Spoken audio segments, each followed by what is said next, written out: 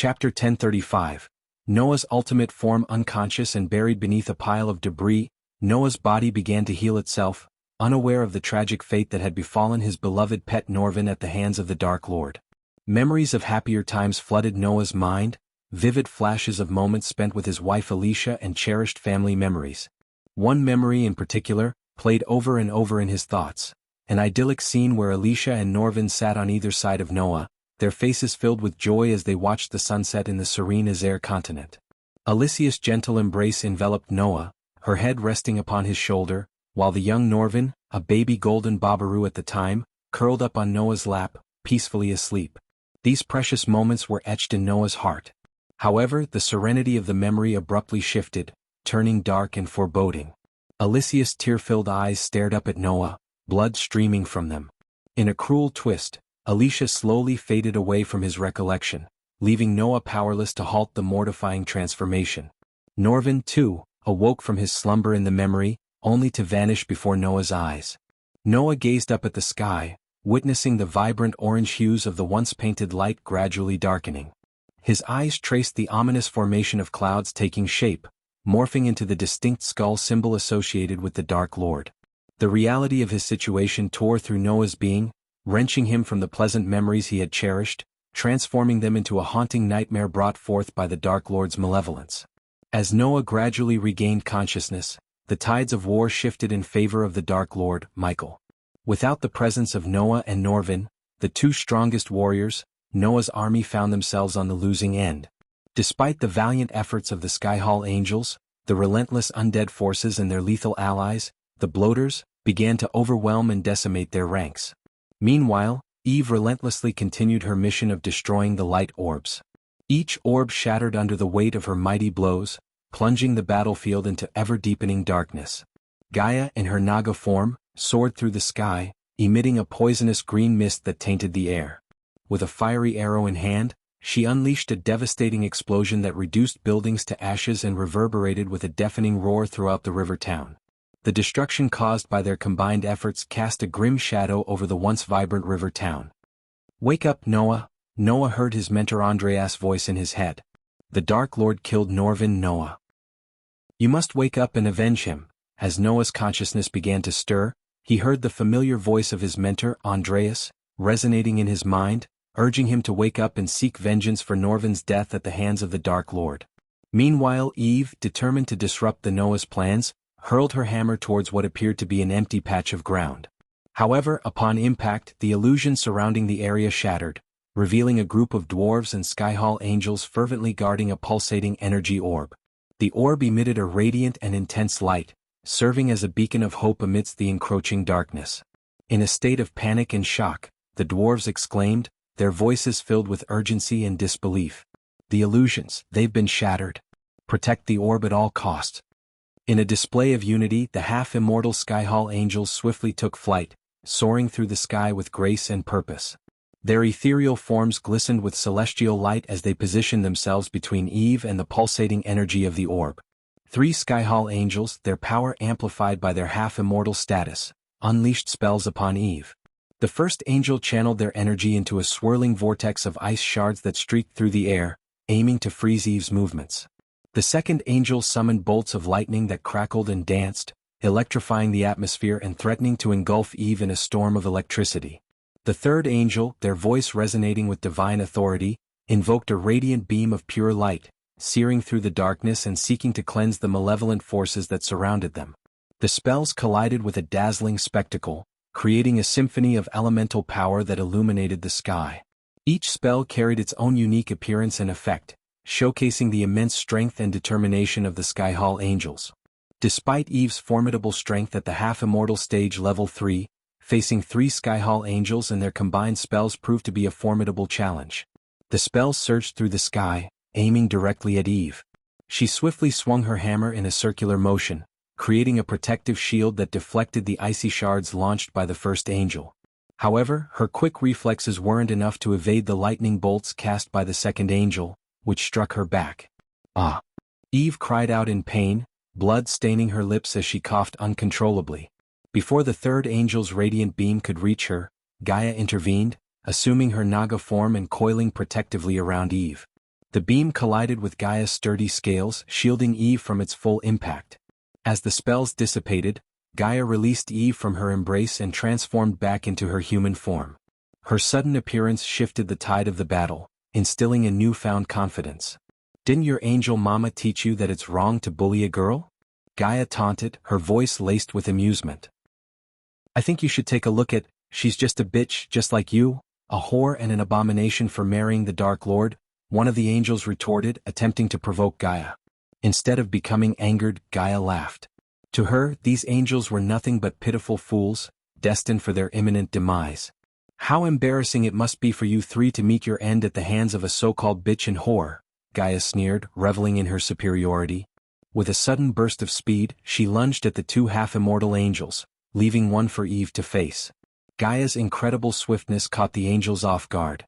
During Michael's absence in Aitnes, Gaia had discovered and absorbed an energy deposit, fueling her powers to unprecedented heights. The surge of energy unleashed her hidden potential, enhancing her strength, speed, and raw power to extraordinary levels. As Gaia faced off against the two half-immortal Skyhall angels, she tapped into her newly amplified powers. Poisonous energy surged through her veins, empowering her spells with a venomous touch. With a graceful flick of her hand, she unleashed a cloud of toxic mist, enveloping her opponents. The mist coiled around the angels, corroding their strength and sapping their vitality. Undeterred, the first angel retaliated with a spell of his own. He summoned ethereal chains, forged from divine light, which shot towards Gaia with blinding speed. But Gaia's agility allowed her to dodge and weave through the intricate network of chains, avoiding their restrictive grip. Meanwhile, the second angel unleashed a barrage of radiant arrows, each one imbued with holy energy. Gaia swiftly evaded the arrows, her nimble movements akin to a dance in the sky. She retaliated by drawing her golden bow and firing back with arrows infused with her own potent magic. Each arrow found its mark, causing explosive bursts of energy upon impact. The clash between Gaia and the Skyhall angels shook the battlefield. Buildings crumbled beneath their powerful spells, reducing Noah's army and the undead horde to mere collateral damage in their fierce confrontation. The ground quaked as shockwaves rippled through the once serene town, leaving trails of destruction in their wake. Amidst this chaos, Eve engaged in her own aerial duel with the remaining Skyhall angel. Bolts of lightning crackled from her hammer, surging through the sky with dazzling brilliance. She summoned storms of electricity, their raw power threatening to tear the heavens asunder. The angel countered with shields of divine energy, attempting to deflect the electrifying onslaught. Thunderous clashes echoed through the air as their spells collided, illuminating the darkened sky. The battle between Gaia, Eve, and the Skyhall angels transcended mere physical combat. It became a clash of elemental forces, their powers intertwining and creating an awe-inspiring spectacle. Their ferocity and determination knew no bounds as they fought with all their might, unleashing devastation upon the once peaceful river town. In the midst of the chaos, the battlefield became a chaotic maelstrom of destruction. The combined forces of Noah's army and the undead horde were caught in the crossfire, their ranks scattered and decimated by the overwhelming power unleashed by the combatants. The ground was scarred with the remnants of their spells, and the air was heavy with the scent of burning debris and swirling energy. Amidst the raging battle, a sudden explosion shattered the debris above Noah with a resounding boom. A blinding light erupted from the very spot where Noah had been buried, forcing everyone to shield their eyes. The radiant glow that emanated from Noah's being enveloped the entire battlefield, casting an ethereal brilliance upon the chaos. Unbeknownst to Michael, who observed from the sky, the near-death experience and the profound loss of his loved ones had awakened a dormant power within Noah. The fury and anguish coursing through his veins fueled his transformation, granting him unimaginable strength and a newfound determination to confront the Dark Lord. Little did Michael know in that very moment, that the brink of death had unleashed a wellspring of power within Noah, as it did for all gods and beings above the mortal realm. The revelation that near-death experiences could grant unimaginable strength remained a secret to Michael, and Noah was about to prove that he was no exception to this extraordinary phenomenon. As Noah ascended, radiant and empowered, Michael braced himself for the ultimate clash between the two brothers, unaware of the true magnitude of Noah's newfound abilities. Noah slowly ascended from the ground, his entire form radiating with the intensity of the blinding light. Michael recognized the change unfolding before his eyes, realizing that Noah had tapped into his ultimate potential. Floating in the sky, Michael prepared himself to confront Noah in this newfound ultimate form. Ghost? Noah's voice reverberated through the battlefield, resonating with a force that surpassed mere sound. His powerful shout unleashed a shock wave, obliterating everything in its path. The once ruined buildings crumbled to dust, and both Noah's army and the undead were thrown into disarray by the sheer force of the shout. Even Gaia, Eve, and the Skyhall angels were forcefully brought down from the sky, crashing onto the ground below. Somewhere beyond the chaos of the battlefield, Neela, one of Noah's loyal and trusted friends, guided Olivia toward the epicenter of the battle. Olivia, an alchemist and Michael's former student, carried the weight of 2 god-killing arrows entrusted to her by Noah himself. Their arrival could potentially tip the scales in this cataclysmic conflict. Chapter 1036. Using the god-killing arrows, Noah emerged from the debris, his radiant form shining like a miniature sun. The darkness that Eve had cast upon the battlefield with the destruction of the light orbs was instantly dispelled by Noah's presence. He exuded an undeniable aura of the god of light, absorbing the arch and celestial energy that surrounded him. With this surge of power, the energy dome encasing Rivertown cracked and shattered, unable to contain Noah's divine might. Meanwhile, Michael activated the death range, causing the surrounding area to plunge into darkness. Storm clouds roiled above him, unleashing thunderous claps and torrential rain. The opposing forces of intense light and pitch-black darkness clashed, setting the stage for the ultimate battle between the god of light and the god of darkness. Noah's gaze fell upon the mummified remains of Norvin, lying lifeless on the ground below Michael. A profound anger welled up within Noah, resonating with a powerful hum that reverberated throughout the battlefield.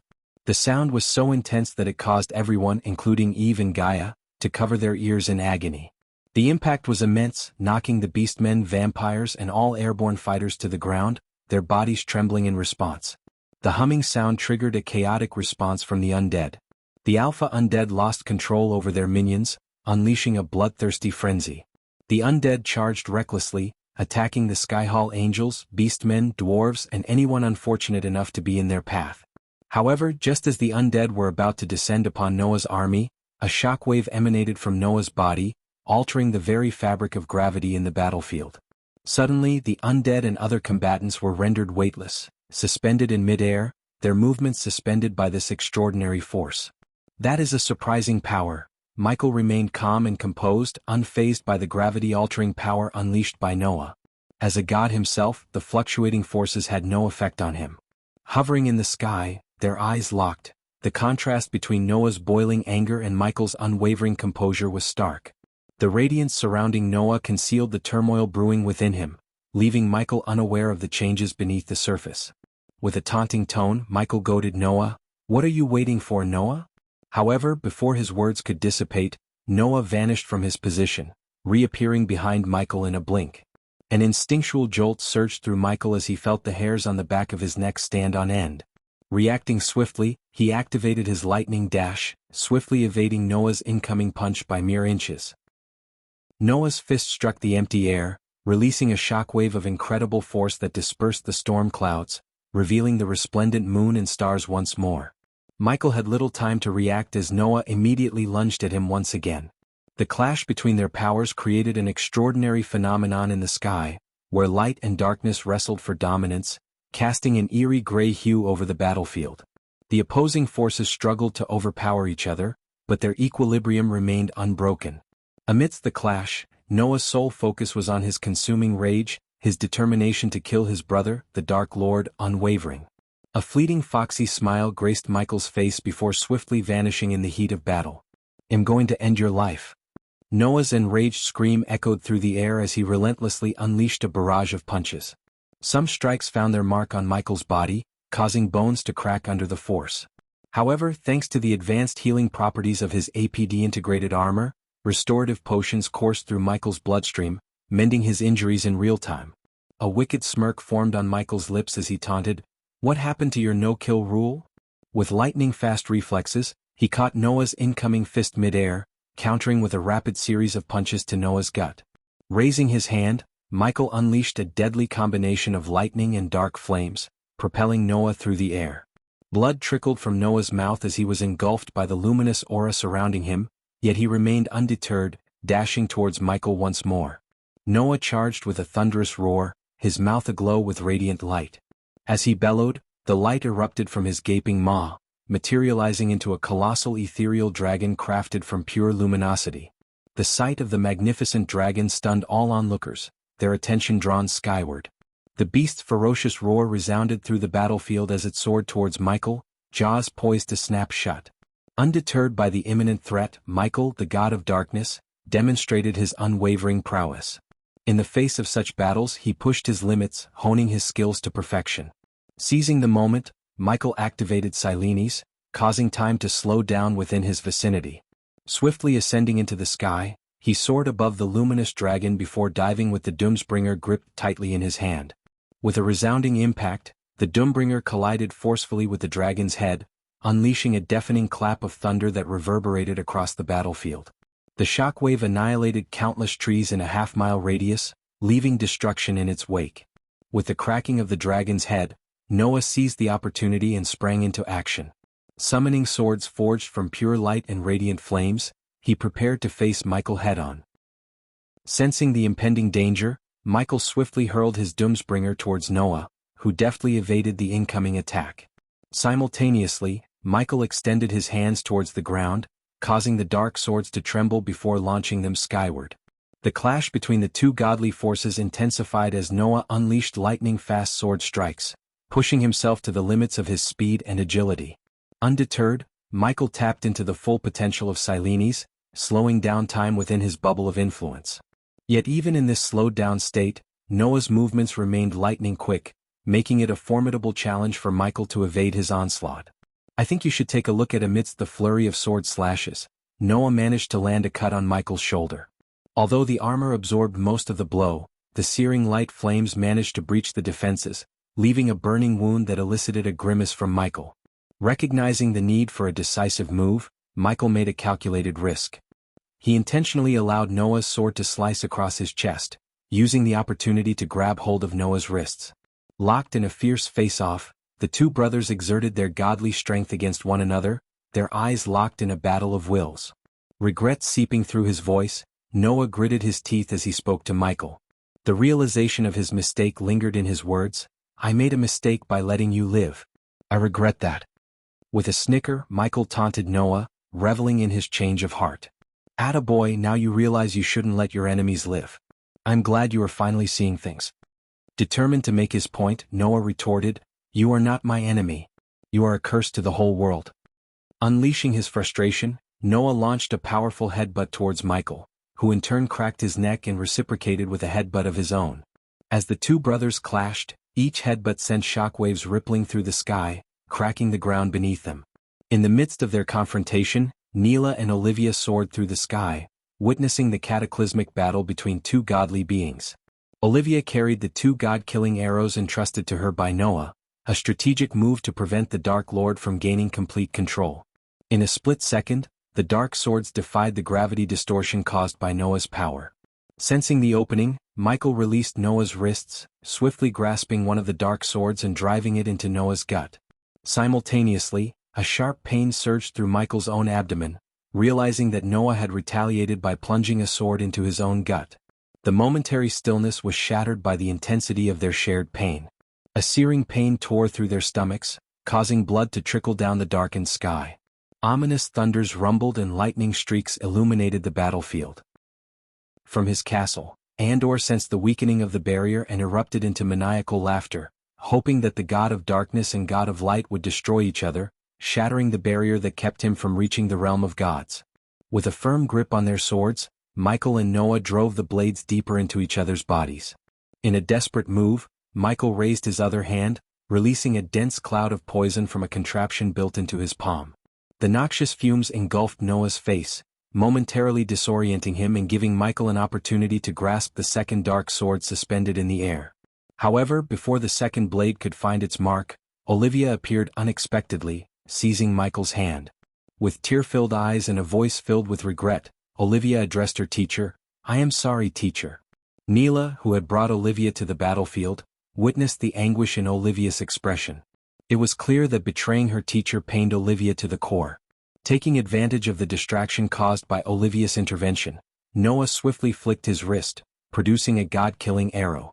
With a resolute determination, he plunged the arrow through Michael's heart, dealing a decisive blow. As the god-killing arrow pierced through Michael's heart, a deafening thunderclap reverberated through the air, causing the entire world to tremble in response.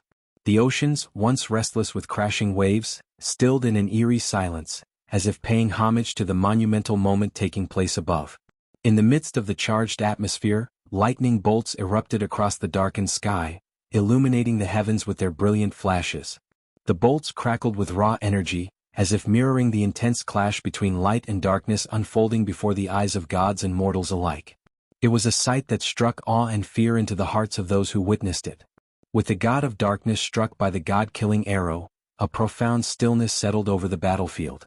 In a surge of determination, Noah seized another god-killing arrow and swiftly plunged it through Michael's gut, deepening the wound.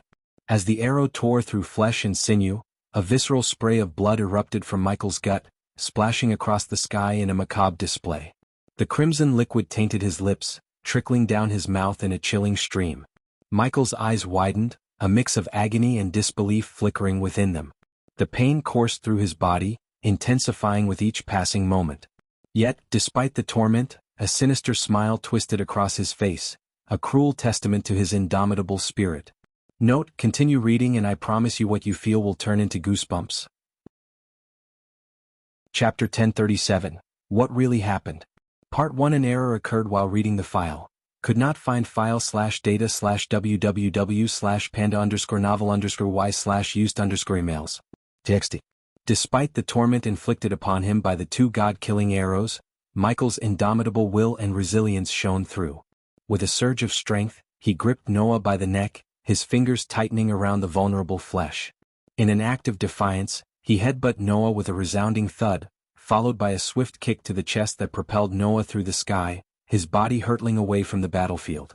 "I am sorry, teacher." With Olivia trembling in fear before him, Michael's gaze bore into her, a mixture of anger and disappointment etched across his blood-streaked face. Olivia stammered an apology, her voice trembling as she struggled to find the right words. The weight of her betrayal weighed heavily upon her, overshadowed by the impending threat to her life. In the midst of the chaos, Gaia, the relentless Naga warrior, fought against the enhanced gravity, her fierce determination allowing her to defy its oppressive force. Though her attempts to ascend into the sky were met with resistance, she refused to yield, her determination unyielding. Meanwhile, the two god-killing arrows embedded within Michael's body began to emit a radiant glow, their power sapping away his strength. The intensity of their radiance mirrored the diminishing might of the Dark Lord, causing Noah to launch himself at Michael once more. Yet this time, Michael's agility proved superior as he deftly evaded Noah's punch, delivering a stinging slap across Noah's face that left him disoriented. "I don't want your sorry. I want your life," Michael growled menacingly at Olivia, his grip on her neck tightening, cutting off her air supply. Desperation flooded her eyes as her legs thrashed in a futile attempt to free herself from his grasp. As Olivia's life hung in the balance, Noah unleashed a brilliant beam of light, infused with his waning strength, directly at Michael's chest. The unexpected attack struck true, accompanied by the piercing pain of a third god-killing arrow that pierced Michael's back. Michael's gaze shifted, his eyes slowly taking in the sight of Sabrina, tears streaming down her face as she stood before him. "I had no choice," Sabrina murmured through her sorrow, her voice laced with regret and sadness. The collective forces of the Skyhall Angels and Noah's army, witnessing the fading power of the Dark Lord, were filled with renewed hope and anticipation. With the third god-killing arrow embedded within his form, Michael plummeted from the sky, crashing into the ground below, leaving behind a gaping crater as testament to the immense power unleashed in their final confrontation. Upon Michael's impact with the ground, the chaotic forces that had distorted gravity returned to normal. Gaia and Eve wasted no time, swiftly closing in on Michael's fallen form. However, their advance was met with opposition as a group of Skyhall Angels encircled them, their determination evident. Just as the situation seemed dire, a monstrous being materialized behind the Skyhall Angels, a grotesque creature composed of pulsating blood. With a vicious lunge, the beast attacked, attempting to overpower the encircling angels. In that crucial moment, Saber landed between Eve and the encircling angels, taking a defensive stance. "Go to the Dark Lord," Saber commanded Eve, his voice filled with determination as he prepared to fend off the advancing Skyhall angels. Sabrina and Olivia, their eyes filled with tears, witnessed the descent of the Dark Lord with heavy hearts. For Olivia, the Dark Lord had been a mentor who had nurtured her talents in alchemy, shaping her into the accomplished 5-star alchemist she had become. For Sabrina, he was not only a brother to Noah but also a brother to her. Yet she had been compelled to betray him, wielding the god-killing arrow to protect her family. The Skyhall angels, observing the rapid decline of the Dark Lord's power from the half-celestial stage to the immortal stage, recognized the opportunity to strike. With the god-killing arrows still embedded within his body, the Dark Lord's strength waned with each passing moment. Seizing the moment, several Skyhall angels and beastmen surged forward, their fervor undeterred. The undead army and the vampires loyal to their lord, rallied to defend him, creating a chaotic clash of forces. Even as the undead army and vampires moved to defend their lord, a fraction of the Skyhall angels and beastmen managed to breach the defenses. Together they unleashed a barrage of powerful spells, their combined forces converging upon Michael with lethal intent. The air crackled with unleashed energy as the spells surged towards their target, seeking to overwhelm the weakened Dark Lord. As the Skyhall angels and beastmen closed in on the fallen Dark Lord, they unleashed their devastating spells with a fierce determination. Blazing orbs of fire streaked through the air, exploding upon impact and engulfing the surroundings in searing flames. Arcs of lightning crackled and danced, striking the ground with electrifying force. Spears of ice materialized in midair, hurtling towards their target with deadly precision. Yet, as the onslaught of spells descended upon the Dark Lord, a pale blue shield manifested around him.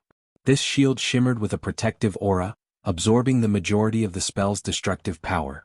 It flickered with resilience, deflecting the onslaught and mitigating the damage inflicted upon the wounded Dark Lord. Simultaneously, the Skyhall angels and beastmen who managed to reach the Dark Lord engaged in close-quarters combat. Their blades clashed with his armor, creating sparks that illuminated the darkened battlefield. The Skyhall angels, with their celestial wings, swooped down, delivering swift strikes with their celestial blades. The beastmen, with their fierce strength and agility, lunged and pounced, attempting to overwhelm the weakened Dark Lord. Amidst the chaotic clash, the Dark Lord evaded some of the attacks with fluid grace, swiftly parrying and countering their advances. His movements, though impaired by the god-killing arrows lodged within him, carried a lingering threat. With each strike he fought back, retaliating with a combination of brute force and calculated precision. His strikes were swift and accurate, as if driven by a primal instinct to survive. However, some attacks managed to breach the Dark Lord's defenses, finding their mark upon his vulnerable form. His armor, stained with his own blood, offered diminishing protection as his strength waned. Each blow intensified the pain coursing through his body, threatening to sap his remaining vitality. "I think you should take a look at." Amidst the chaotic clash, the voices of the Skyhall angels and beastmen echoed through the battlefield. "Press the attack. He's weakening. Strike harder. Don't let him recover. He cannot withstand our combined might." As the battle reached its climax, Noah, consumed by pure rage, unleashed a barrage of catastrophic spells. Chains of radiant light materialized beside him, shooting forth with incredible speed to ensnare the Dark Lord. Simultaneously, a majestic winged lion, forged from pure light, materialized and lunged at Michael with fierce determination. The third spell Noah conjured resembled Michael's devastating meteor spell, but instead of fiery projectiles, Noah summoned 3 spheres of scorching light enveloped in radiant flames. The combined force of these spells struck Michael simultaneously, causing a tremendous explosion that sent shockwaves rippling through the battlefield. The resulting dust storm engulfed the area, obscuring the view and disorienting both armies. Seizing the opportunity, Noah summoned the remaining god-killing arrows, a manifestation of his determination to end the Dark Lord's life. Hands made of brilliant light materialized around Noah, each grasping a god-killing arrow. With the arrows in his possession, Noah descended from the sky, his intent clear, to deliver the final blow to the Dark Lord. Amidst the chaos, a sudden explosion of lightning illuminated the battlefield where Eve was locked in combat. Witnessing the overwhelming assault on her best friend, the Dark Lord, Eve's fury ignited within her. Her anger transformed into an intense surge of power as she leaped into the air, descending upon the ground with her hammer poised to strike. The resulting shockwave sent her adversaries hurtling through the air, their bodies flung aside with great force. Meanwhile, Saber, leading his vampire forces, charged at the surrounding Skyhall angels and beastmen, proving himself to be an exceptionally formidable opponent. With every drop of blood he consumed, Saber's strength and speed increased exponentially, turning him into an unstoppable force on the battlefield. On the other hand, Gaia surged forward like an unstoppable force, leaving a trail of devastation in her wake. Her ferocity knew no bounds as she tore through the ranks of the Skyhall angels and beastmen, their bodies no match for her ruthless onslaught. Limbs were ripped apart, and the ground became drenched in a macabre display of blood and shattered wings. The piercing cries of Gaia's victims reverberated across the battlefield, a haunting testament to her unrestrained power. However, as Gaia neared the area where Noah's spells had struck, Noah clenched his hands together, conjuring a luminous orb of light. The pulsating sphere radiated with escalating energy, growing more potent with each passing moment. With a swift motion, Noah hurled the orb toward Gaia, and upon impact with the ground, it erupted in a cataclysmic explosion. Witnessing the devastating attack on her dear friend, Eve's heartache transformed into an eruption of anger. She sprinted toward Gaia, her voice roaring with defiance. But the Skyhall angels capitalized on the distraction, converging upon Eve from all directions. Despite her valiant struggles, the numbers overwhelmed her as 20 to 30 Skyhall angels and beastmen closed in, forcibly subduing her. Their grip tightened, rendering her powerless against their combined strength. In a calculated move, the Skyhall angels conjured a swirling vortex of chakra, positioning it directly above Eve's head. The chakra spun rapidly, releasing wisps of smoke that entered Eve's consciousness, rendering her unconscious and silencing her defiance. As the smoke dissipated, the battered figure of the Dark Lord stood before them. His armor was in tatters, splattered with his own blood. His weary eyes struggled to stay open, his wavering stance indicating his impending collapse. It was a sight that conveyed the toll of the battle upon him. However, Noah seized the opportunity, landing behind Michael with astonishing speed and thrusting another god-killing arrow into his already wounded form. The hands of pure light created by Noah moved in a blur, delivering swift and precise strikes as the god-killing arrows pierced Michael's body. Each strike resounded with a thunderous clap, the accompanying flash of lightning illuminating the sky. In a final desperate attempt, Gaia lunged at Michael, her own body battered and bloodied. Despite her injuries, she sought to deliver a decisive blow. Her hand appeared twisted, and crimson streams trickled from her wounds. Michael, despite being pierced by the god-killing arrows, intercepted Gaia, his grip tight as he locked eyes with her. Gaia collapsed onto Michael, their bodies entwined, as Noah unleashed the last and ultimate god-killing arrow, piercing through both their hearts. At that moment, the darkness that had shrouded the battlefield began to recede, allowing the gentle rays of the rising sun to illuminate the horizon. Michael plummeted to the ground, cradling Gaia in his embrace, while Sabrina and Olivia stood nearby, witnessing the fall of the Dark Lord. As Michael's body made contact with the earth, the god-killing arrows pulsated with an intense surge of energy. Then, in a climactic finale, the god-killing arrows erupted in a magnificent explosion, engulfing the Dark Lord's form in a mist of crimson. Noah gazed up at the emerging sun, a symbol of a brighter future now that the Dark Lord had been vanquished. Noah, having finally exacted his revenge upon the Dark Lord for the deaths of Alicia and Norvin, sank to his knees. As the radiant light surrounding him subsided, the true extent of the damage inflicted upon Noah became evident. His body was covered in bruises, blood seeping from numerous wounds.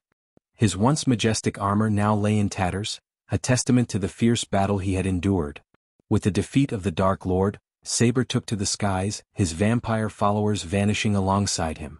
Ilara, fueled by a desire for justice, attempted to pursue the fleeing vampires, but Noah commanded her to stand down.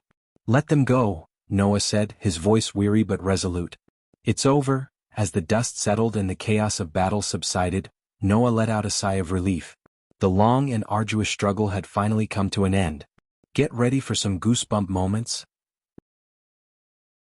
Chapter 1038, What Really Happened? Part 2. An error occurred while reading the file. Could not find file/data/www/panda_novel_y/used_emails. TXT.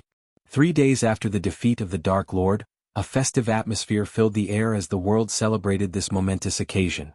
However, in Rivertown, where the final battle had taken place, and among the people of Gondolin who had remained indifferent to the war, there was no such revelry. In the midst of this, Penn Town was adorned with golden threads, vibrant lanterns, and an array of dazzling fireworks that illuminated the daytime sky. The townsfolk didn't mind the unusual timing and enthusiastically set off thousands of firecrackers and fireworks, rejoicing in the triumph of their beloved Lord Noah over the Dark Lord. Distinguished figures and leaders from all corners of the realm arrived at Penn Town to partake in the grand celebration hosted by Noah at his opulent residence, Winston Manor. The manor itself was a sight to behold, bedecked with colorful lights, shimmering lanterns, and intricately woven golden decorations. The entrance to the manor was lined with a red carpet, where people eagerly gathered, their cheers resounding like thunderclaps. Amidst the jubilant atmosphere, Olivia Palmer, hailed as one of the heroes for her courageous efforts to thwart the Dark Lord, arrived in her carriage. The carriage gracefully made its way through the sea of people, who stood on either side of the red carpet, offering their cheers and adoration. Outside the walls of Winston Manor, the townsfolk of Penn Town had congregated, eagerly awaiting glimpses of the illustrious guests and the festivities unfolding within. Their excitement was palpable as they cheered and applauded, their joy reverberating through the air. As Olivia gracefully alighted from her carriage, the enthusiastic crowd erupted into a chorus of cheers.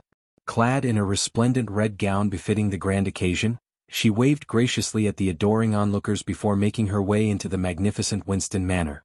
Inside the manor, the atmosphere was nothing short of captivating. The grand hall, adorned with opulent decorations, exuded an aura of regality. Crystal chandeliers bathed the space in a warm and inviting glow, casting shimmering reflections upon the gilded walls. Elaborate tapestries depicting scenes of valor and triumph adorned the halls, adding an air of historical significance to the surroundings. Olivia followed the elegantly adorned corridors, guided by the gentle melodies of live music that floated through the air. The sound of joyful conversations filled the spaces as she navigated her way towards the grand hall, where the esteemed guests had gathered. As she entered the grand hall, her presence commanded attention. World leaders, including King Bredia, Noah's cousin Andrew's, Yasmin Winston, Noah's sister Sabrina Winston, and Andrew's wife, Princess Catherine, daughter of King Bredia, were in attendance. Princess Catherine's two children added a touch of youthful exuberance to the gathering. The grand hall itself was a spectacle to behold. Lavish draperies adorned the walls, complementing the majestic artwork displayed throughout. The long dining tables were adorned with exquisite floral arrangements and fine silverware, promising a feast fit for kings. The air was filled with an intoxicating blend of tantalizing aromas from the meticulously prepared dishes, teasing the senses and whetting the appetite. Amidst the mingling guests, Olivia greeted familiar faces with warmth and grace, exchanging pleasantries and sharing in the collective joy of this momentous occasion. As Olivia entered the manor, she was greeted by Neela, one of Noah's trusted allies and an esteemed member of his elite guard. Neela approached Olivia with a respectful nod. "Lady Olivia, Lord Noah is waiting for you," Neela informed her. Understanding the purpose of their meeting, Olivia nodded in acknowledgement. She and Neela both knew that their destination lay deep within the labyrinthine corridors of Winston Manor. "Lead the way," Olivia gestured, following Neela as they discreetly slipped away from the bustling crowd. They ventured through hidden passages and descended a gloomy staircase, their footsteps echoing in the somber silence. The path to the dungeon prison felt ominous, with dimly lit torches casting flickering shadows along the cold stone walls. Reaching the entrance of the dungeon, Neela revealed a nondescript brown door concealed behind an illusion. With a simple motion, the door swung open, revealing the bleak confines that awaited them. The air grew heavy as they entered, the atmosphere thick with a sense of captivity. Within the dungeon, Olivia's eyes fell upon Noah, who stood before a row of glass tubes, each containing a captive individual. Among them was Ricky, her former lover, confined within a special cage designed specifically to hold the Dark Lord's surviving subordinates. A sigh escaped Olivia's lips as she observed his unconscious form. The glass tubes contained other prominent subordinates of the Dark Lord, including Adelia Wraith, Maxine, Tiberius, Titus, Optimus, and Trista. They remained motionless, unaware of their impending fate at the hands of Noah. "Noah," Olivia greeted him as he turned to face her. Noah's face bore the evidence of the intense battle he had endured. Bruises marred his features and a walking cane supported his weakened body. The strain of wielding the god-killing arrows and the wounds inflicted by the Dark Lord's dark flames had taken their toll. "I thought you should have a final opportunity to see Ricky before we carry out their sentence," Noah explained, his voice tinged with a mix of determination and weariness. Neela observed Olivia's shocked expression, sensing the turmoil within her. Sentence? Noah, I believed we were planning to imprison them, Olivia responded, her voice betraying her deep-seated astonishment. Noah's gaze held a resolute conviction as he spoke. I do not wish to subject them to the cruelty of the Sky Hall. Handing them over would only result in prolonged suffering. What I offer is a swift and painless end, sparing them from a lifetime of torment for the crimes committed by the Dark Lord, Noah explained, his words filled with a somber gravity. Olivia's lips parted to voice her objections, but her words faltered before they could escape. She realized that Noah's perspective held a painful truth she couldn't deny. Though her heart ached for Ricky and she longed for Noah to spare him, she understood the difficult choices he had to make. In the grand scheme of things, a swift death was a merciful alternative compared to the cruelties the Sky Hall would inflict upon them. With a heavy heart, Olivia approached the glass cage containing Ricky, her hand tenderly pressed against the cold surface. Ricky, you should have left Ghost when you had the chance. We could have built a future together, she whispered, tears streaming down her cheeks. Concerned for the fate of the remaining Dark Lord's subordinates, Olivia turned her attention to Noah, seeking answers. What about the others, Noah? She inquired, her voice filled with genuine curiosity. Noah's response was resolute yet tinged with a sense of understanding. The undead and vampires have been confined within a separate pocket dimension, under the care of the Sky Hall. As for the remaining subordinates, they are scattered and without leadership. We will track them down in due time, Neela interjected, offering a response to Olivia's question. Eager to uncover the fate of her dear friend, Olivia voiced her concerns regarding Eve Voldegard, the Dark Lord's closest ally. And what of Eve? Olivia's voice trembled with a mix of curiosity and sadness. She had noticed Eve's absence from the glass cages, and her heart yearned to know her friend's fate. Neela's response held no trace of sympathy, displaying her unwavering resolve. Eve chose to take her own life. It seems the Dark Lord had entrusted her with a potent poison, to be used as a last resort in case of capture, Neela revealed, her tone betraying no mercy for Eve. In Neela's eyes, the Dark Lord's subordinates held no value, and their actions warranted no compassion. We have managed to extract a sample of the poison from Eve's body, Olivia. I need you to replicate it in order to ensure a painless death for them, Noah's voice echoed with a hint of urgency. Olivia, still engrossed in her sorrowful gaze upon Ricky, responded without turning around. I think you should take a look at, why can't you do it yourself? You're just as skilled an alchemist as I am, Olivia questioned, her voice filled with a mix of curiosity and concern. Noah's response was laced with a tinge of helplessness. I cannot. This poison was created using Ghost's unique recipe. Only you possess the knowledge to replicate it, Noah explained, his words resonating with the weight of necessity. If you are unable, I can use my light flames to end their lives, but I cannot guarantee a painless death, Noah stated, his voice revealing the absence of choice. Olivia, absorbing Noah's words, took a deep breath, steeling herself for the task at hand. I will do it. Just provide me with a secluded space to work, Olivia requested, her voice determined. Noah nodded in agreement, acknowledging her request. I will grant you the solitude you need. Neela will ensure you have everything necessary, Noah replied before limping away from the dungeon. 2 hours swiftly passed as Olivia meticulously brewed the replicated poison, her focus unwavering. With the task completed, she made her way back to the main hall. Emerging onto the front yard where the guests were gathered, Olivia joined the crowd. A stage, adorned with the glass cages containing the Dark Lord's subordinates, had risen from the ground. As she awaited her cue, Noah finally appeared on the stage, greeted by thunderous cheers from the assembled crowd. The crowd erupted in cheers and applause, their voices reverberating through the air. Hail Lord Noah, the vanquisher of darkness. Praise be to the one who defeated the Dark Lord. Lord Noah, you have saved us all. The resounding cheers echoed around Penn Town, an outpouring of gratitude and admiration for their savior. The people hailed Noah as a hero, their voices filled with hope and reverence. In the distance, Salisi soared through the sky, her face radiating with joy. She had achieved her goal of eliminating the Dark Lord, eagerly anticipating her master's journey into the realm of gods, where she was destined to accompany him. Meanwhile, Noah stood before the gathered crowd, acknowledging their cheers and applause. With a humble smile, he raised his hand, signaling for silence. As his hand ascended, a hush fell over the crowd, their attention solely focused on Noah. Taking a deep breath, Noah began his speech, his voice resonating with sincerity. My friends, today we celebrate a great victory over the Dark Lord, but let us not forget that darkness does not reside solely within one individual. Noah addressed the crowd, his words capturing their attention. We all possess a shadow within us, capable of darkness and evil. It is a part of our nature.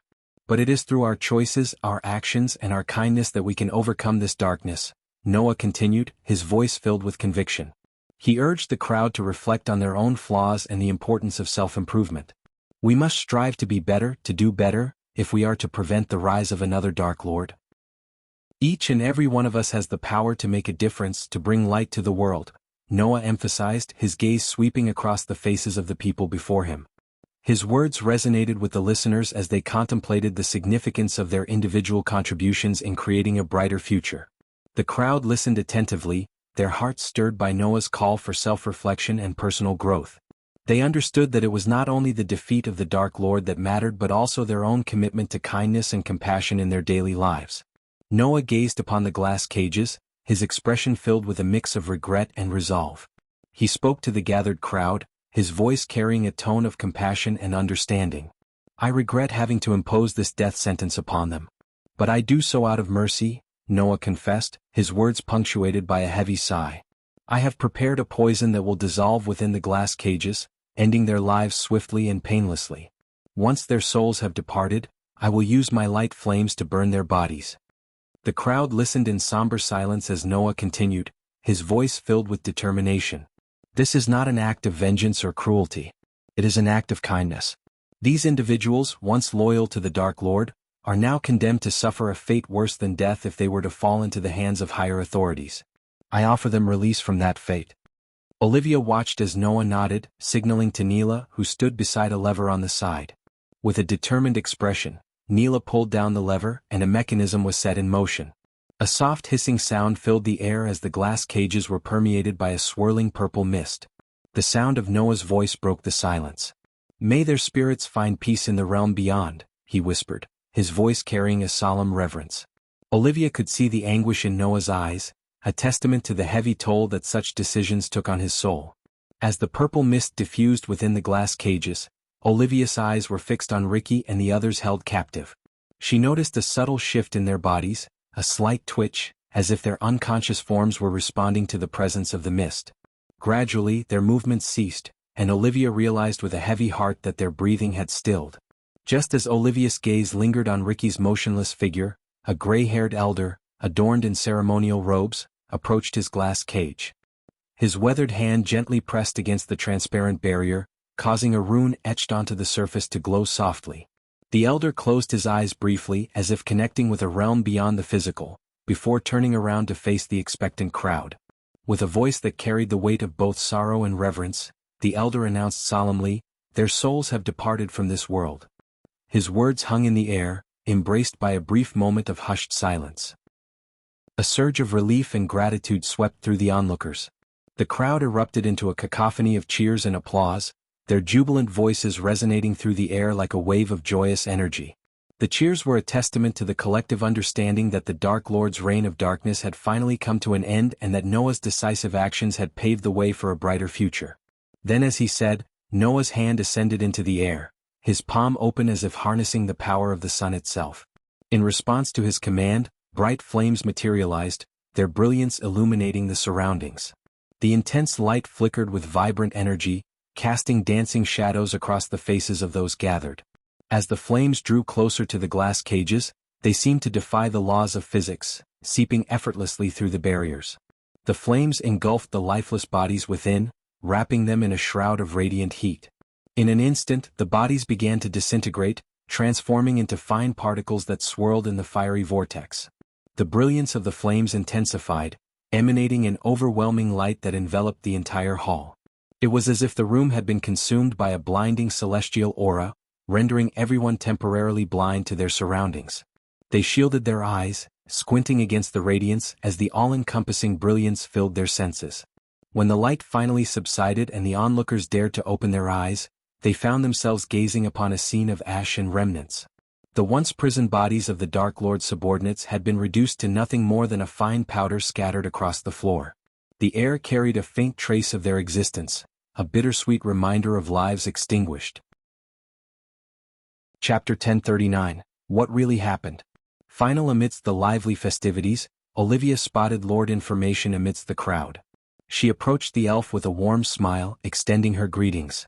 Lord Information, it's a pleasant surprise to see you here. I didn't think you would come, Olivia said, her voice filled with genuine warmth. Lord Information turned to face her, a bright expression on his face. He knew the significance of his role in the recent events, having aided Noah with crucial information that ultimately led to the Dark Lord's defeat.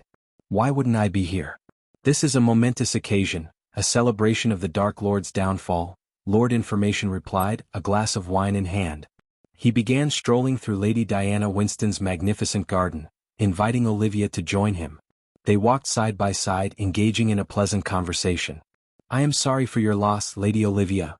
Lord Information expressed his condolences for Olivia's loss, understanding the pain she must be feeling after losing Ricky, her former lover. Olivia sighed, acknowledging his words with a sense of regret. I hope he finds peace, Olivia responded, her voice carrying a tinge of melancholy. Lord Information shifted the topic, curious about Olivia's future plans now that the Dark Lord had been vanquished. He acknowledged Olivia's exceptional talent as an alchemist, recognizing that her skills rivaled even those of the Dark Lord himself. What are your future plans now, Lady Olivia? With the Dark Lord no longer a threat, you stand as one of the most esteemed alchemists in the world. Say what you want about the Dark Lord, but his knowledge in alchemy was unparalleled, except perhaps by one man who is not present, Lord Information remarked, alluding to Noah's own prowess in the field. Olivia pondered the question, her footsteps gently guiding her along the dazzling flower beds that flourished beneath the shimmering night sky. She considered a future filled with tranquility, a life of peaceful solitude. To be honest, I have no idea. Perhaps I will find a place to settle down and spend the remainder of my days in peace and quiet, Olivia replied, her voice filled with a hint of longing for a life away from the chaos and turmoil of the past. After pondering for a moment, Olivia shared her intentions with Lord Information. I have plans to assist Noah in rebuilding River Town.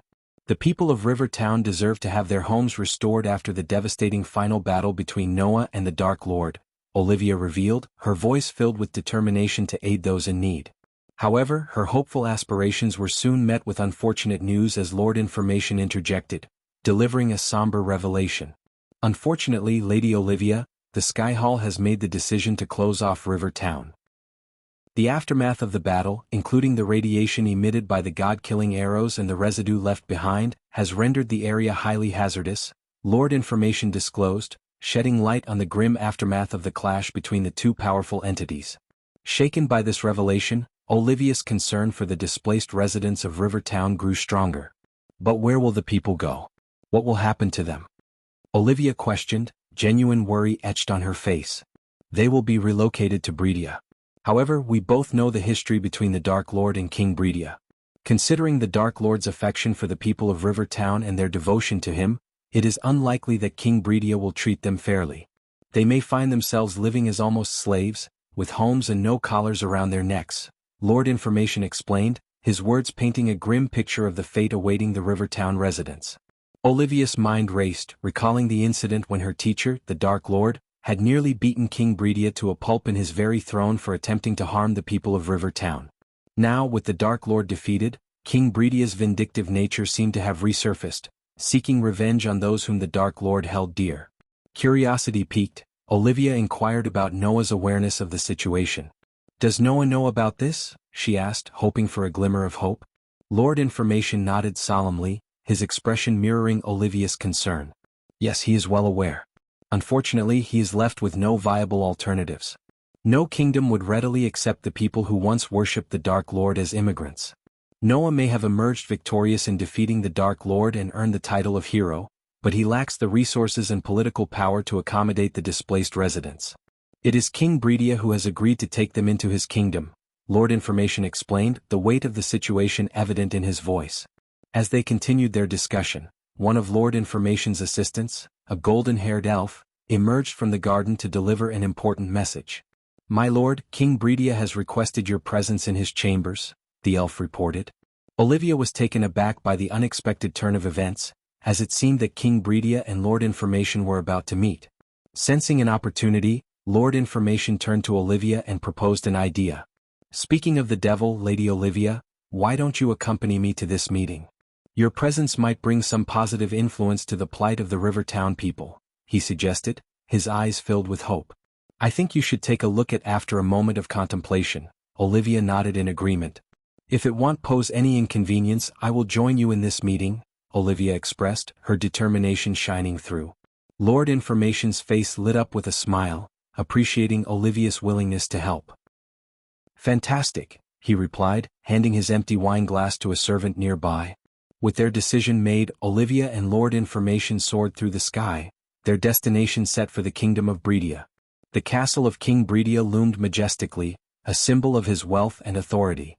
Under the clear night sky, the castle radiated an air of festivity, with decorations and lights illuminating the surroundings in celebration of the Dark Lord's defeat. As Lord Information and Olivia were escorted by the royal guards, they entered a grand and opulent chamber befitting a king. The room was adorned with intricate tapestries depicting scenes of valor and triumph, while golden chandeliers bathed the space in a warm and inviting glow. The air was filled with the scent of lavender and sandalwood, creating an atmosphere of regality. In the center of the chamber, a large wooden table stood, polished to a lustrous sheen. On the other side of the table, King Bredia sat upon a magnificent chair, his back turned towards the entrance. His gaze was fixed upon the kingdom outside the window, where the festivities honoring the defeat of the Dark Lord were in full swing. "My lord," Lord Information respectfully bowed, awaiting the king's response. Olivia stood beside him, her eyes scanning the chamber as the royal guards exited, closing the door behind them. "Your Majesty, I brought Lady Olivia to this meeting about the Rivertown people. I hope you don't mind." Lord Information's words hung in the air, unanswered by King Bredia. As the seconds ticked by, an eerie silence hung in the air. Lord Information's anticipation turned to confusion, for there was no acknowledgement from King Bredia. Suddenly, a searing pain coursed through his side, causing him to gasp in shock. He looked down, disbelief etched across his face as he saw Olivia driving a dagger into his gut. The betrayal cut deep, both literally and figuratively, as Lord Information grappled with the overwhelming realization that he had been deceived. A mixture of shock and terror consumed Lord Information as his mind raced to comprehend Olivia's treachery. There had been no sign, no inkling that she would turn against him. His thoughts swirled in a whirlwind of questions, desperately searching for a reason for her betrayal. Yet, no answer emerged from the depths of his bewildered mind. In a stunning turn of events, the king's chair slowly rotated, revealing a figure that sent shivers down Lord Information's spine. It was not King Bredia who sat upon the regal seat but the Dark Lord himself. The chamber seemed to darken, the air heavy with an ominous presence as the true mastermind behind the deceitful facade was unveiled. A sinister smile crept across the Dark Lord's face as he reclined in the chair, exuding an air of nonchalance. With a subtle flick of his wrist, he effortlessly summoned an empty chair behind Lord Information. Overwhelmed by blood loss and racked with pain, Lord Information crumpled into the chair, his gaze locked with the Dark Lord's piercing eyes. "The greatest betrayal comes not from enemies but from those we once called friends. Did you think only you can play that game?" asked the Dark Lord with a sly smile. Unbeknownst to Lord Information, he believed he had remained hidden in the shadows, playing a crucial role in providing the map that led to the Dark Lord's defeat. It was an illusion he held onto, thinking that Noah had vanquished the Dark Lord using the god-killing arrows. Yet there he was, face to face with the Dark Lord himself, his wicked smile illuminating the truth. With a swift and calculated gesture, the Dark Lord flicked his wrist, conjuring 7 exquisite silver arrows adorned with intricate runes. These were no ordinary arrows, they were the very same god-killing arrows that Lord Information had aided Noah in finding. As the shock of the Dark Lord's presence settled in, Lord Information sensed a flicker of the Dark Lord's immense power. It shattered the illusion that he was merely at the half-celestial stage, the stage he had displayed during his battle with Noah. Instead, Lord Information now beheld the unmistakable aura of the celestial stage radiating from the Dark Lord. The realization struck him like a bolt of lightning, dispelling any lingering doubts about the true extent of the Dark Lord's strength. Struggling against the pain coursing through his body, Lord Information managed to turn his head toward Olivia, who stood motionless nearby. The world believed that Olivia had abandoned her allegiance to the Dark Lord when his true identity was exposed. However, Lord Information's mind pieced together the puzzle, connecting her betrayal to the return of the Dark Lord.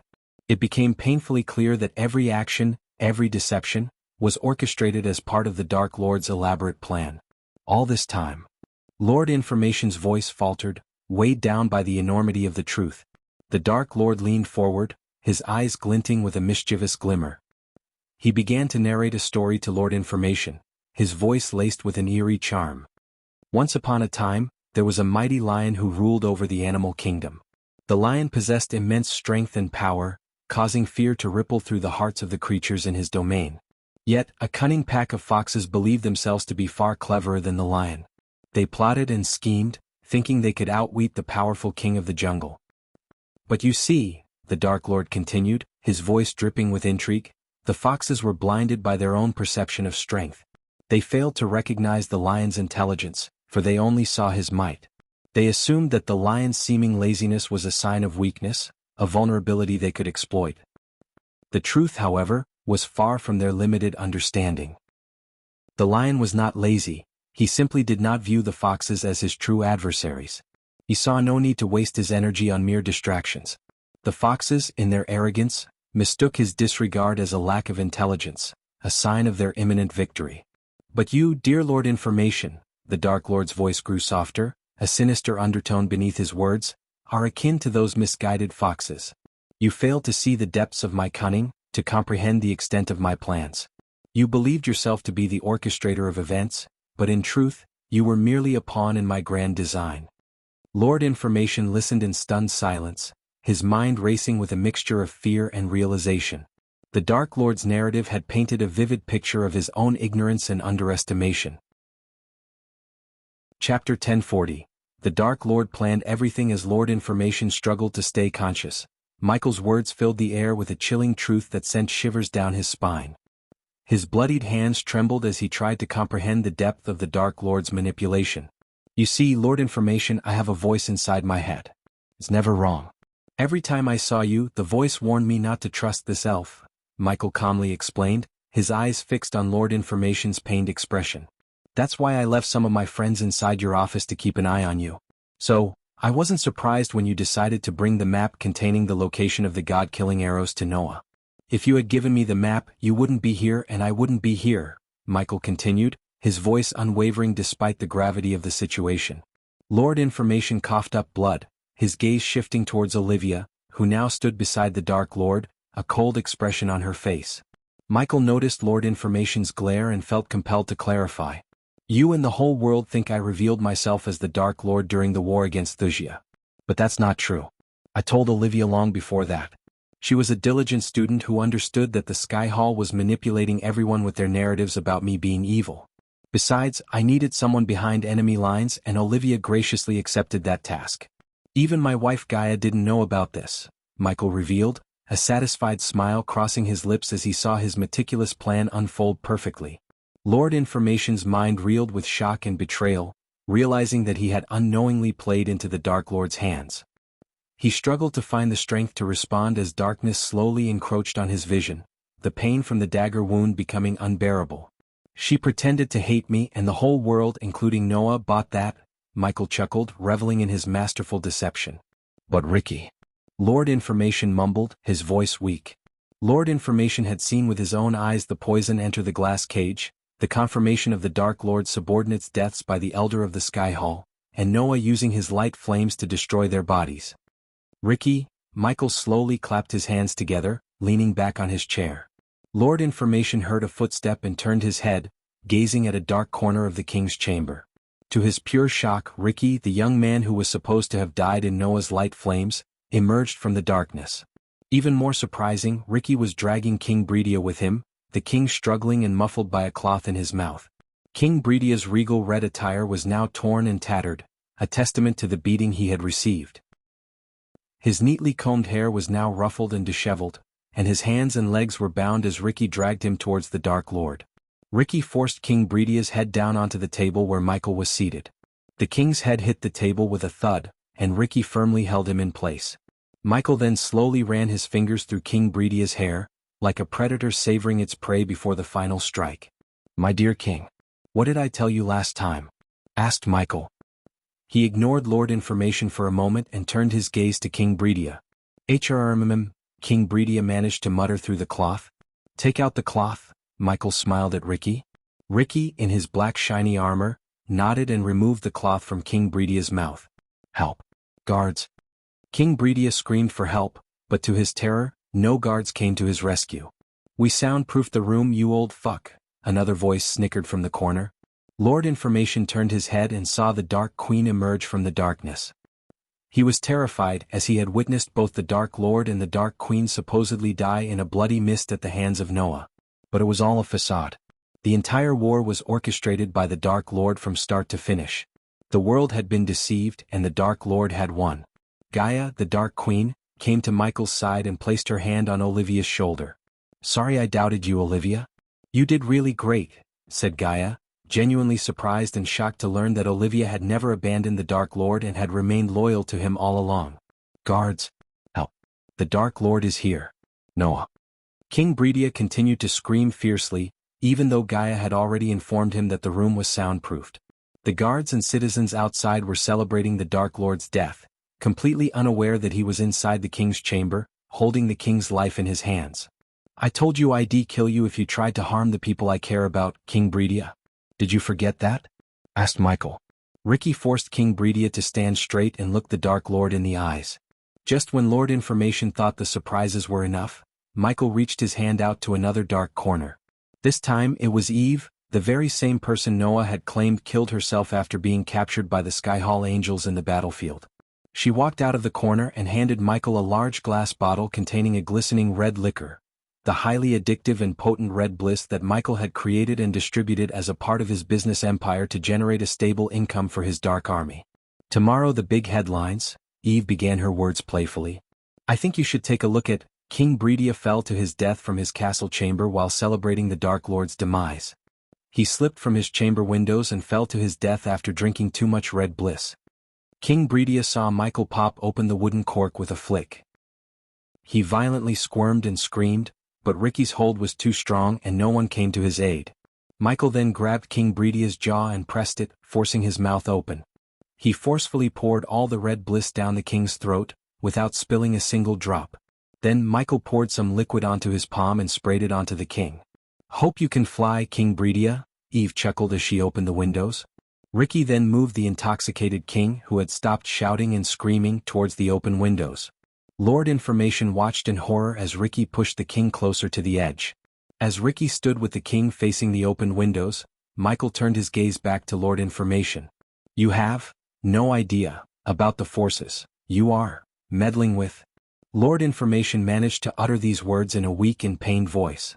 You mean Seraphine, Michael calmly said, revealing his knowledge of the goddess Lord Information served. Where do you think I am going next? Why fight the minions when you can kill their lords? Michael calmly asked Lord Information, hinting at his grand plan. He seemed to know something about the goddess Seraphine, which troubled Lord Information deeply. As far as the world is concerned, you disappeared from the face of this world. Poof, Michael gestured, explaining how he intended to make it seem like Lord Information had vanished without a trace. We can harvest his organs and use them in Project Phoenix, a playful young child's voice came from behind. Lord Information turned to see the Dark Lord's pet, the three-headed Hydra, landing on the Dark Queen's shoulder. The three heads of the Hydra looked at him with a mix of pity, mockery, and anger. The scene was filled with dread and tension as Michael's sinister plans and the true extent of his power unfolded. We can't use his kidney, that's for sure. Olivia stuck the dagger right through it, Ayag remarked, and Olivia simply shrugged, showing no remorse for her actions. Project Phoenix played a significant role in deceiving everyone. During the climactic battle, when Noah used his meteor spell, creating a blinding explosion of light, Michael took advantage of the chaos. He swiftly teleported himself to the Dark Castle and sent another body, an exact replica of himself, to the battlefield. The Skyhall Angels and Noah were fooled by the fake aura, thinking that the god-killing arrow had weakened Michael's cultivation level. In reality, Michael had been at the celestial stage the whole time, but he cunningly created the illusion of a lower cultivation level.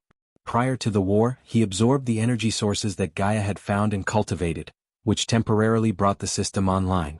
Using the system's capabilities, Michael teleported himself to a separate pocket dimension, triggered his heavenly tribulation, and successfully advanced to the celestial stage.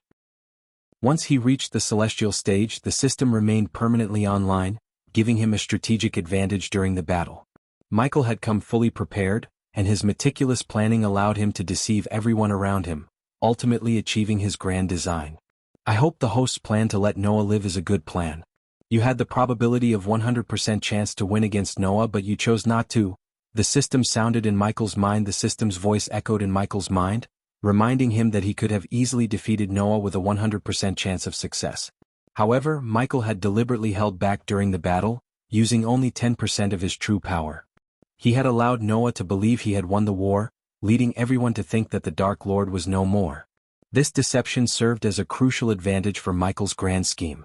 With Noah believed to be defeated, Michael could now slip into the realm of gods unnoticed and form an alliance with Dagon to bring destruction upon the pantheon and the realm of gods. As Lord Information learned about the Dark Lord's intricate plan, Ricky held King Breedia firmly by his collar at the edge of the window. "Let him fly," Michael snickered, and Ricky released his grip. High on the potent red bliss, King Breedia didn't even realize he was falling until he hit the ground face first, turning into a gruesome spectacle of blood and gore.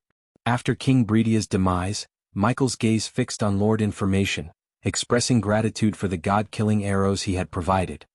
His sinister smile sent shivers down Lord Information's spine. As Ricky approached, Lord Information's heart pounded with fear, realizing the horrifying truth. The Dark Lord's plan was far from over. "Thank you for the god-killing arrows, Lord Information. It was a pleasure doing business with you," Michael said with a chilling tone, acknowledging the collaboration between them.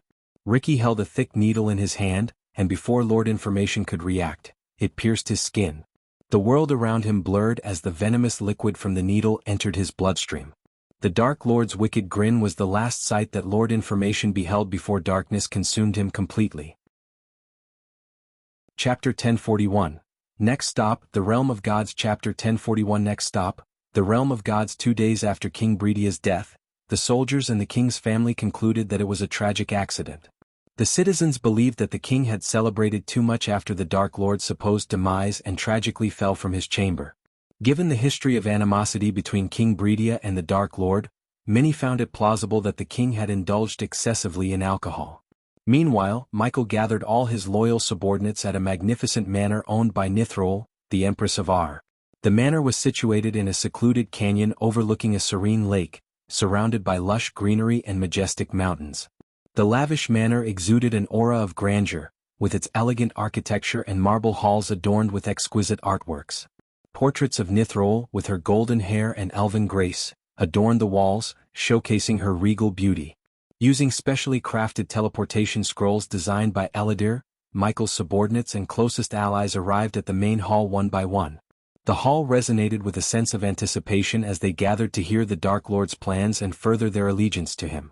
Among the gathering of subordinates, Lenora, the elder vampire who had her head severed by the Blood Prince, stood tall, her body restored through Project Phoenix as Michael had promised to Trista, who was also present in the hall. "Where is the Dark Lord?" Saber inquired, standing next to Adelia. Adelia was anxiously awaiting to see her daughter Gaia. It had felt like an eternity since she had last laid eyes on her daughter. "How did you manage to escape?" Saber asked Adelia, curiosity evident in his voice. The last time Saber had seen Adelia, she was trapped inside a glass cage, breathing in deadly poison fumes and succumbing to death, her body subsequently incinerated by Noah's light flames. "I have no idea. The Dark Lord said he had a plan to save us all. And true to his word, he saved us. But I don't know how," Adelia explained. Despite being the Dark Lord's mother-in-law, she hadn't been privy to the secret plan he used to rescue her. As they anxiously awaited the Dark Lord's arrival, the lights and chandeliers that illuminated the hall suddenly flickered and went out, shrouding the room in darkness. After a few seconds, the lights returned, and before them stood the Dark Lord, the Dark Queen, and their three-headed Hydra, Vidora, perched atop the Dark Queen's shoulder. As the Dark Lord arrived before them, the sheer power emanating from him caused the lights to flicker and go out. It was evident that he was reaching a level where his energy, godly in nature, began to interact with mortal energies, resulting in such anomalies. Michael knew that to harness this energy radiation and unlock more of his true power, he had to journey to the realm of the gods. Upon his arrival, the subordinates erupted in cheers and applause, Overwhelmed by the realization of the Dark Lord's astounding feat, they were fully aware of the difficulty involved in making the world believe he was dead. Although they didn't quite grasp the extent of his intricate manipulations, they were certain that the Dark Lord had successfully fooled everyone. "Did I disappoint you?" Michael asked, fully aware of the answer. Soon, another figure appeared behind the Dark Lord. It was Azazel, who walked forward and handed him a roll of parchment. "Michael, no, my lord," came the resounding response from everyone. Soon, another figure appeared behind the Dark Lord. It was Azazel, who walked forward and handed him a roll of parchment. Michael unrolled it to find a list of vampires, undead, and soldiers of the Dark Army who had lost their lives. Michael sighed inwardly, knowing that such sacrifices were necessary in the pursuit of victory. He understood that winning a war often came with the heavy price of lives lost. The Sky Hall has captured many of the Nightwalkers and undead. We are trying to figure out where they are being held, Azazel informed Michael. "What about the rest?" asked Michael. "We sent them to the Gravesinger's pocket dimension. They are safe and sound," Azazel confirmed. "My lord," suddenly Saber raised his hand, drawing Michael's attention. "What is it, Saber?" asked Michael. "Now that you have entered the celestial stage, why can't we get rid of the Sky Hall once and for all?" Saber asked Michael. As an elder vampire, Saber was displeased that his brethren and fellow Nightwalkers were being held captive by the Sky Hall. "You cannot underestimate the mortals, Saber. I was once a mortal and believed to be one. Look at me now. We cannot overestimate ourselves and underestimate our enemies just because we won one battle," Michael said in a serious tone. Despite achieving the impossible, he never underestimated his enemies or Noah, who may have few brain cells but have whole heap of luck. "Besides, we have bigger enemies now, the gods," Gaia continued. When the subordinates heard Gaia's words, they murmured in shock and surprise. At this moment, only the Dark Lord as the god of darkness can stand a chance against the gods. But we all witnessed what happened at the wedding. Even he wasn't strong enough to fight someone possessed by just a sliver of a god's power. "So just imagine how powerful higher-level gods will be," said Gaia. Gaia allowed her words to sink in for a moment, and a heavy silence filled the hall before she spoke again. "That's why we must become gods ourselves." Gaia's words sent a chill down their spines, but excitement also stirred within the subordinates. Even Claire, who had recently learned about her mother's imprisonment in another world like Aitnes, felt a mix of emotions. Adelia had previously discovered that the Dark Elves had imprisoned Claire's mother, Elisha Mortero, in a separate world. However, with Michael's plan in motion, he couldn't spare the resources to rescue Elisha at the time. Since Michael's plan to fake his death and so many moving parts, Michael did not risk deviating from his plan. Everyone who heard Gaia was shocked and left speechless, including Adelia. "But to achieve that, I have to go somewhere else, leaving you all here. That's why I called everyone here," Michael calmly explained. He didn't mention that to build the contraption capable of turning his subordinates into gods, he needed materials that could only be found in the realm of gods and beyond. Michael's machine was far superior to Hammond's, as it would transform his subordinates into true gods with stable and real power. Despite his vast resources and wealth, buying the necessary materials from the system store would lead Michael to bankruptcy. His only option was to venture into the realm of gods as he had planned. But before he could embark on that journey, Michael needed to ensure that his subordinates carried out some secret tasks. "Although we lost our castle and made the entire world believe we failed, we cannot allow our enemies to gain more power. From now on, each one of you will remain hidden and operate in the shadows. You will continue with your assigned tasks just as you always have, but this time, you will not reveal yourselves to the world. Staying in the darkness is crucial for our future success," Michael instructed. His subordinates listened carefully, fully aware of the importance of secrecy and the strategic value it would bring to their cause. "To sustain our position, we need a steady flow of income. The Red Bliss distribution will continue as usual, now that Alicia is no longer there to oppose it. However, we must not rely solely on Red Bliss for our finances. We need to diversify. With Olivia on our side, we can expand our production and distribution of other alcoholic beverages. Our allies at Phoenix Manor will establish chains of restaurants and taverns, providing us with an additional source of income." Gaia elaborated on their future plans. Since Michael couldn't bring Gaia into the realm of gods until he found a way, she would stay behind to lead their subordinates. Although Michael usually allowed his subordinates to work independently, the stakes were too high this time, and any misstep could unravel his carefully crafted plan. Thus, he needed Gaia to stay and build up their shadow empire. "While I'm away, you will follow Gaia's lead and continue to grow. The war we fought against Noah was just a prelude to the battles we will face in the future. But winning that war will make us the masters of this universe. I promised you all immortality, and soon, you will all become immortals. Gaia has discovered energy deposits that will help you advance to the immortal stage. However, you will have to cultivate in the cold mountains one by one. When your heavenly tribulations draw near, our allies in the sea realm will escort you deeper into the ocean, ensuring you emerge safely from the tribulation without falling into Noah's grasp, Michael explained. The subordinates attentively absorbed Michael's words, nodding in agreement with their determined gazes, ready to take on the challenges that lay ahead. But remember, the Empress is taking a significant risk by aiding us. If any one of you dares to reveal her involvement, I will know, and I won't show any mercy. Michael's voice turned colder as the lights flickered in response to his intense energy.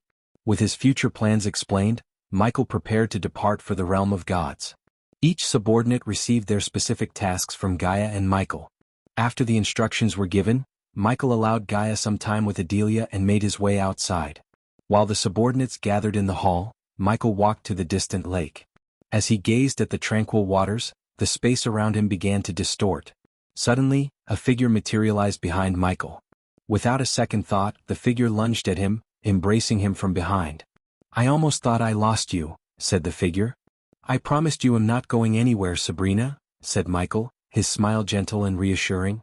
Just like everything else, Sabrina's betrayal at the end of the war was also part of Michael's plan. He had instructed her to pretend to betray him so that she could have her family back. With the Dark Lord seemingly gone, the Sky Hall would no longer keep the Winstons imprisoned. Michael had a soft spot for Sabrina, and he genuinely wanted her to reunite with her family. Chapter 1042. Kill your father-in-law for me? So, what's your next move, brother? Asked Sabrina, holding Michael's hand tightly.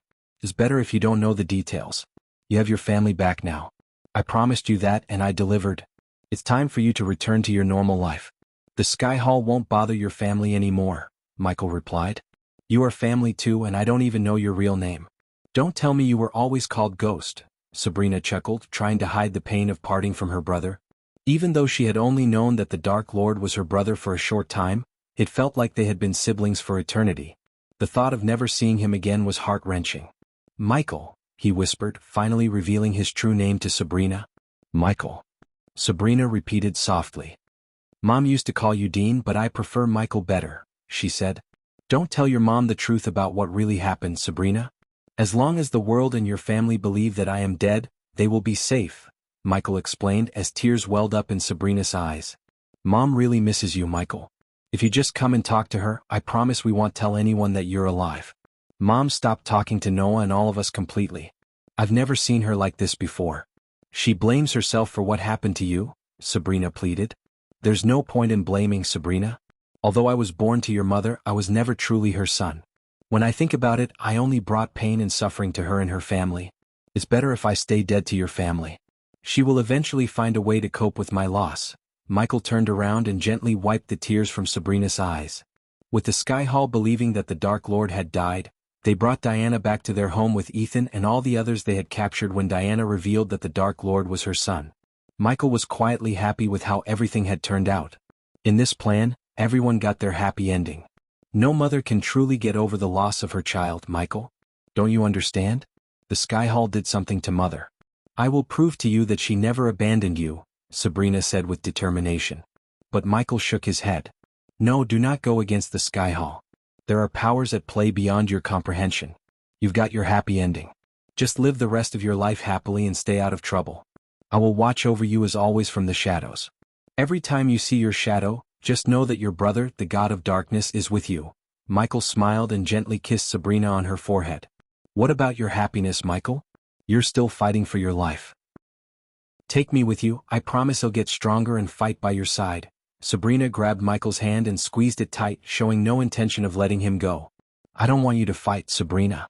You deserve a life that I never had. What kind of big brother would I be if I put you in harm's way? Michael's voice showed the deep love he had for his little sister. Back on Earth, Michael grew up as an orphan, dreaming of having a family. But when he learned the truth that he was abandoned in this world and thrown into Earth like trash, abandoned by his own mother, his heart was shattered. However, despite his anger towards Diana for abandoning him, he never felt anything but love for Sabrina, who had been nothing but a good sister to him. Even though Michael only discovered that Sabrina was his little sister for a short amount of time, he couldn't help but love her with all his heart. Michael rarely showed his vulnerable side and loved someone like he loved Gaia, his wife. To Michael, Sabrina was his little sister, and he felt the strong urge to protect her from all harm. If you want to do something for me, keep Harry and Layla safe. Love them like you love me. Harry will be branded as the Dark Lord's son for all his life. Keep him safe from being manipulated and turned into a weapon like your brother Noah. Don't shield him from the reality of this world, but don't let the world hurt him either, said Michael. I promise. I will look after him and love him with all my heart, Sabrina said.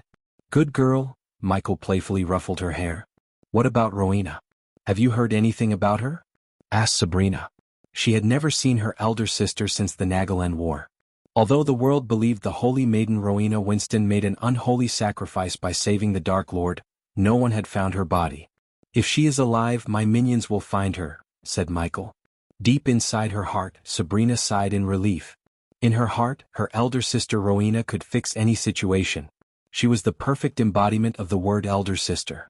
If she was here, Sabrina had no doubt that she would reunite Michael with the rest of the family. Although Sabrina decided to pretend to agree to Michael's terms, she would never stop trying to bring him back into her family. Now you be a good girl and stay away from trouble. Don't make me come down there in the darkness and kick your ass, Michael playfully said once again, emphasizing for her to stay out of trouble. I'll find trouble if it means I can see you again, Sabrina chuckled and cried at the same time, showing her emotions as she didn't want to be separated from her beloved brother. I bet you would, Michael smiled as Sabrina embraced him once again. He sighed heavily, feeling the weight of their parting, and gently patted her on the back. As much as he loved Sabrina, he knew that staying with her would put her in mortal danger. Sometimes, leaving the ones we love is a way of showing love and care for them. Now you have to go, Michael said, putting some effort into pushing her away from him. Sabrina clung to him, not wanting to let go. Promise me you will come back to me once you've dealt with everyone who stands in our way of being a family. Or I won't let you go. I would even tell everyone that you're still alive, Sabrina blackmailed him out of pure love. Michael couldn't help but laugh at her tactics. Don't laugh. I'm serious. I am your sister. I can be evil too, she said playfully. I promise you I will come back to you. But you need to achieve immortality and reach beyond the half-celestial stage. I don't know how long it will take for me to dismantle and destroy my enemies, said Michael, his voice turning serious, reflecting the magnitude of the mission he was about to undertake. I will wait for you and challenge death itself if I have to, Sabrina said with unwavering determination. I know you will. Now go, Michael said, once again cupping her head and kissing her on the top of her head lovingly. The emotions between them were palpable as they reluctantly prepared to part ways, each carrying their own burdens and promises. After Sabrina disappeared from his sight, a spatial portal suddenly opened up nearby, and Nithrol, the Empress of Ar, stepped through the teleportation portal. She walked calmly and gracefully to Michael's side, her golden hair shimmering in the dim light. Her presence didn't startle Michael. He knew she was coming. Nithrol was an ally, someone he trusted. She had played a crucial role in their plans, providing resources and assistance when they needed it the most. Ghost, Nithrol greeted him with a nod, her elegant demeanor still carrying an air of authority. Nithrol, Michael responded, his expression composed yet relieved to see her. You're really leaving, aren't you? She asked, her eyes searching his. I have to. There's something I must do, something that only I can accomplish, Michael replied, his tone serious. Good. But before you go, my dear Dark Lord, I require a favor from your assassins, Nithrol declared, her voice firm and unwavering. My assassins? You want someone eliminated? Michael inquired with a hint of amusement. As he expected, Nithrol nodded and produced a parchment from her space ring. Handing over the parchment, she looked at Michael with a determined gaze. Michael slowly unrolled the parchment, and as he laid eyes on the portrait of a middle-aged man with wavy gray hair and the name Ingram written below, the smile on his face faded into a deep frown. Ingram? Michael asked again, his tone serious and conflicted. Yes, Nithrol confirmed with a nod, not wavering in her request. But Ingram is Gaia's father. Michael's voice tightened with concern and disapproval. That fact doesn't change anything. That slippery bastard has been evading my assassins and war gods for far too long. I want your assassins to eliminate him. This is my price for continuing my unwavering support for you.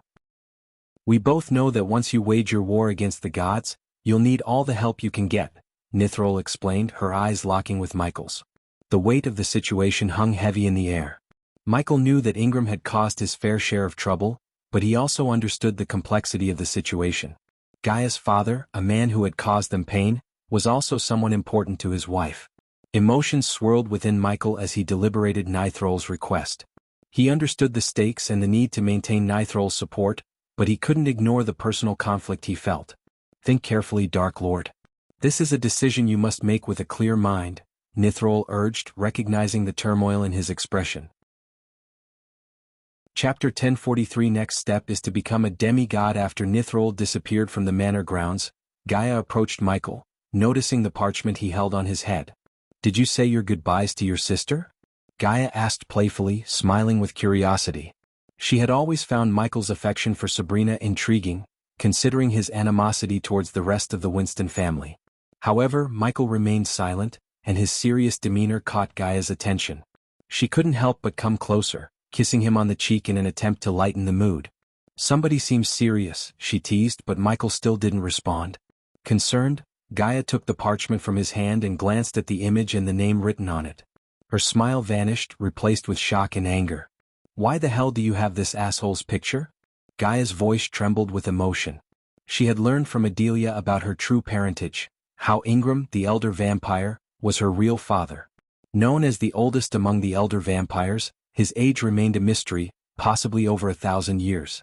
Gaia inherited his vampire genes, which, combined with Adelia's Naga genes, made her an extraordinarily powerful being. Nithrol wants Arya and her team to find him and kill him, Michael explained calmly. His words sent shockwaves through Gaia, leaving her stunned and overwhelmed by the revelation. Conflicting emotions surged within Gaia. She knew Ingram had caused her mother Adelia immense pain, but she couldn't help feeling a strange connection to him as her biological father. The realization that someone wanted him dead stirred a turmoil of thoughts and feelings in her heart. Gaia took a deep breath, trying to steady her emotions. Her gaze met Michael's, and she saw the understanding and compassion in his eyes. He knew how complicated this situation was for her. Gaia was struggling with a mix of emotions. The revelation of Ingram being her father had complicated her feelings towards him. On one hand, she despised him for abandoning her mother, Adelia. Having never known him and only recently discovering their biological connection, there was no love in her heart for Ingram. Yet he was still her father, and the idea of killing him felt wrong. What did you say?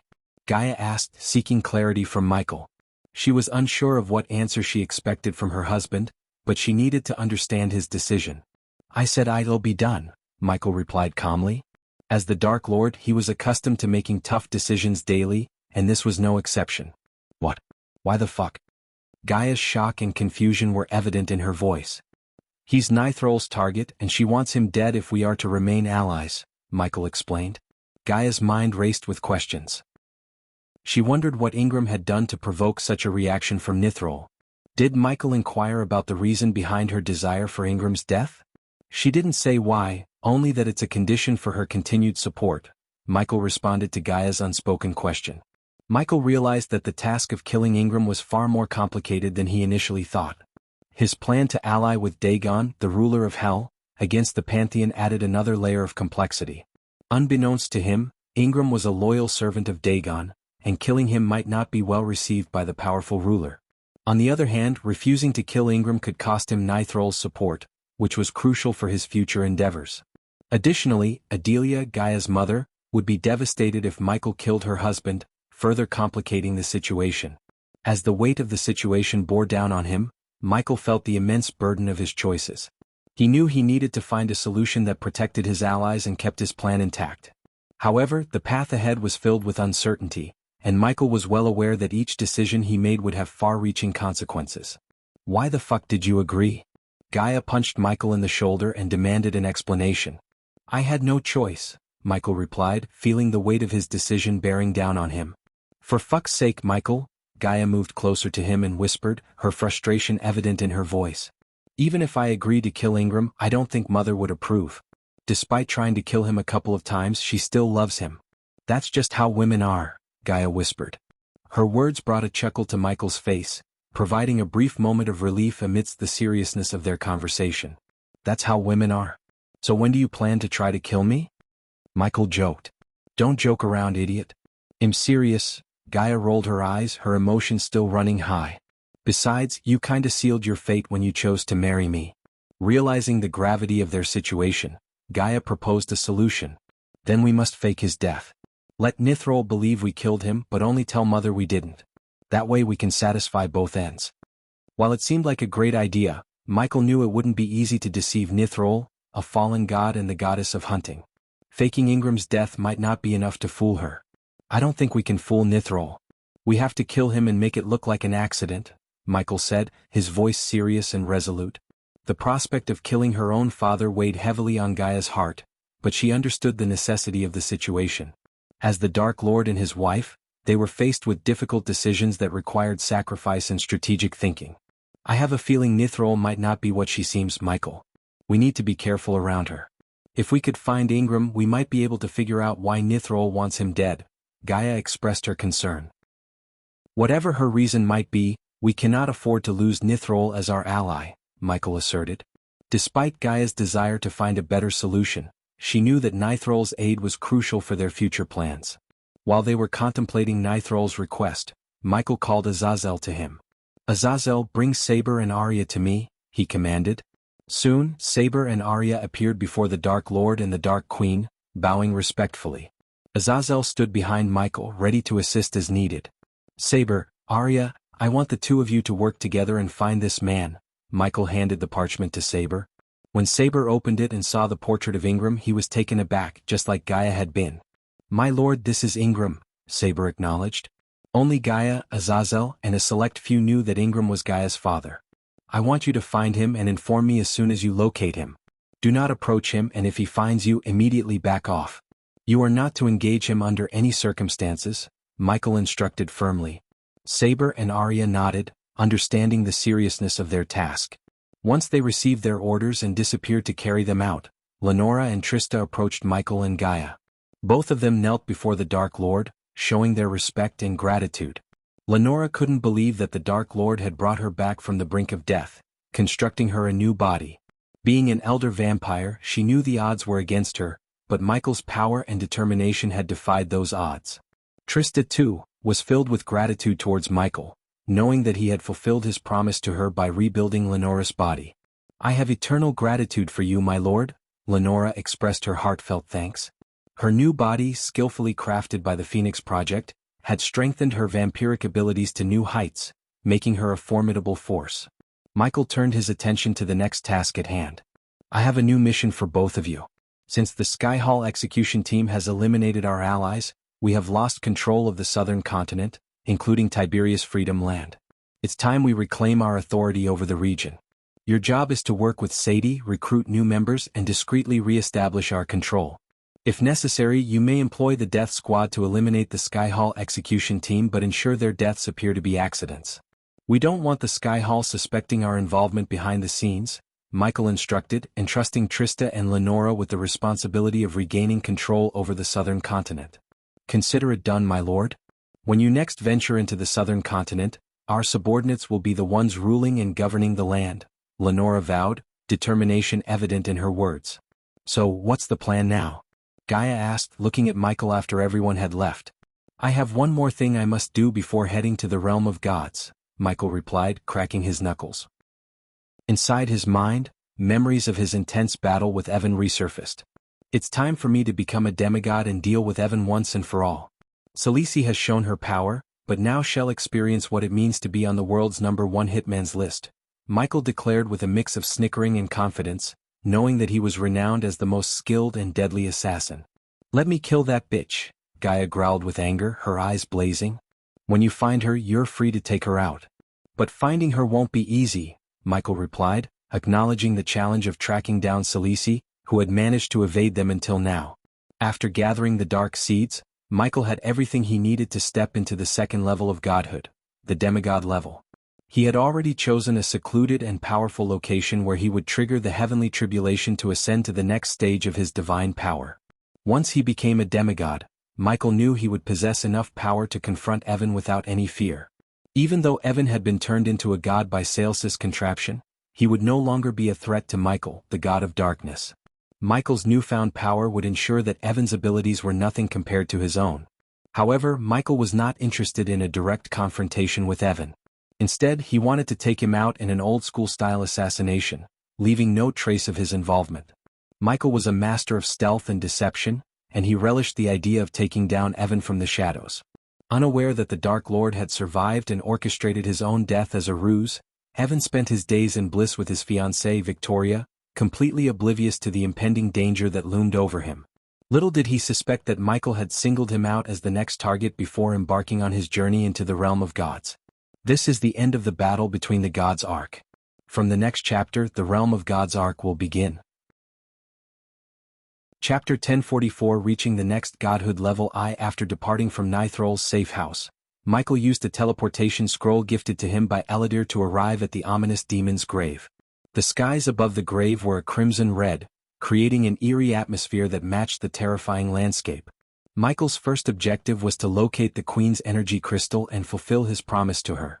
However, before he could do that, he had to ascend to the level 2 of godhood, the demigod level. In the distance, Mount Hades belched volcanic fumes into the crimson sky. The forge beneath the mountain awaited Michael's return, but for now, he had a different destination in mind. To trigger a heavenly tribulation and attain demigod-level power, he needed to face extreme heat. Mount Hades, with its bubbling lava and scorching temperatures, offered the perfect opportunity. Clad in his dark suit, Michael activated the powerful metal wings integrated into his armor. With a mighty flap, he defied the oppressive force of gravity and gracefully ascended into the crimson sky. As he soared higher, memories of his earlier arrival at the demon's grave resurfaced, when he struggled against the unyielding pull of gravity. Now, thanks to the enhancements of his armor, he effortlessly cut through the air, ascending towards the scorching summit of Mount Hades. With each powerful flap of his metal wings, Michael soared higher into the air, getting closer to the scorching summit of Mount Hades. As he approached, waves of intense heat washed over him from the bubbling, lava-filled depths of the mountain. Despite his godly-powered body, he couldn't help but sweat profusely, feeling the intensity of the fiery environment. Finally, Michael landed on the mountain's peak, his gaze fixed on the boiling, oozing lava below. He hesitated for a moment, contemplating the system's instructions to immerse himself in the lava. With a hint of sarcasm, he addressed the system, questioning its peculiar plan. "Do you really want me to go into the lava? Did I do something to you?" Michael asked, a mix of humor and concern evident in his voice. The system replied, "Your body needs to be tempered with each element in its most powerful form. First, the fire. This lava isn't the purest form, but it'll have to do for now. Now imagine the lava as a cool swimming pool and jump down." Rolling his eyes at the rather simplistic suggestion, Michael couldn't help but feel a mix of annoyance and amusement. "Imagine it as a swimming pool and jump down? That's your plan?" He scoffed, feeling the challenge ahead of him. With the system's insistence, Michael braced himself for what was to come. He knew he had to trust the system even if the idea of jumping into scorching lava seemed absurd. With a firm resolve, he reminded the system, "If I die, make sure to bring me back through the Project Phoenix." The system responded in its usual nonchalant manner, "You are not going to die. Maybe get some burns. Nothing a healing potion can't fix." Though skeptical, Michael understood he had little choice. He removed his armor, setting it aside, and focused his power to store it safely within the system. Standing atop the building, naked under the ominous glow of the lava's fiery light, Michael's body bore the marks of his many battles, illuminated by the deep orange hues. "Here goes nothing." Summoning his courage, he took a deep breath, his heart pounding in his chest. With determination, he ran to the edge and, shouting, closed his eyes and leaped straight into the molten pit. Fuck. As his body made contact with the lava, an agonizing surge of pain coursed through him. It felt as if every nerve ending was ablaze, but before his mind could fully register the torment, he was enveloped by the searing liquid. The world around him became a hazy blur of intense heat and burning sensations. Inside the dilapidated castle, Andor stood in disarray. His once noble and composed appearance was now replaced by torn clothes, disheveled hair and bloodshot eyes, reflecting his inner turmoil. Suddenly, a radiant light illuminated the castle, revealing the presence of Seraphine, the goddess of information. Her form, as always, was pure light, and she observed the state of the castle with surprise. Andor, who was known for his calm demeanor, seemed agitated and distressed. I thought you would be celebrating, Andor, Seraphine spoke gently, trying to understand the reason behind his turmoil. That motherfucker fooled me. Andor's voice thundered through the castle, causing the walls to tremble under the force of his anger. What do you mean? Your archenemy, the god of darkness, is dead, Seraphine inquired. Then why can't I return to the realm of gods? The barrier is still intact. Andor's frustration was evident. For 5,000 years he had believed that the death of either the Dark Lord or Noah, the god of light, would shatter the barrier separating the mortal realm from the realm of the gods, a barrier created by the previous Dark Lord. In his current state of distress, Andor was grappling with the shocking revelation that the barrier remained untouched, despite the Dark Lord's supposed demise. The uncertainty of the situation weighed heavily on him, and his emotions ran high, causing him to vent his frustration with a powerful shout that shook the very foundation of his crumbling castle. However, to Andor's disbelief, nothing happened as he had believed. The Dark Lord had supposedly been killed by his own brother, Noah, using the god-killing arrows, yet the barrier remained steadfast and unchanged. Maybe we don't fully understand the nature of the barrier, Seraphine tried to reason with Andor, her voice calm and reassuring. The Dark Lord was slain by the god of light, Andor. I witnessed the energy fluctuation and saw his body blown into pieces. But Andor's agitation was evident as he manically shook his head. He couldn't have died. He must have faked his damn death. How else am I still here? He questioned, his emotions in turmoil. The idea that the Dark Lord had somehow orchestrated his own death to deceive everyone, including Andor, gnawed at him. Don't freak out, Andor. With the god of darkness gone, the Pantheon can now investigate the barrier further, Seraphine said in an attempt to console him. But Andor's anger was overwhelming, and he roared with sheer might, shaking the castle to its core. Enough, he thundered, his frustration evident in every fiber of his being.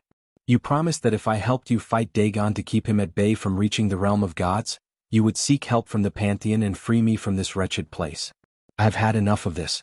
I want to get out of here right now. Andor shouted, his voice echoing through the crumbling walls. As he roared, the time and space around him distorted, a testament to his power as the god of time and space. His anger was so immense that it caused the very fabric of reality to tremble. Time in the entire mortal realm seemed to freeze momentarily, feeling the strain of Andor's overwhelming rage. Calm down, Andor. You have waited all these years to see the Dark Lord's demise, and now your wish has come true. It's only a matter of time before we break the barrier, Seraphine urged, attempting to soothe him. She had anticipated that Andor would be celebrating his long-awaited freedom, but instead, his frustration and restlessness were palpable. He had believed that the barrier keeping him trapped would shatter once either the Dark Lord or Noah met their end, yet the situation had not unfolded as he expected. Without the Dark Lord to anchor the barrier, it was only a matter of time before we find the rest of the seal-bearers and kill them. I'm certain that once the seal-bearers are dead, the barrier will crumble. Without the Dark Lord, it'd be as easy as plucking flowers to kill the seal-bearers. Seraphine's words seemed to soothe Andor's anger. Can you do me a favor, Seraphine? Andor turned around to face Seraphine's radiant light form. Anything for you, Andor, she replied. Go to the goddess of wisdom and inquire about what would happen when a god dies, Andor said with a grave tone. I don't want that slippery bastard to fool me once again, he added, his mind filled with killing intent towards his archenemy, the Dark Lord, also known as the God of Darkness. What are you thinking, Andor? Seraphine asked curiously. If we were to figure out what would happen when a god dies, we can truly know if the Dark Lord died or if that son of a bitch faked his death. But the only person who might possess such knowledge outside the Pantheon would be your sister, the goddess of wisdom, Andor explained with determination in his voice. When Andor mentioned seeking help from the goddess of wisdom, Seraphine fell silent. She and her sister weren't on great terms, and dealing with the goddess of wisdom's cryptic messages was always a challenge. You know how she is. The goddess of information and her sister, but even I have a hard time decoding her cryptic messages, Seraphine said, her annoyance evident in her voice. We have no choice, Seraphine. If that bastard survived, he would never reveal himself. I know how he thinks. He will be striving to become even stronger as we speak. Once he reaches the demigod level, no one can keep surveillance on him. He will operate alone in the shadows. You have no idea what he is capable of when he's hidden. You and the entire Pantheon would be walking with a target on your backs, Andor warned, his voice filled with concern and urgency. Very well, Andor. I will go talk to her. But if I were you, I wouldn't hold my breath. She can be quite elusive, Seraphine sighed, acknowledging the difficulty of dealing with the goddess of wisdom. Honey, if the god of darkness is alive, his next move would be to meet Dagon. We must prevent them from allying. Otherwise, you and the Pantheon are as good as lost in the war, Andor said with a hint of amusement in his voice. The light surrounding Seraphine gradually faded away as she left the castle, returning it to its previous eerie look. Now alone, Andor stood in the middle of the castle, his mind consumed with thoughts of how to confront and defeat the Dark Lord. However, for the first time in a long time, Andor felt a sense of unease. He feared that he might be losing his edge in the ongoing battle against the elusive and cunning god of darkness. Chapter 1045. Reaching the next godhood level. Too deep within the fiery pits of Mount Hades, Michael endured the excruciating pain of the lava melting his flesh. The intense heat pushed his limits to the maximum. According to the system, to trigger a heavenly tribulation and ascend to the demigod level, he had to undergo a trial by a specific element. In this case, it was the trial by fire. His mind, soul, and body were being tested to their utmost capacity as he braved the scorching heat of the molten pit. Inside the lava where no one could see, Michael surrounded himself with the dark flames to endure the volcanic lava. As he was cultivating, his mind wandered into another realm. Soon, Michael found himself in a desolate, nightmarish landscape, the skies above a pitch-black void. Strange, shadowy creatures lurked in the darkness, their glowing eyes fixated on him. These monstrous beings were the illusions he had to face to ascend to the demigod level. The creatures appeared as dark, ethereal beings with elongated limbs and sharp claws. Their bodies seemed to be made of an ever-shifting, inky substance, and their eyes emitted an eerie, glowing light. Each creature had unique features, some resembling twisted amalgamations of multiple animals, while others seemed to embody the embodiment of fear itself. These creatures were purposefully created by the universe to challenge and temper Michael as the god of darkness. Every god had to undergo different trials to ascend to the next level of their godhood. While some trials were easier, others, like Michael's or Rudra, the god of war, faced much harder tests to reach the next stage of their divine power. As Michael confronted the illusions, the whispers of the creatures echoed through the nightmarish landscape. Their voices were haunting, weaving through the darkness like sinister melodies. "Look at him, stumbling in the shadows," one creature hissed, its eyes glowing with malice. "The Dark Lord they call him. But does he truly understand the power he wields?" Another creature chimed in, its voice sly and taunting, "Oh, he may think he's embraced the darkness, but he's yet to comprehend its true essence. Darkness is not just the absence of light, it's the embodiment of all that lies within the hearts of living beings." Michael, battered and determined, could hear the whispers surrounding him. Despite the pain, he questioned the creatures. "What are you? Illusions born from my fears or something more?" A third creature slithered closer, its form shifting and contorting in the shadows. "We are the manifestation of your doubts, your insecurities, and your deepest fears," it rasped. "But we are more than just illusions. We are the echoes of the power you seek." Michael's curiosity piqued and he asked, "What do you mean, the power I seek?" "I am the Dark Lord, the god of darkness. I have embraced the shadows within me."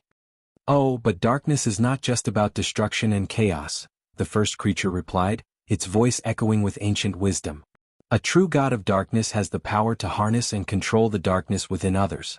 It is the power to influence minds, to manipulate emotions, and to bend the will of both mortals and immortals alike."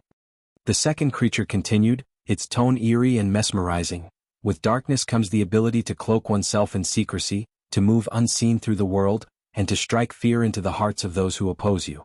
It is not just brute strength, but a subtle, insidious power that can control the very fabric of existence."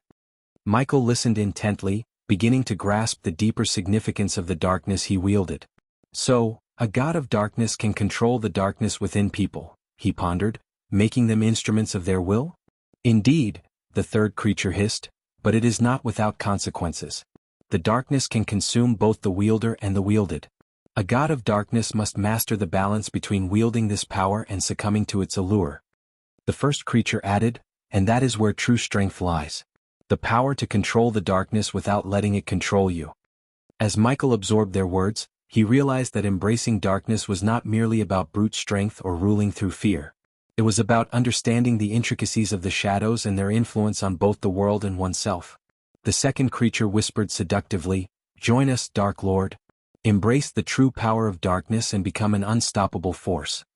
As Michael stood firm, empowered by his newfound understanding of darkness, he was taken aback as more and more creatures emerged from the shadows. They swirled around him, their forms shifting and twisting with malevolence. Their sudden attack left him confused and shocked, as just moments ago, they were whispering and conversing with him. Before he could react, the creatures lunged at him, their movements swift and relentless. Michael tried to fight back, but his attack seemed futile against these spectral entities. Their dark tendrils coiled around him, restricting his movements and draining his strength. In the midst of the chaos, the creatures revealed their true intentions. With ghastly precision, they reached into Michael's very being, pulling out wisps of darkness that took the shape of his deepest fears. One by one, the shapes materialized into haunting figures. Among them was Spectre, the mentor who had once turned him into a ruthless hitman on Earth. The Spectre wore the same dark, hooded cloak, his cold eyes locking onto Michael's. The memories of his past life as an assassin flooded back, stirring feelings of guilt and remorse. Beside Spectre stood a tall, menacing orc, the very same one who had been possessed by the god of war Rudra's sliver of grace and attacked him on his wedding day. The orc's eyes glowed with malevolence as he wielded a wicked, blood-stained blade. The fear of losing his loved ones all over again gripped Michael's heart. These manifestations of his fears and past experiences were overwhelming, and for a moment, Michael felt helpless against the onslaught. The creatures seemed to feed on his vulnerability, their sinister laughter echoing in the dark abyss. However, as he struggled to regain control, he remembered the whispers of the creatures before their betrayal. The true power of darkness was not just about destruction but also about harnessing and controlling the shadows within. Drawing upon his new understanding, he steadied his mind and focused on the darkness within himself. As Michael confronted the illusions, each attack from Spectre, the orc, and the creatures felt terrifyingly real. He was thrown, slashed, and pummeled by these spectral foes, causing immense pain and challenging his determination. With every blow he endured, the system instantly rebuilt his body, allowing him to persevere. While Michael was confronting the darkness inside his mind, the lava and dark flames slowly melted down his skin. At that moment, Michael's flesh slowly melted down, revealing his skeleton. But soon, the dark flames slowly coiled around every bone in his body and started to rebuild his flesh. The seed of darkness Michael acquired after completing a speed trial in the form of golden energy slowly infused with the dark flames to enhance his speed. On the other hand, the system started to upgrade all his spells. The system has upgraded the Silene spell to level 2. The system has upgraded the Meteor spell to level 2. The system has upgraded the Energy Devour to level 6. The system has upgraded the Soul Eater to level 6. The system has upgraded the Soul Stare to level 5. The system has upgraded the Responsive Shield to level 9. The system has upgraded the Environment Scanning to level 9. Inside Michael's mind, the battle against the darkness raged on. The creatures of darkness, led by Spectre and the menacing orc, relentlessly attacked him. Each blow felt agonizingly real and the pain was intense. Michael struggled to hold his ground, feeling overwhelmed by the relentless assault. But something inside him snapped. With a fierce roar, he unleashed a powerful shockwave that sent the dark creatures flying backward. The whispers of the creatures echoed in his mind, urging him to embrace the darkness, to feel the connection that bound them all. His eyes closed and he embraced the connection to the darkness, sensing the pulsating energy within the creatures. The whispers grew louder, goading him to tap into his true self, to embrace the darkness that was part of him as the god of darkness. Amidst the pummeling from Spectre and the orc, Michael opened his eyes, unflinching as if welcoming the pain. He allowed the attacks to hit him without yielding an inch, drawing strength from the growing connection to the darkness. With newfound clarity he reached out with his hand, his touch suffused with power. He felt the beating heart of darkness within the creatures and understood that this was an integral part of his own power as the god of darkness. With conviction he crushed the darkness within them, absorbing it into himself. As the dark creatures were stilled by Michael's actions, their whispered encouragements intensified. They urged him to embrace their essence, to become one with the darkness. Michael, now embracing his role as the god of darkness, stood tall and unyielding. With each dark creature he absorbed, he felt a surge of strength and confidence coursing through him. His form grew larger within his own mind, towering over the defeated creatures. Yes, embrace it. Become one with the darkness. The creatures urged, their voices resonating with excitement. Michael's determination was unwavering, and he continued absorbing the darkness within them. As he did, a new sensation washed over him, a power that felt innate beyond the system's limitations. It was his own power as the god of darkness, and it surged through him, making him feel more potent than ever before. At that moment, he realized that he had always possessed this power within himself, waiting to be acknowledged and harnessed. It wasn't just a title given to him, it was who he truly was. Congratulations to the host for reaching level 2 of the godhood, demigod level. An innate power has unlocked. Body reconstruction has 65% completed. As Michael battled the darkness within his mind, a sudden echo reverberated through the dark realm. It was the voice of the system breaking through the haunting whispers of the creatures. As the system's voice reached him, the darkness began to gradually fade away, leaving a sense of clarity in its wake. In the realm of volcanic lava, Michael's body was encased by the dark flames and the system's power. Slowly he emerged from the molten pit, floating effortlessly in the air.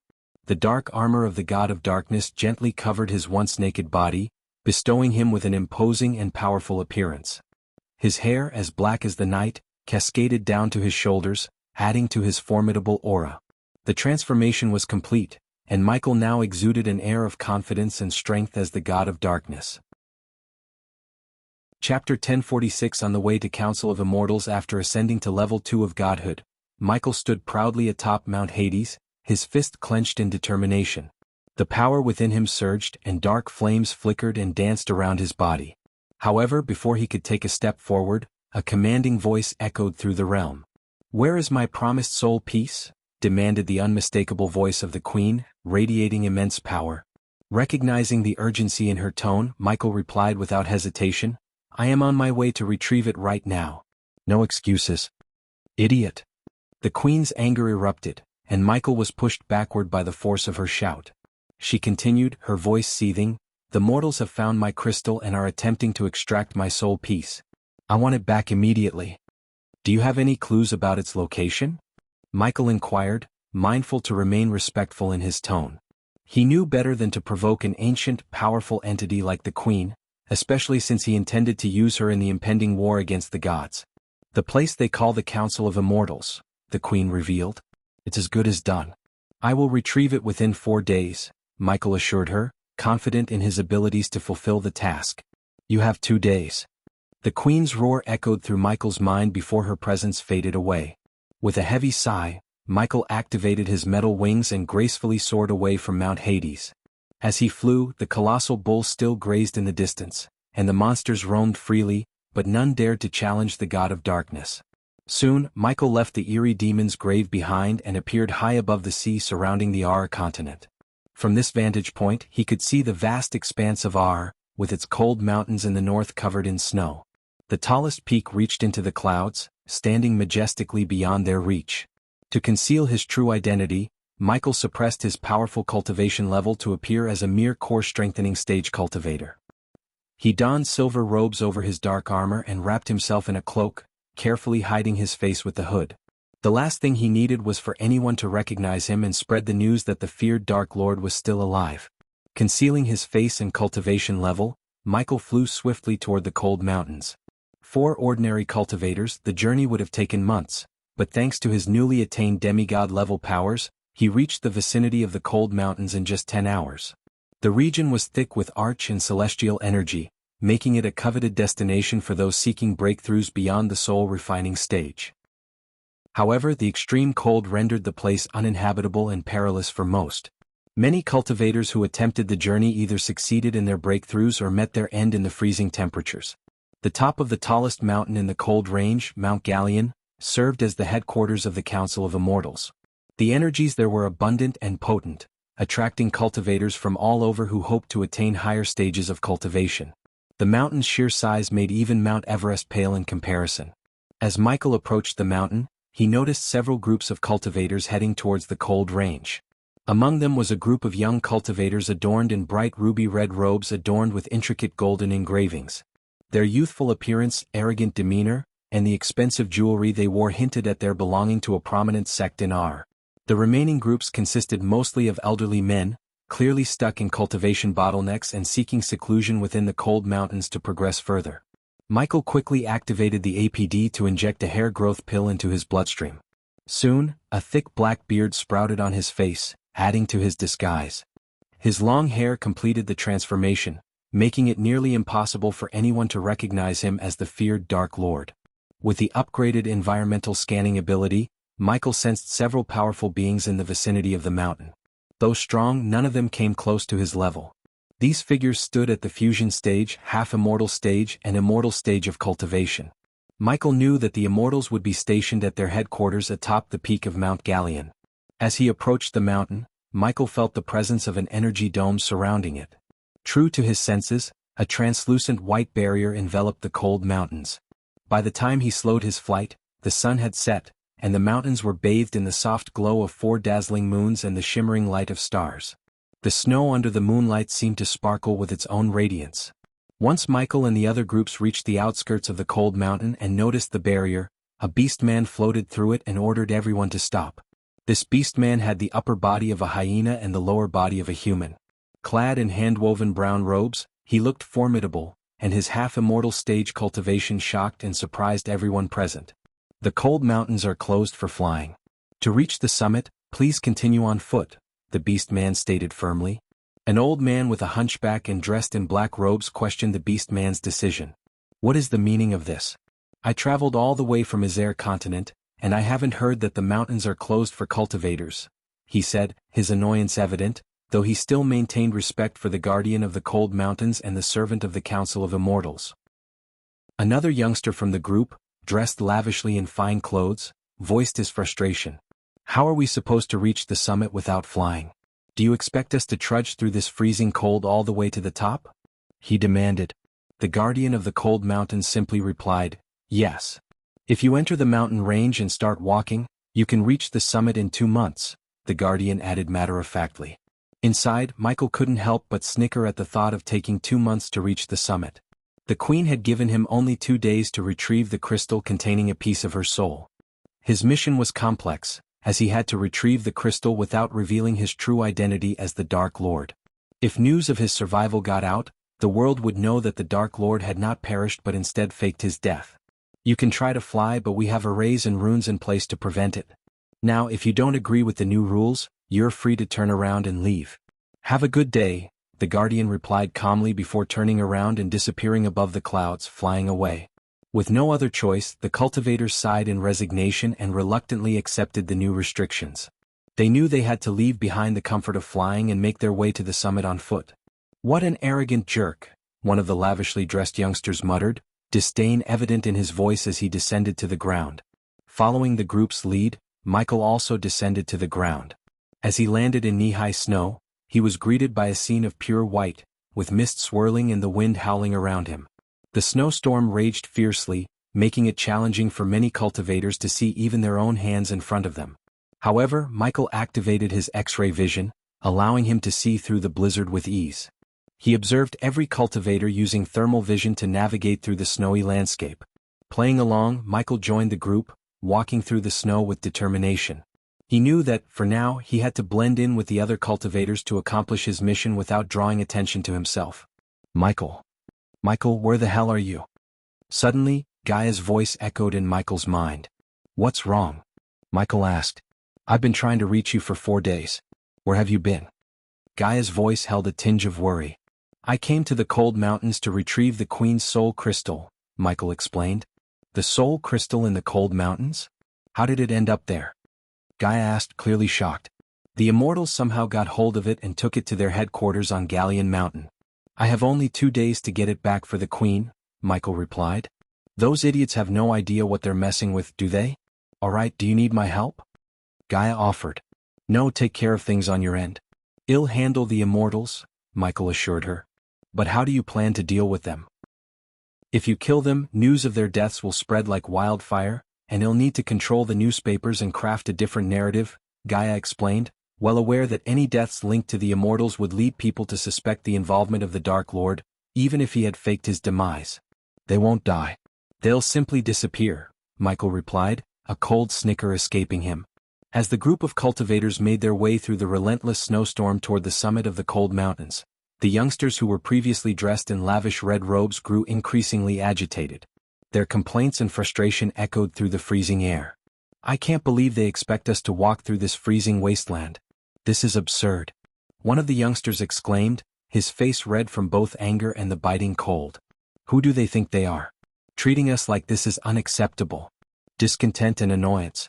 The icy wind seemed to carry their grievances as if the mountains themselves were bearing witness to another young cultivator yelled, his breath visible in the frosty air as he spoke.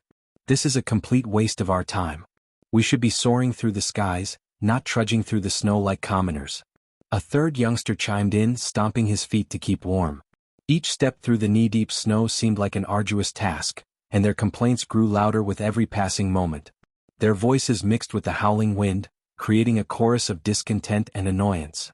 The icy wind seemed to carry their grievances as if the mountains themselves were bearing witness to their displeasure. Despite their protests, the group had no choice but to continue on foot, leaving their ability to fly behind as they followed the Guardian's orders. With each passing minute, their complaints grew more fervent, and they questioned the Immortal Council's reasoning for enforcing such a demanding rule. Why are they even doing this? It's like they want to make our lives miserable. One of them shouted in frustration. As the young cultivators trudged on, their footsteps leaving deep imprints in the snow, their discontentment showed no signs of waning. Their voices echoed through the cold mountains, expressing their dissatisfaction with the Immortal Council's decision to ban flying in the region.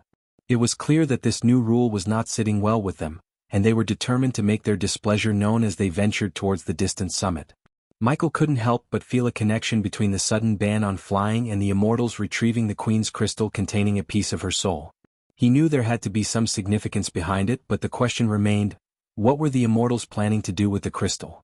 The memory of the dwarves' disastrous attempt to use a crystal containing the Queen's soul piece flashed in his mind, a grim reminder of the potential dangers involved. As Michael continued forward, he suddenly felt the ground tremble beneath his feet. The other cultivators also sensed the disturbance and came to a halt, their eyes scanning the surroundings for any signs of danger. I think it's an avalanche, one of them cried out, fear evident in his voice. Find a cave or something, quick, another cultivator urged, the panic spreading among the group. The cultivators, despite their magical abilities, knew better than to underestimate the treacherous power of the cold mountains. Even the strongest fusion stage cultivator could meet their demise in these icy peaks. The urgency in their movements increased as they searched for shelter, hoping to avoid the wrath of the impending avalanche and survive the harsh conditions of the cold mountains. In the midst of the chaos, Michael calmly activated his environmental scanning ability to locate a suitable cave. With a quick scan, he identified a sheltered cave nearby. Using the shadows as cover, he swiftly employed his shadow teleportation technique, disappearing from sight in the blink of an eye. In just a few blinks, he had effortlessly reached the safety of the cave, leaving the other cultivators unaware of his movements. Chapter 1047. A mighty dragon called the Snow Stalker. As chaos and destruction reigned in the cold mountains, Michael found solace and safety inside a cave, biding his time for the opportune moment to continue his journey towards the summit where the Council of Immortals' headquarters lay.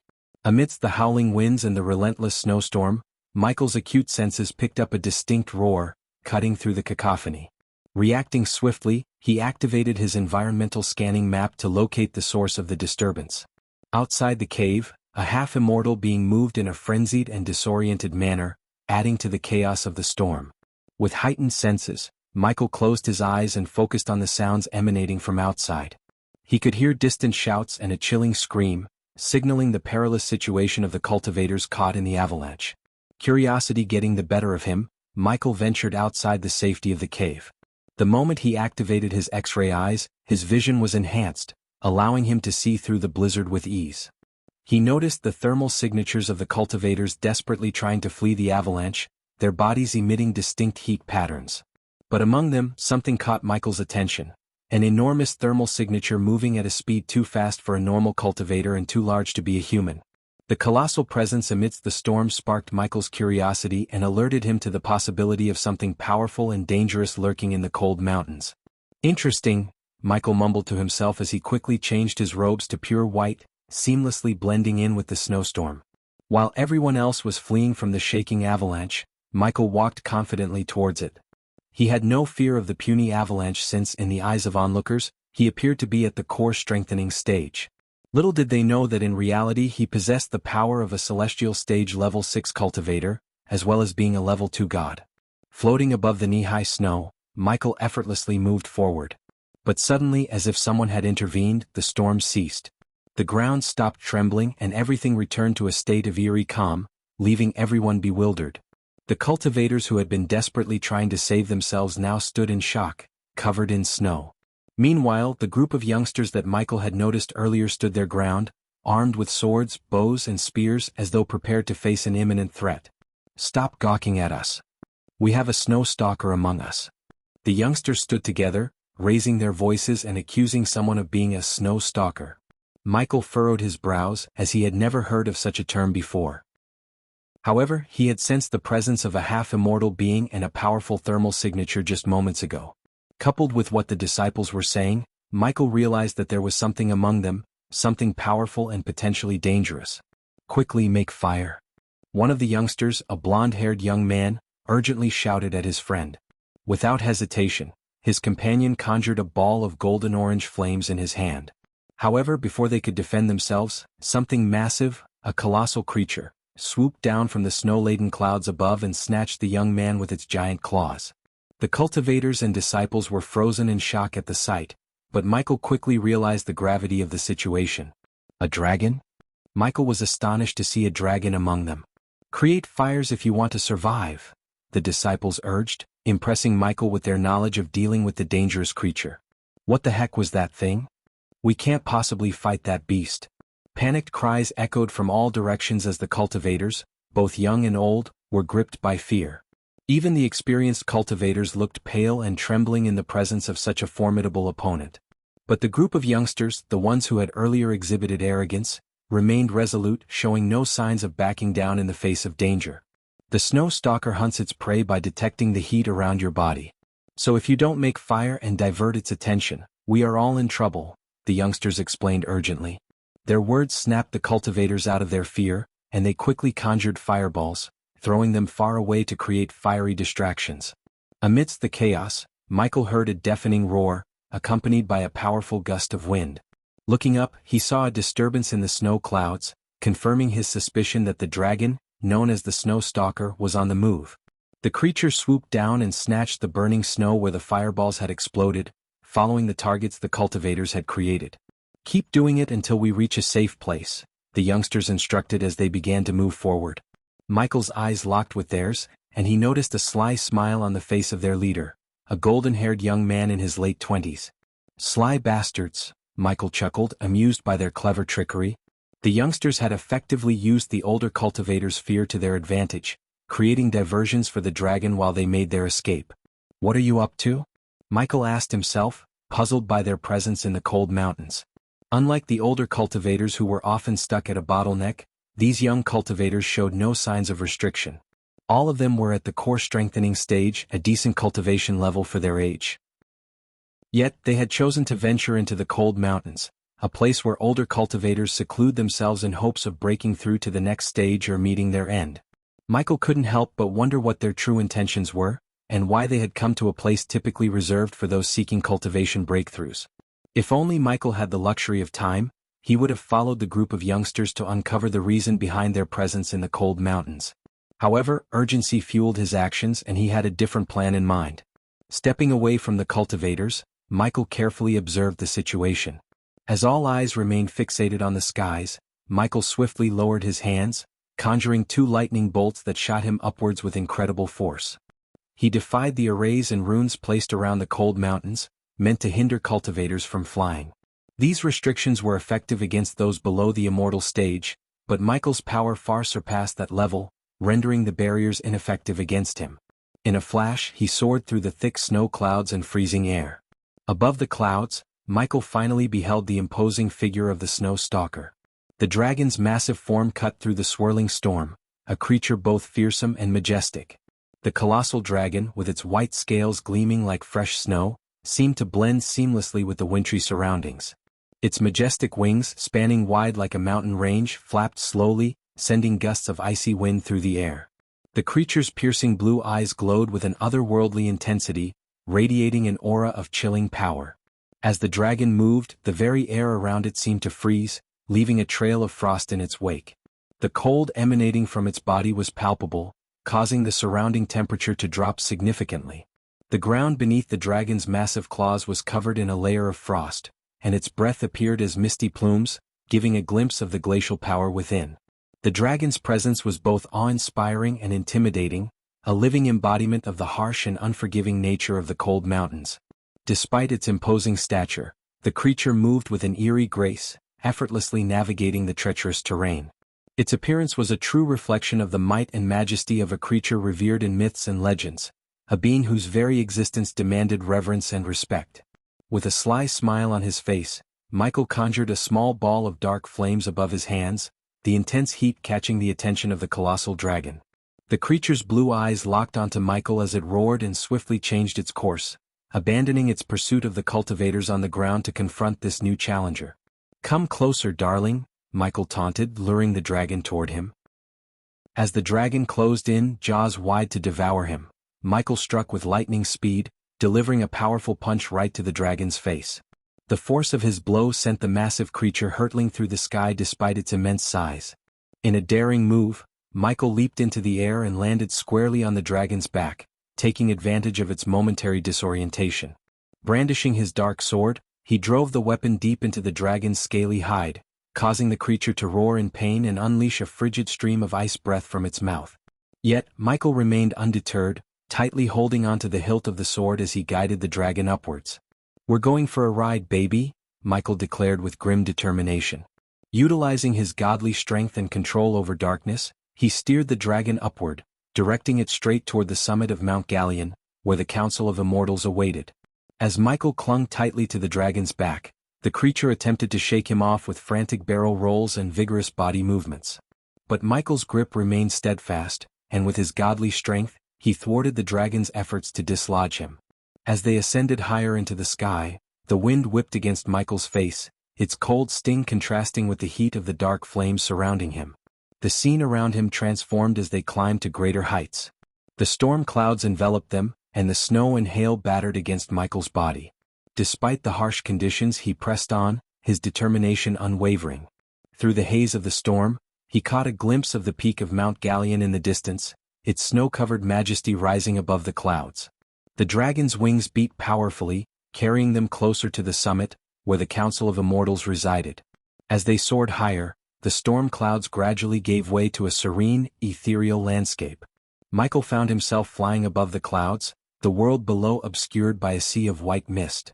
The air became thinner and the cold more biting, but he persisted, driven by his mission to retrieve the Queen's crystal. Amidst the clouds, he spotted a sight that stood out amidst the snowy expanse, a humble manor made of glistening marble stones. It seemed out of place in this secluded and frigid environment, yet its simplicity and elegance caught Michael's attention. The manor stood proudly, surrounded by an air of mystique and secrecy, like a hidden sanctuary atop the world.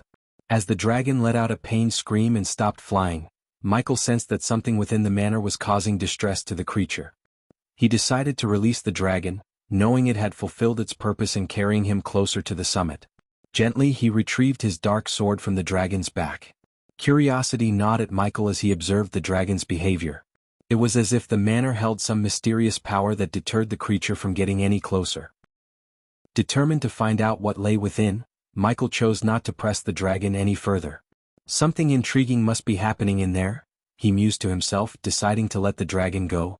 With a compassionate gesture, Michael retrieved a healing potion from his space ring and tossed it onto the dragon's wounded back. The potion shattered upon impact, its magic swiftly mending the dragon's injury.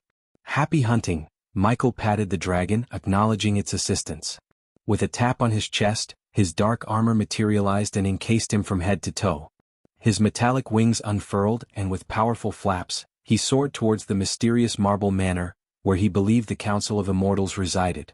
System, disable the security measures surrounding the manor and make me invisible to their detection, Michael requested with a calm demeanor as he hovered in the sky. With his impressive 80 million badass points, Michael exuded confidence in his ability to infiltrate any location. It will cost the host 1 million badass points. The security measures won't be permanently disabled, but a rune will be placed upon the host, rendering you undetectable by the manor's security measures. That works too, Michael replied calmly, accepting the system's terms without hesitation. Chapter 1048 Gods are about to fight inside the elegant manor atop Mount Galleon. A group of 5 immortals stood around a polished round table, deep in serious discussion. The meeting hall exuded an aura of wisdom and power, with ancient tapestries adorning the walls, depicting the history of the immortals.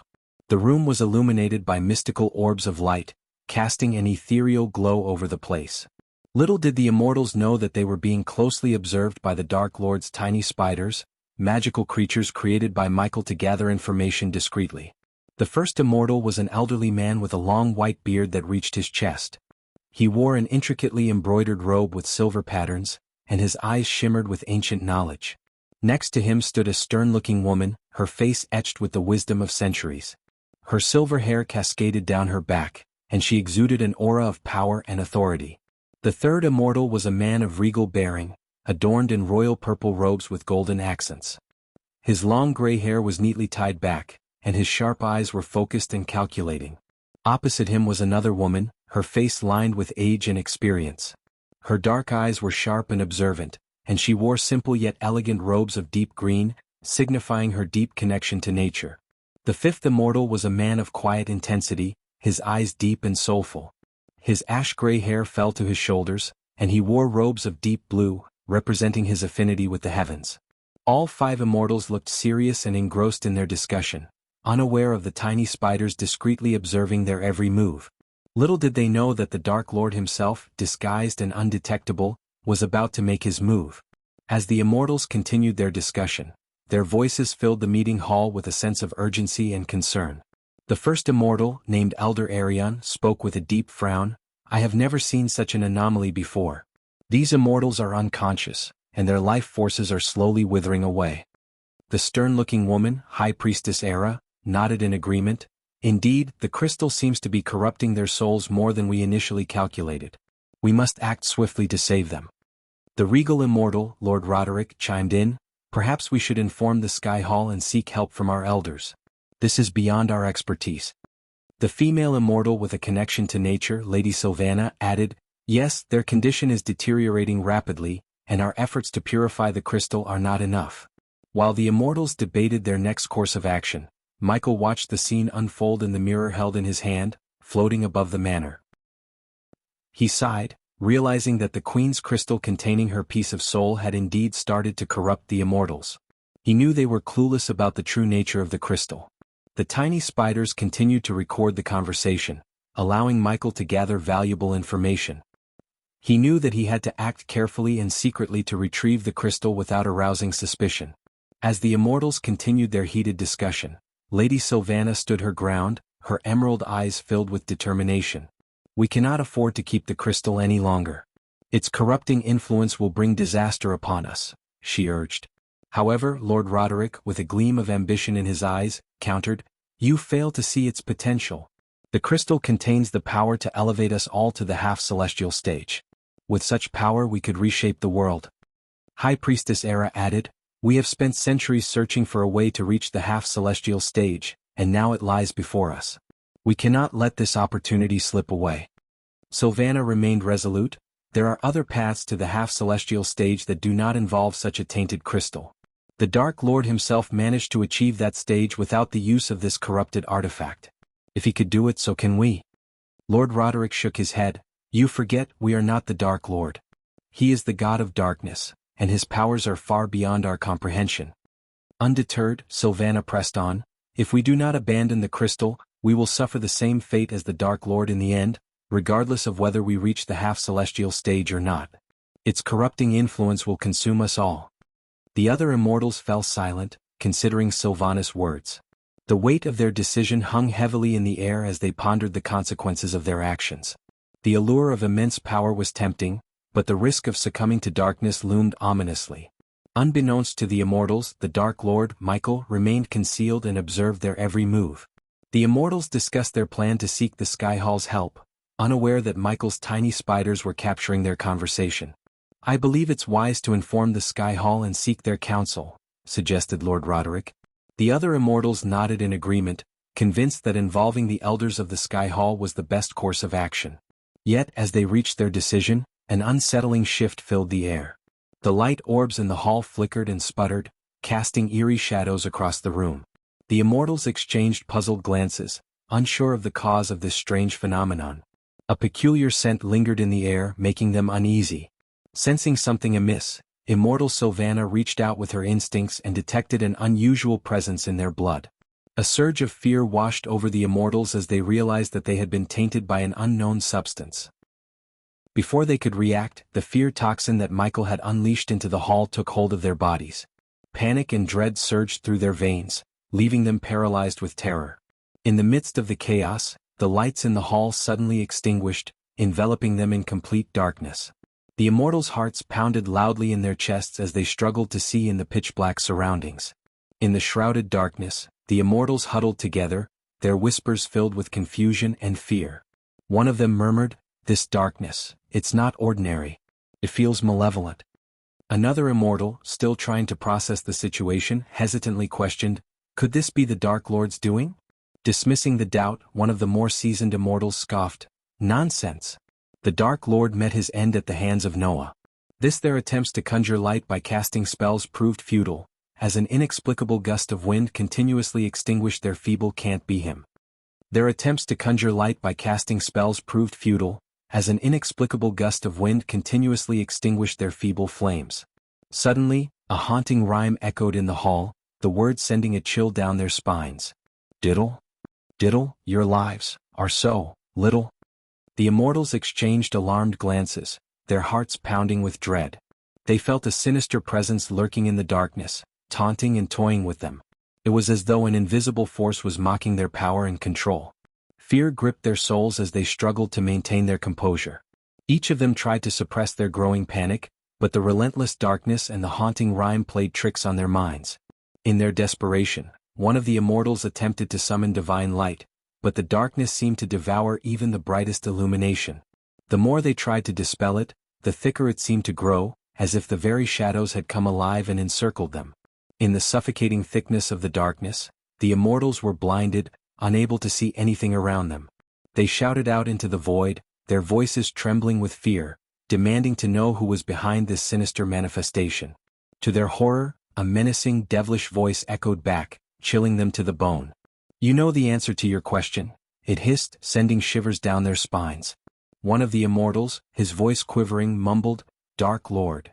As the fear toxin continued to grip their hearts, the immortals became more and more petrified. The toxin amplified their fears, making the darkness even more terrifying, and the haunting voice that answered them felt like an embodiment of their deepest nightmares. In the midst of their terror, the Dark Lord's voice returned, cutting through the blackness with an eerie calmness. "Tell me," he demanded, "where did you put the crystal?" Their minds reeling, the immortals felt shocked beyond belief.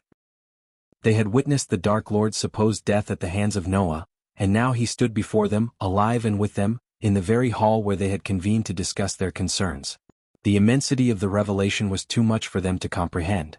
Their immortal composure shattered, and they were reduced to mere mortals, shaken to their cores by the return of the Dark Lord. They could hardly believe their eyes and ears, and the fear toxin made them question the very fabric of reality. Was this an illusion, or had the Dark Lord truly come back from the dead? In the pitch-black darkness, the immortals stood paralyzed, not knowing how to respond to the unexpected and chilling presence of the Dark Lord. As Michael interrogated the immortals, a powerful aura suddenly appeared on his environmental scanning. Reacting swiftly to the change in the situation, Michael tapped into his innate power, connecting with the darkness within each immortal. In response, the immortals felt an intense pain in their chests, coughing and collapsing to the ground. With his dark swords unsheathed, Michael sprang into action, moving with deadly precision. In the pitch-black darkness of the hall, the only sounds that echoed were the chilling growls of the immortals. Michael swiftly ended their lives, cleaving their heads in a few blinks of an eye. Originally, he had planned to extract information about the crystal before eliminating them, but the unexpected appearance of another powerful being left him with no choice but to swiftly kill the immortals. Leaving no witnesses who had realized the Dark Lord was still alive became an imperative for Michael, even at the cost of ending their lives without mercy. After swiftly dispatching the immortals, Michael dispelled the darkness in the hall and moved to a corner where shadows lingered. Embracing his role as the god of darkness, he melded with the darkness, becoming one with it. With perfect harmony, he blended into the shadows, waiting for the powerful being detected in his environmental scanning to reveal itself before him. Chapter 1049 The overwhelming power of the Dark Lord. As Michael concealed himself in the darkness, a figure descended from the rooftop and landed beside the round table where the immortals once sat. It was none other than Evan. Shock was evident in his eyes as he saw the beheaded bodies of the immortals, and fear crept into his expression. What? What happened here? Evan's voice trembled as he took in the horrifying scene. Michael couldn't help but smirk at Evan's reaction, noting the unstable energy radiating around him like a ticking time bomb.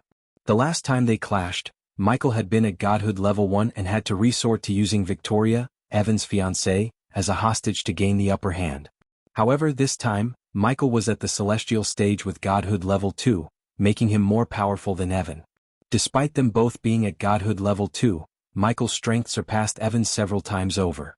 As Evan carefully inspected the lifeless bodies, he couldn't find any signs of struggle or evidence of the perpetrator. Unbeknownst to him, Michael remained hidden in the dark corner, a calculating smile playing on his lips.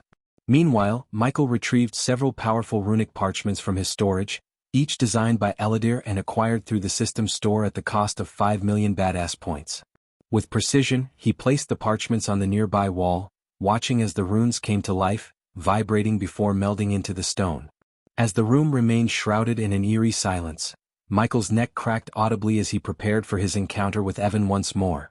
The sound echoed through the chamber, catching Evan's attention. His heart pounded in his chest, and his eyes widened in shock and fear when he saw the figure emerge from the darkness. The air around them felt charged with tension as Michael and Evan locked eyes. Evan couldn't believe what he was seeing. The Dark Lord, who he thought was dead, now stood before him, alive and more powerful than ever. Fear and disbelief washed over Evan as he faced the formidable enemy who he thought died. Terror gripped Evan's heart as he stammered, "Ghost. I go by the name Dark Lord now," Michael replied calmly, his voice sending chills down Evan's spine. With each step Michael took forward, Evan stumbled back, his fear intensifying. The combination of the fear toxin in the air and the shock of seeing the Dark Lord alive made Evan tremble uncontrollably. "You are dead." "No." Evan mumbled in disbelief. He vividly remembered witnessing Noah strike the Dark Lord with the god-killing arrows, leading to a fiery explosion. Unbeknownst to Evan, the 2 god-killing arrows Olivia gave to Noah during the final moments of the war were actually fakes. In a clever twist, Olivia had entrusted the real god-killing arrows to Michael. So when Noah struck Michael with the 5 original god-killing arrows and the 2 fakes, the genuine arrows remained inert. It was all part of Michael's elaborate plan to fake his death with a spectacular explosion and secure all the authentic god-killing arrows for himself. "I am indeed dead. I am just your deepest fear," Michael taunted, toying with Evan's emotions. For a moment, Evan felt convinced that the Dark Lord standing before him was a manifestation of his worst nightmares. "No." Suddenly, Evan shook his head vigorously as if trying to break free from the grip of fear. Summoning his courage, he lunged at Michael, aiming a desperate punch at his face. But just as his fist approached Michael, it was caught midair by the Dark Lord, who wore an unsettling smile. "I am indeed dead. I am just your deepest fear," Michael taunted, playing with Evan's emotions. For a brief moment, Evan's mind succumbed to the idea that the Dark Lord was nothing more than a manifestation of his worst nightmares. "No." Suddenly, Evan shook his head vigorously, as if trying to shake off the fear that had consumed him. Summoning every ounce of his courage, he lunged at Michael and threw a furious punch towards his face. But before the blow could land, Michael effortlessly caught Evan's fist, flashing a twisted smile. "Evan, did you miss me?" Michael's chilling words echoed in Evan's mind, reminding him of the horrific scene where the Dark Queen had forced Victoria to drink the blood tonic against her will. Although Michael had no intention of fighting Evan seriously, he couldn't resist testing his newfound powers, using Evan as a mere practice dummy to display his strength. "You cannot be alive. I saw you explode into bloody mist," Evan growled, still struggling to accept that the Dark Lord stood before him, very much alive. "Don't believe everything you see and hear, Evan," Michael retorted. With a swift and powerful punch, he struck Evan right in the chest, sending him hurtling through the air until he collided with the wall. The fear toxin coursing through Evan's veins slowly began to lose its grip as anger and the pain of losing Victoria overwhelmed him. 2 weeks after the Dark Lord's supposed defeat, Victoria had traveled to meet her family on the Aura continent after her encounter with Selisi. tragedy had struck as she was ambushed and slain by a bone dragon.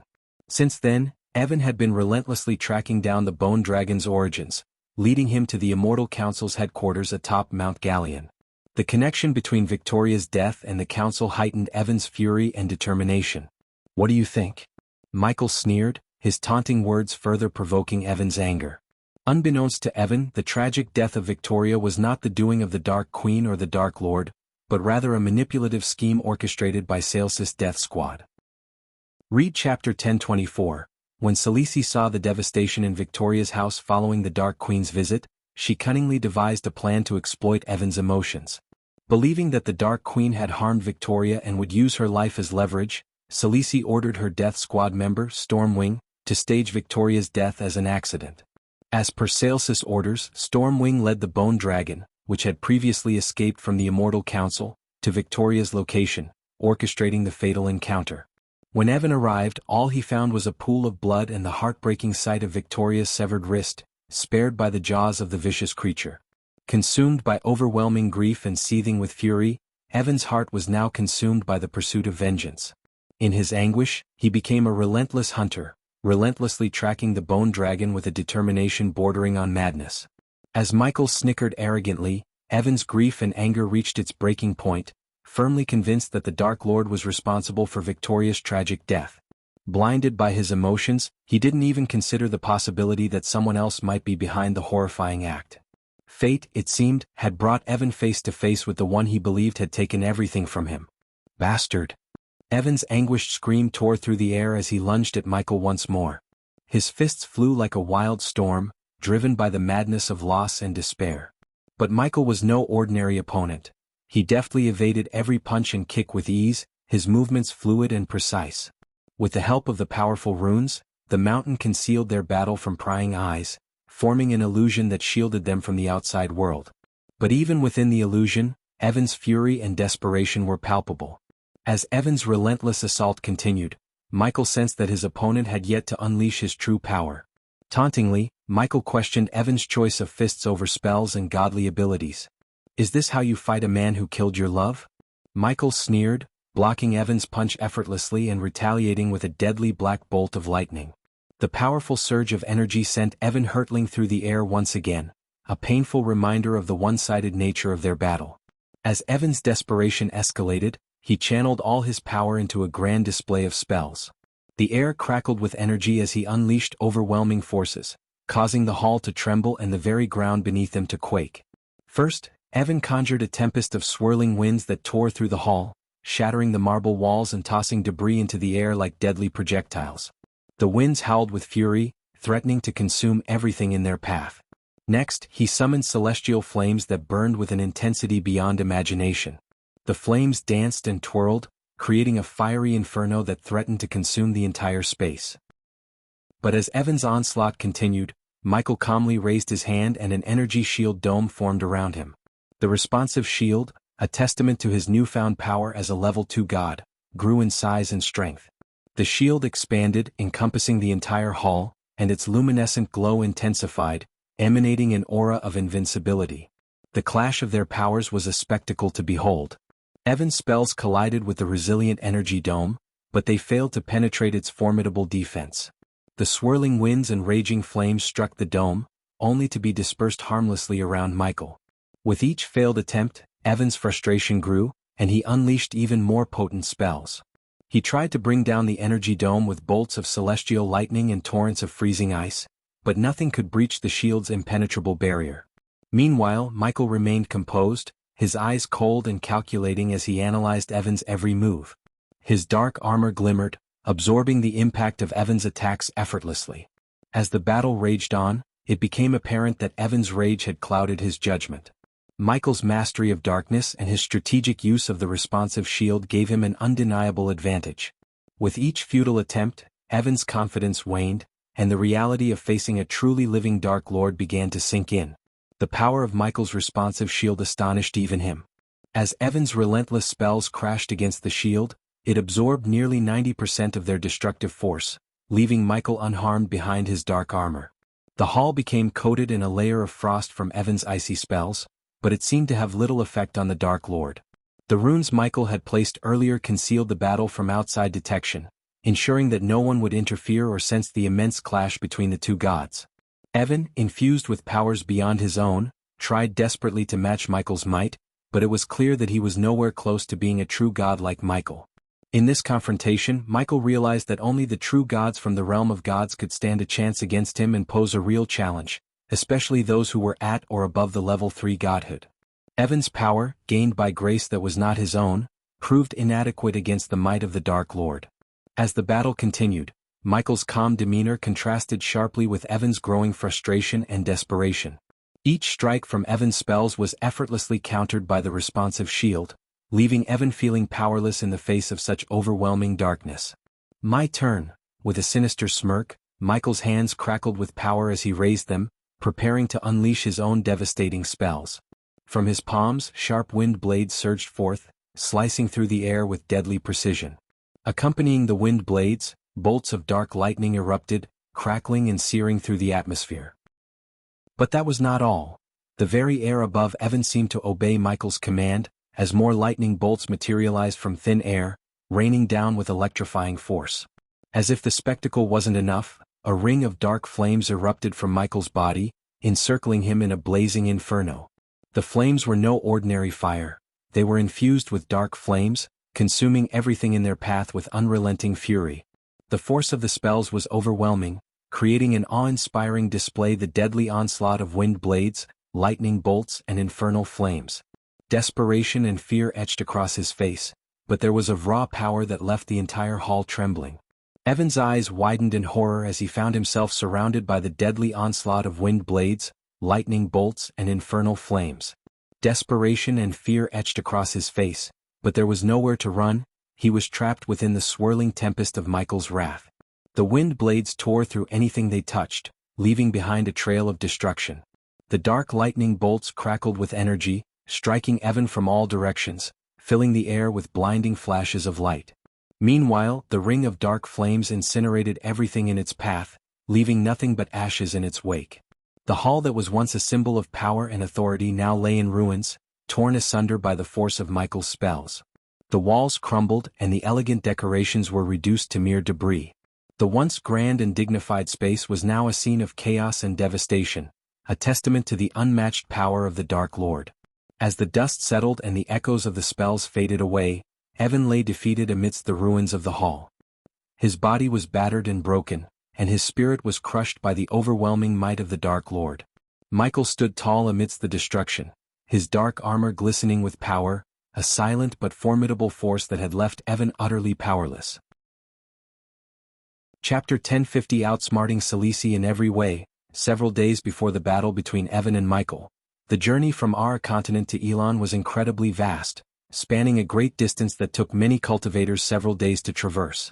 Most preferred to use teleportation portals to shorten the trip, but Victoria instead decided to embark on a long flight lasting several days. She wanted to enjoy the breathtaking sights along the way before eventually arriving at Sales's safe house in the Cassidian forest. From there, she planned to use a teleportation portal to reach her final destination. As evening descended, the sky transformed into a magnificent canvas adorned with twinkling stars, shining brightly like precious jewels. 3 large, luminous blue moons hung gracefully in the sky, casting a gentle glow over the world below. Victoria soared through the air as she flew above a vast and majestic canyon. The walls of the canyon were towering and rugged, displaying a breathtaking blend of red and orange hues as the setting sun painted them with its warm rays. Moving swiftly, Victoria left the canyon behind and approached the emerald-green Cassidian forest. The forest welcomed her with open arms, its giant trees stretching high into the sky. The canopy above was a kaleidoscope of lush foliage, forming a natural roof that filtered the soft sunlight and created a soothing, dappled effect on the forest floor. The spacious ground between the trees was a haven of vibrant life. Soft, green grass carpeted the forest floor, adorned with colorful wildflowers that added a touch of beauty to the landscape.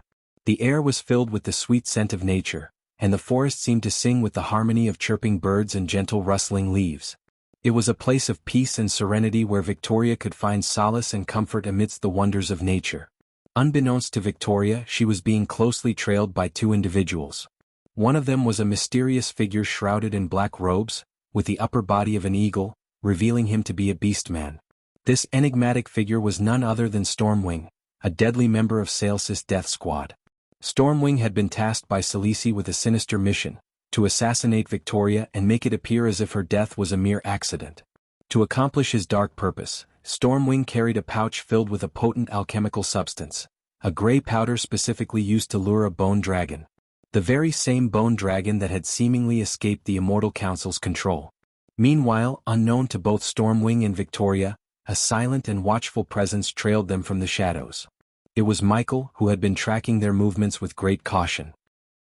Michael was well aware of Sales's intentions, and he had anticipated her every move. When he had asked Gaia to leave Victoria's home, he knew it would lead Salisi to make a dangerous assumption, that the Dark Lord would use Victoria's life to manipulate Evan. Michael's keen insights and meticulous planning had successfully lured Salisi into his trap. Now, as he followed Victoria and Stormwing, he waited for the perfect moment to intervene and thwart Sales's wicked plot. From the vantage point of a massive tree, Michael observed Victoria setting up her camp for the night. He remained silent and concealed, hidden within the dense foliage of the tree. As he watched her, Victoria's words drifted up to him. She expressed relief that the Dark Lord's reign of terror was finally over. "I never felt like this in months.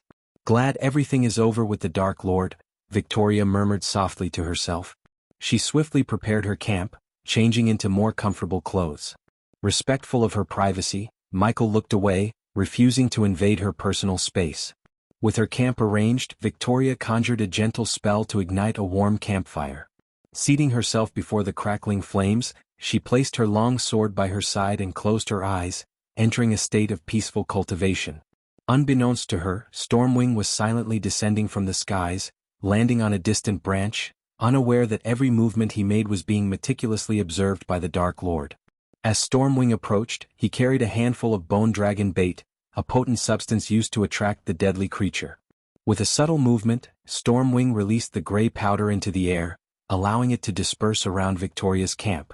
The bait had no discernible scent, ensuring that Victoria remained unaware of the impending danger that lurked in the air. "My job here is done." With a sly grin concealed beneath his hood, Stormwing believed his task was complete. He swiftly departed from the forest, cautious not to be caught between the bone dragon and Victoria. Fully aware of Victoria's limited cultivation at the core strengthening stage, Stormwing knew she would be defenseless against a formidable fusion stage bone dragon. From his hidden perch, Michael kept a keen eye on Stormwing's every move, his mind racing with calculations and strategies. Moments after Stormwing's departure, a distant rumble echoed through the forest, catching Michael's attention. He knew that such a sound was impossible, for the sky above was clear and devoid of any storm clouds. Recognizing the peculiar noise as the bone dragon's thunderous wings, Michael understood that the powerful and deranged creature was heading straight for Victoria's location. Unaware of the imminent danger, Victoria continued her peaceful cultivation on the ground. The tranquility around her soon gave way to an eerie darkness as the colossal creature approached, its monstrous form casting an ominous shadow on the forest floor. The trees quivered violently in response to the bone dragon's immense power. Suddenly Victoria's eyes snapped open, a surge of instinctive alertness coursing through her. She sensed a formidable presence nearby, a feeling of danger that sent shivers down her spine. However, she was unable to detect Michael, the Dark Lord, as he skillfully concealed himself within the darkness, a master of blending in and remaining hidden. As the bone dragon drew nearer, the ground trembled under its immense weight, and the air seemed to grow colder, carrying the scent of danger that Victoria couldn't ignore. Little did she know that this creature had been driven to madness after being imprisoned for decades, and it was now on a destructive path, seeking to unleash its fury upon any living being it encountered. Michael silently observed the scene as the bone dragon descended through the thick canopy, leaving a trail of destruction in its wake, much like a raging storm. Its skeletal form, devoid of flesh, gave it an eerie and sinister appearance. With its crimson-red eyes emanating a palpable killing intent, the dragon's immense size instilled fear in Victoria's heart. The bone dragon's eyes locked onto Victoria, a live and breathing human, and its roars echoed through the forest, shaking the very ground beneath them. The dragon's hatred for humans, stemming from its long captivity, fueled its aggression upon seeing Victoria. It lunged at her with a ferocious snap, aiming to devour her in a single gulp. Victoria's instincts kicked in, and she swiftly evaded the bone dragon's massive jaw, narrowly escaping its deadly bite. Panic surged within her as she realized her sword was left behind at the now extinguished campfire. With each step the dragon took, the forest around them crumbled, uprooting trees like mere twigs. Desperate to defend herself, Victoria tried to cast spells, but before she could muster enough energy, the bone dragon's bone claws struck her with devastating force. She was sent hurtling through the shattered trees, leaving her body battered and bleeding. In agony, Victoria coughed up blood, her dress torn and covered in mud. Her leg and arms broken from a single strike, Victoria reached for her space ring that had fallen off her finger during the fall. Crawling backward, she sought her only hope of survival, a teleportation scroll within the space ring. However, the bone dragon was relentless, closing in with each thunderous step. Fighting back tears, Victoria clutched a broken branch with her good hand, trying to stand despite her injuries. "I am sorry, Evan." In the midst of pain and despair, she whispered an apology to Evan, reflecting on the cruel twists of fate that had led her to this dire moment. "Come on, you ugly son of a bitch." Victoria roared in defiance, refusing to yield without a fight. Though facing a seemingly insurmountable foe, she refused to give up her will to survive. The bone dragon sensed Victoria's fear and reveled in her suffering, enjoying the taste of vengeance against humans. As it advanced towards her, she clenched her fists, ready to face her doom with courage, despite knowing she stood no chance against the colossal beast. Just as the dragon's jaws were about to close around her, a sudden figure appeared, landing boldly between Victoria and the monstrous creature. It was Michael, the Dark Lord himself. His calm demeanor contrasted sharply with the chaotic situation. "Ever heard of mouthwash?" Michael taunted the dragon before delivering a powerful punch that sent the creature tumbling to the ground. Victoria's eyes widened in shock and terror, unable to comprehend the sight before her.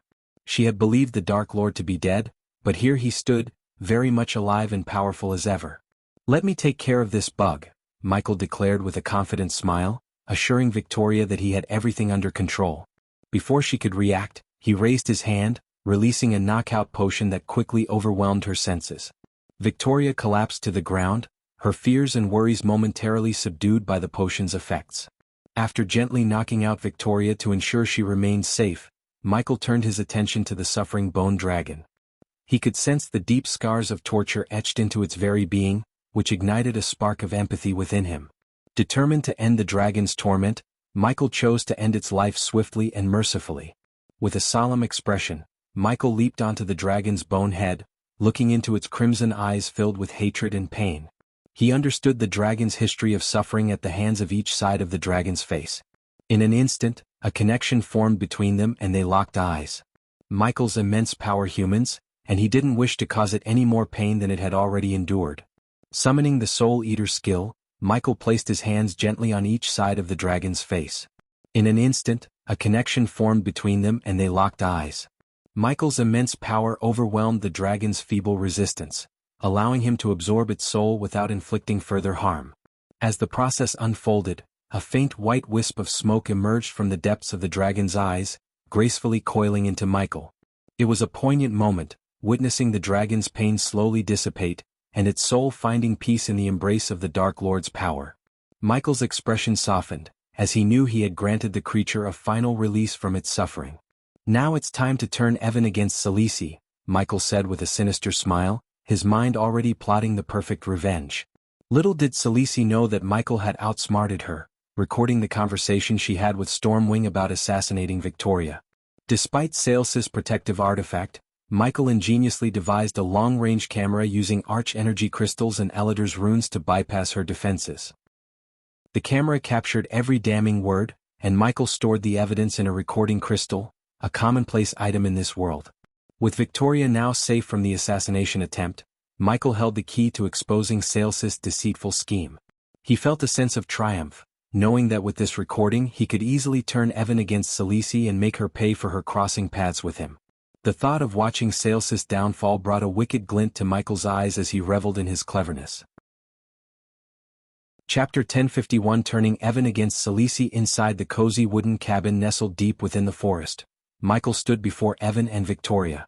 They were seated in chairs facing a large mirror that Michael had conjured for this moment.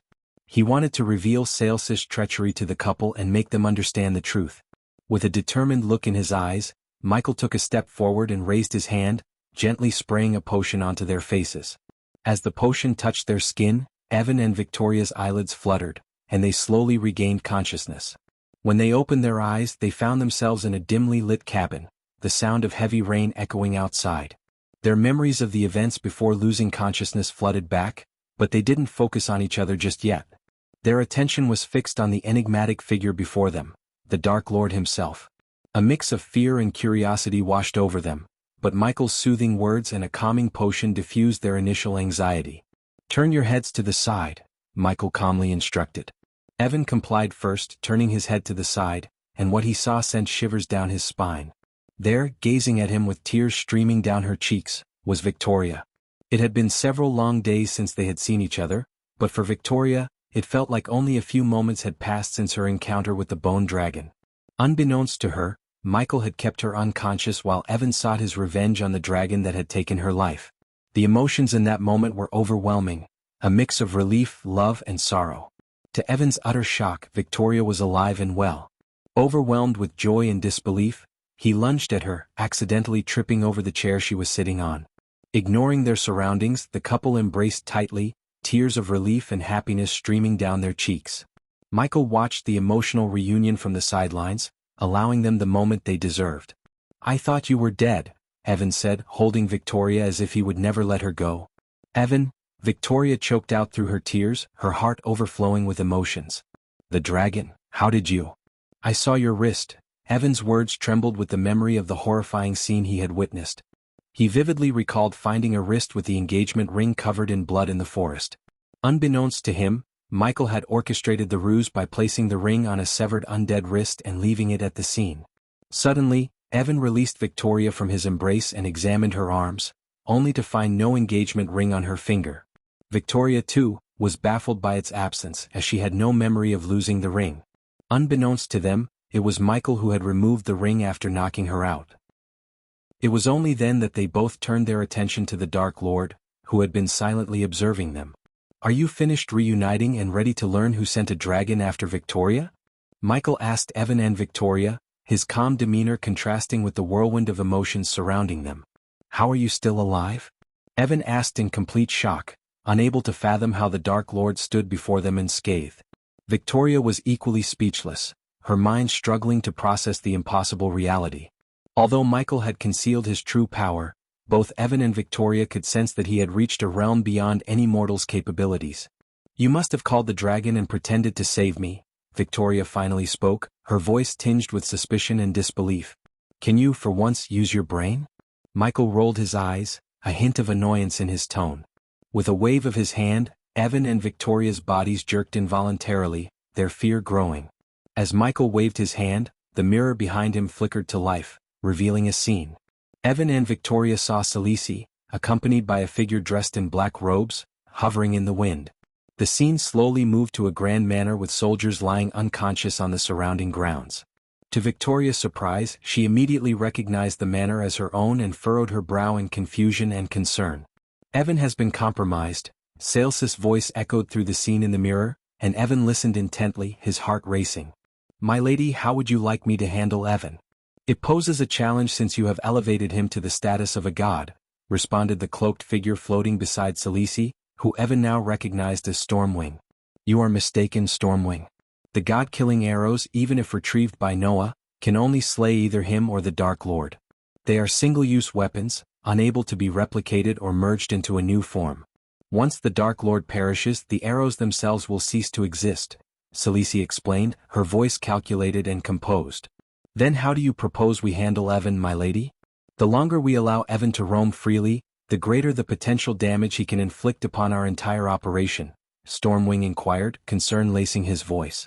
"If Evan has indeed struck a deal with the Dark Lord, his actions will undoubtedly revolve around the life of Victoria. The Dark Lord will undoubtedly use Victoria as a pawn to manipulate Evan into carrying out his bidding. However, if we eliminate this pawn, Victoria, the Dark Lord's hold over Evan will crumble. Evan is a valuable asset that we cannot afford to let slip away," Celici explained, her tone firm and resolute. Evan's and Victoria's minds went blank with shock and confusion as they listened to Celsius' ruthless plan. Michael couldn't help but grin, seeing the emotions play across their faces. Khaleesi intended to turn Evan into a weapon against the Dark Lord, but little did she know that Michael was now turning Evan against her. Eliminate Victoria, Stormwing. Make it appear as though her death is accidental. If the Dark Lord truly struck a deal with Evan, we cannot orchestrate her demise to make it seem like the Dark Lord was responsible. It would raise suspicions and Evan might grow wary. However, if her death appears to be an unfortunate accident, the Dark Lord will lose his hold over Evan. This will enable Evan to focus his energies on defeating the Dark Lord's army, without the distraction of his fiancée. I can channel his grief and anger towards our advantage. Sales's cold and calculating voice echoed through the cabin. The pain of betrayal slowly dug deeper into Evan's heart as he clenched his fist. He had served and believed in Khaleesi, thinking she was a strong and benevolent leader, only to be proven wrong. The revelation showed Evan that Khaleesi was not the leader he thought she was but a vengeful snake. Is that so? Michael snickered, his eyes narrowing as he focused on the image of Stormwing. For a brief moment, Stormwing's cloak. No, this must be trickery. Victoria shouted in disbelief, unable to accept the shocking truth. Is that so? Michael snickered, his eyes narrowing as he focused on the image of Stormwing. For a brief moment, Stormwing's cloak moved, revealing a glimpse of his upper body, and Michael's instincts picked up on a crucial detail.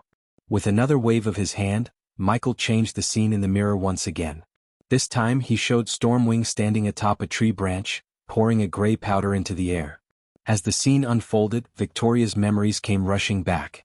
She recalled the events of the campsite, the peaceful cultivation, and the sudden ambush by the bone dragon. What he scattered in the wind is a powerful substance that lured the bone dragon to your place, Michael explained calmly. Lady Khaleesi, she cannot. Victoria's voice trailed off, unable to comprehend the depth of Sales's betrayal. Michael understood her confusion, knowing how skilled Khaleesi was at manipulation. Blaming the Dark Lord and painting him as the villain was a tactic that easily deceived people, even those like Victoria who believed in her cause. As silence enveloped them, Michael allowed Victoria and Evan to process the shocking revelation. I have seen him. Evan finally broke the silence. I saw him once, he continued, recalling a day when he entered Sales's meeting hall and saw a figure leaving through a window. Although Khaleesi dismissed it as one of her spies, Evan had caught a glimpse of an eagle-faced man, just like the one the Dark Lord had shown them. You and the whole world believed I was evil. You said I am evil when I destroyed Thusia. You said I'm evil when I fought Nagaland. But you never bothered to ask why. Michael's voice was cold and powerful, sending shivers down Evan and Victoria's spines. They were left speechless, unable to trust anyone anymore, as the truth of Sales's betrayal sank in. Evan's mind replayed Sales's words about fighting the Dark Lord's minions and making Victoria proud, only now realizing it was all a manipulative ploy. Think about this, she could have called off the assassination because the whole world saw me dying, including Khaleesi. Yet she proceeded with a hit, just to manipulate and use you, Michael revealed, exposing Sales's deceit. But there was more shocking news to come. Michael revealed that the powers Khaleesi had given Evan were killing him. Evan wasn't born as a god, yet Khaleesi had somehow infused his body with a grace that was now rejecting him. The grave is rejecting you. It's only a matter of time before your soul explodes into nothingness, Michael stated, leaving Victoria in panic and her heart aching for Evan's fate. Evan was stunned, unable to dismiss the acute pain and energy radiation surrounding him. The reality of his body rejecting the grace Khaleesi had given him was hard to ignore. He knew the Dark Lord wasn't lying to him. His words resonated with Evan's own experiences. If you don't believe me, you are welcome to leave this place. But when you explode, you will take out everyone around you, Michael warned Evan. Victoria, on the other hand, was hesitant to trust Michael completely.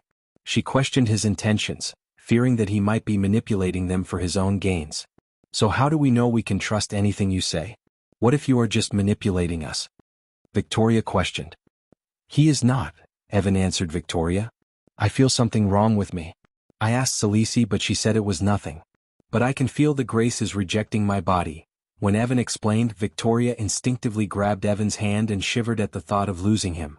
Whether you choose to believe me or not, I am the only one who can save you and reveal the truth of what's really happening. I'm not your enemy, Evan. In fact, neither you nor the world truly understands the impending terror that awaits us, Michael asserted. His voice was filled with conviction, and he looked directly into Evan's eyes, trying to convey the urgency of the situation. Chapter 1052. Evan is now Michael's ally. As the life-changing truths sank in, Evan and Victoria's expressions shifted from disbelief to contemplation. Victoria's animosity towards the Dark Lord began to wane after learning about Sales's betrayal, and she found herself torn between trust and skepticism. Feeling lost and uncertain, they both turned to Michael for more answers. Before blindly trusting anyone, always seek the full truth and know both sides of the story, Michael advised them, his tone earnest. Intrigued, Evan finally mustered the courage to ask the Dark Lord about his own story. He wanted to understand the motivations behind the infamous figure known as the Dark Lord. The whole perception of the Dark Lord being evil began with a prophecy by Qingjio, one of the Mazeroth founders. That prophecy set off a chain of events that led us to this moment. However, Qingjio or the Sky Hall never revealed the true intentions of the realm of gods, Michael explained. And what are their intentions? Victoria inquired. To make mortals their unquestioning worshippers. They seek absolute control and will eliminate any resistance to achieve that goal. Essentially, they desire to enslave humanity, Michael replied. Slavery? Evan muttered, trying to process the shocking revelation. Yes, exactly. 5,000 years ago, I erected a barrier between the mortal realm and the realm of gods to prevent the entire world from falling under their control, Michael revealed, leaving Evan and Victoria stunned. Victoria's astonishment was evident as she processed the information. 5,000 years old? That's impossible. Michael chuckled. Not exactly. The one who created the barrier was me, but that was before I reset the entire universe. I know it's hard to believe, but it's the truth. Evan and Victoria exchanged bewildered glances, struggling to wrap their minds around the revelation. Michael's frustration was palpable as he expressed his irritation with their tendency to blindly follow Sales's narrative without questioning her motives. Don't mistake this as an attempt to recruit you. Evan, your condition makes you a ticking time bomb, and I already have stronger subordinates than you, Victoria. I have no use for either of you, Michael clarified, wanting to set their expectations straight. But I'm doing this because, whether you like it or not, I've known both of you since I arrived in Rivertown. I hate seeing you manipulated by that bitch, he added, genuine concern underlying his words. Evan's curiosity got the better of him and he couldn't help but ask, "What do you want from us?" To his surprise, Michael's response was cold and calculated. Nothing. As I said, you are free to leave, but I'd advise the two of you against revealing that I'm alive. If you do, I won't simply fake my death. It'll unleash every bit of my power. You can only imagine the consequences that would follow. I may be on the side of good, but I am not a saint. If someone threatens my life, I will go all out, prioritizing my well-being. Michael knew that Evan and Victoria wouldn't easily leave the cabin without falling into his plan. He wanted to give them the truth and offer them a choice, rather than manipulating them completely. Though he had his own battles to fight, he hoped that they would stay out of his way and keep the world in peace until he was ready to settle down with Nithrol ruling the world. But if Noah and his allies stood against him at that time, he would not hesitate to face them head-on, even if it meant taking their lives for real. I want to have a long talk with Salisi. Evan clenched his fist, his sadness and pain replaced by a fiery fury. Killing her won't solve anything, Evan. If we take out one Salisi, another will rise to take her place. We need to figure out who is truly behind all of this because there's always a bigger threat lurking in the shadows, Michael explained. So, I should just let her go and pretend nothing happened? Evan growled. Yes, Michael nodded. Let the world believe Victoria died just like they believe I'm dead. I'll keep her safe while you stay close to Salisi.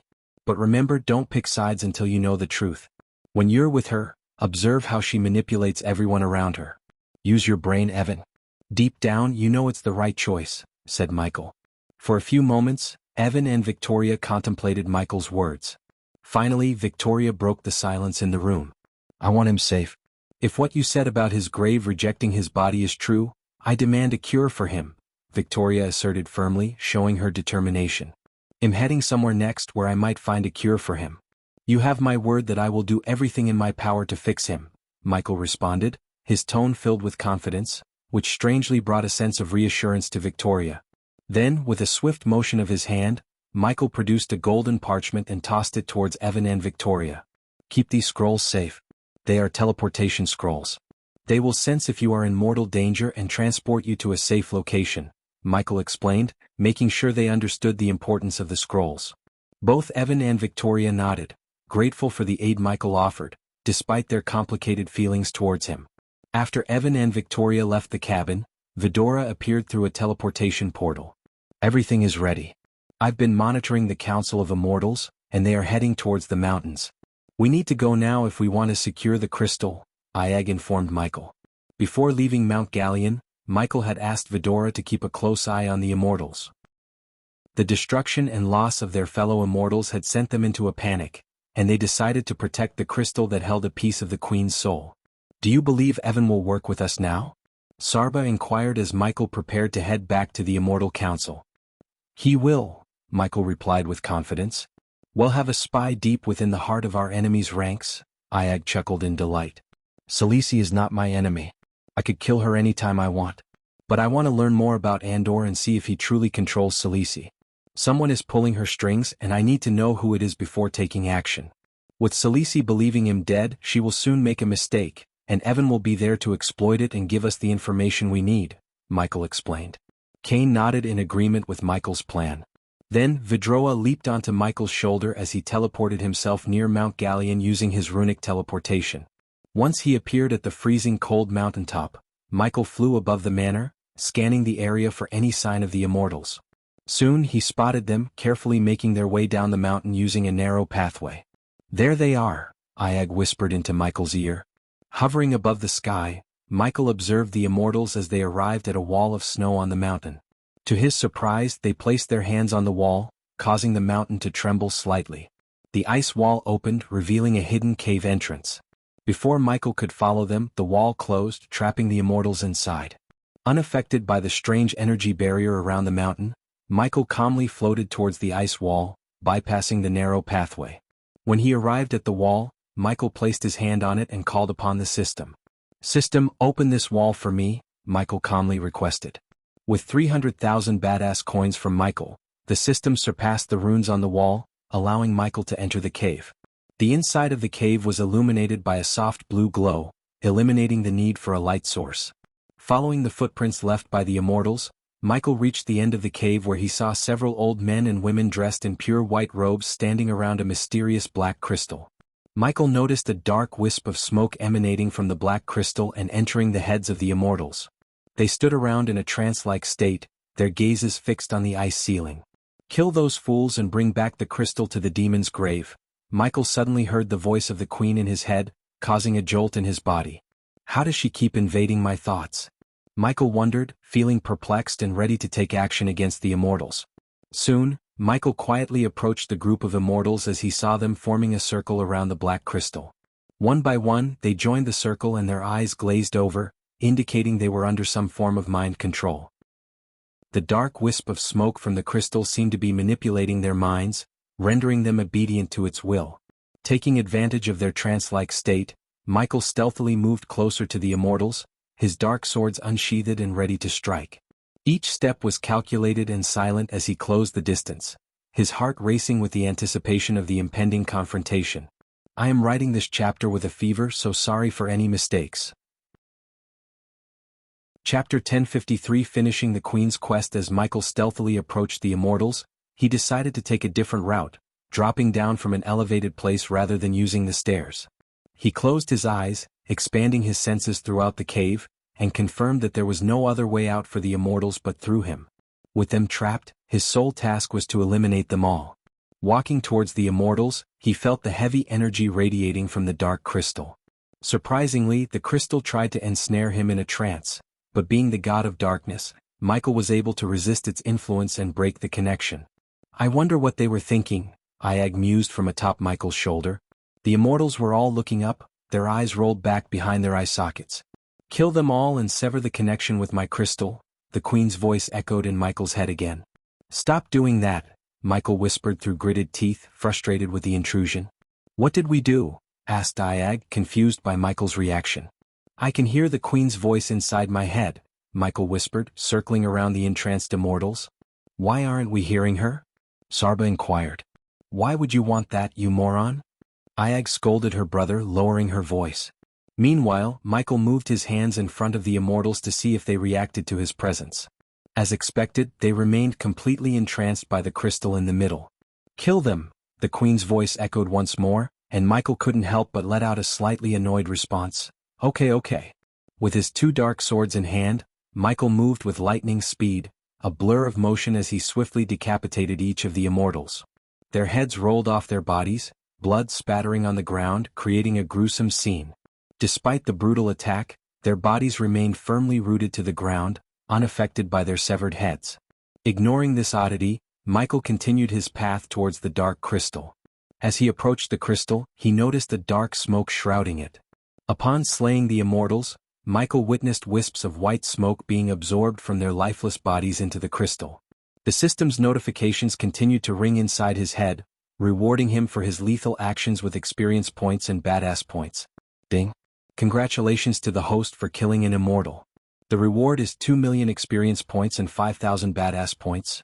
Ding. Congratulations to the host for successfully being a badass. The reward is 8,000 badass points. The crystal seemed to pulsate with energy, and Michael could feel a surge of power emanating from it. He knew that this crystal contained a piece of the Queen's soul, and it was crucial to prevent it from falling into the wrong hands. The Queen's voice in his head had made it clear that she wanted him to retrieve the crystal, and Michael had no intention of disobeying her. Despite their decapitated state, the bodies of the immortals remained rooted to the ground. Michael paid no mind to this strange phenomenon and proceeded toward the dark crystal. The crystal was enveloped in a cloud of dark smoke, and as Michael took the lives of the immortals, he noticed wisps of white smoke being absorbed into the crystal. The crystal is devouring their souls, Sarba observed, noting the eerie white smoke floating into the dark artifact. This crystal contains a piece of the Queen's soul. What did you expect? Michael chuckled as he reached out to grasp the crystal. A sudden electric sensation ran down his spine, and he found himself in a disorienting vision. In the vision, he stood alone before a massive army, with the surroundings plunged into darkness, and a volcanic mountain spewing lava streams on the horizon. It took a moment for Michael to shake off the vision and return to reality. Bring it to the demon's grave. Yet again Michael heard the Queen's voice in his head. The demon's grave, got it? Michael replied to the Queen's voice in his head. As he turned to leave, Sarba raised a valid question. What about these bodies? Shouldn't we destroy them? Nah, it will give the immortals something to worry about, Michael said with a devilish grin. With the world believing the Dark Lord to be dead, the Council of Immortals would be baffled and terrified, decided to let them speculate and stew in fear over the mysterious deaths, trying to figure out who had slain their brethren. Destroying the bodies with dark flames might raise suspicion, as the use of such powerful primordial flame could leave traces behind. Michael decided to let them speculate and stew in fear over the mysterious deaths. After acquiring the crystal, Michael swiftly utilized his runic teleportation to reach the safe house provided by Nithrol. In an instant, he found himself in a spacious hall, illuminated by a magnificent chandelier. At the center of the hall, Elidar was engrossed in engraving glowing runes on a teleportation portal. Thanks to Elidar's ingenuity, Michael had been able to transport the teleporter from his dark castle to Nithrol's safe house when the Skyhall army captured his stronghold. How's the task coming along, Elidar? Michael inquired, approaching the rune master. It's challenging, to be honest. These rune words require the expertise of another 6-star rune master. Are you certain about teleporting yourself into the realm of gods? We have no idea how far that realm is, Elidar expressed his concern, his brows furrowing. Michael stood before the colossal teleporter, observing the dark vortex swirling in its center, surrounded by glowing runes adorning its frame. And what about the barrier that separates our realm from the realm of gods? How do you know it will allow you to pass through? Elidar added, genuinely worried about the well-being of the Dark Lord. To him, Michael was not just a lord but also a cherished student and son figure. Because I placed the barrier, Michael calmly replied. He was aware that the previous Dark Lord had created the barrier with the intention of entering the realm of gods after defeating Noah. However, Michael had different plans. Instead of killing Noah and creating a hole in the barrier, he staged his own death and devised a plan to use the powerful system to breach the realm of gods. The cost demanded by the system to teleport him through the barrier was staggering, 50 million badass points. Such an expense would leave him with only 10 million badass points, but it was a risk Michael had to take. Don't try to stop him, Elidar, Sarba sighed from her perch on Michael's shoulder. Activate the teleporter to the forge, Michael instructed.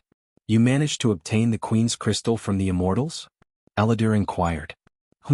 Michael nodded, and as Elidar closed his eyes and sketched a few runes in the air, the vortex started swirling. Michael confidently stepped into the vortex, disappearing from the hall. Michael materialized at his forge but found no ongoing work there. Deciding to leave the forge for the time being, he activated his metal wings and soared to the peak of Mount Hades.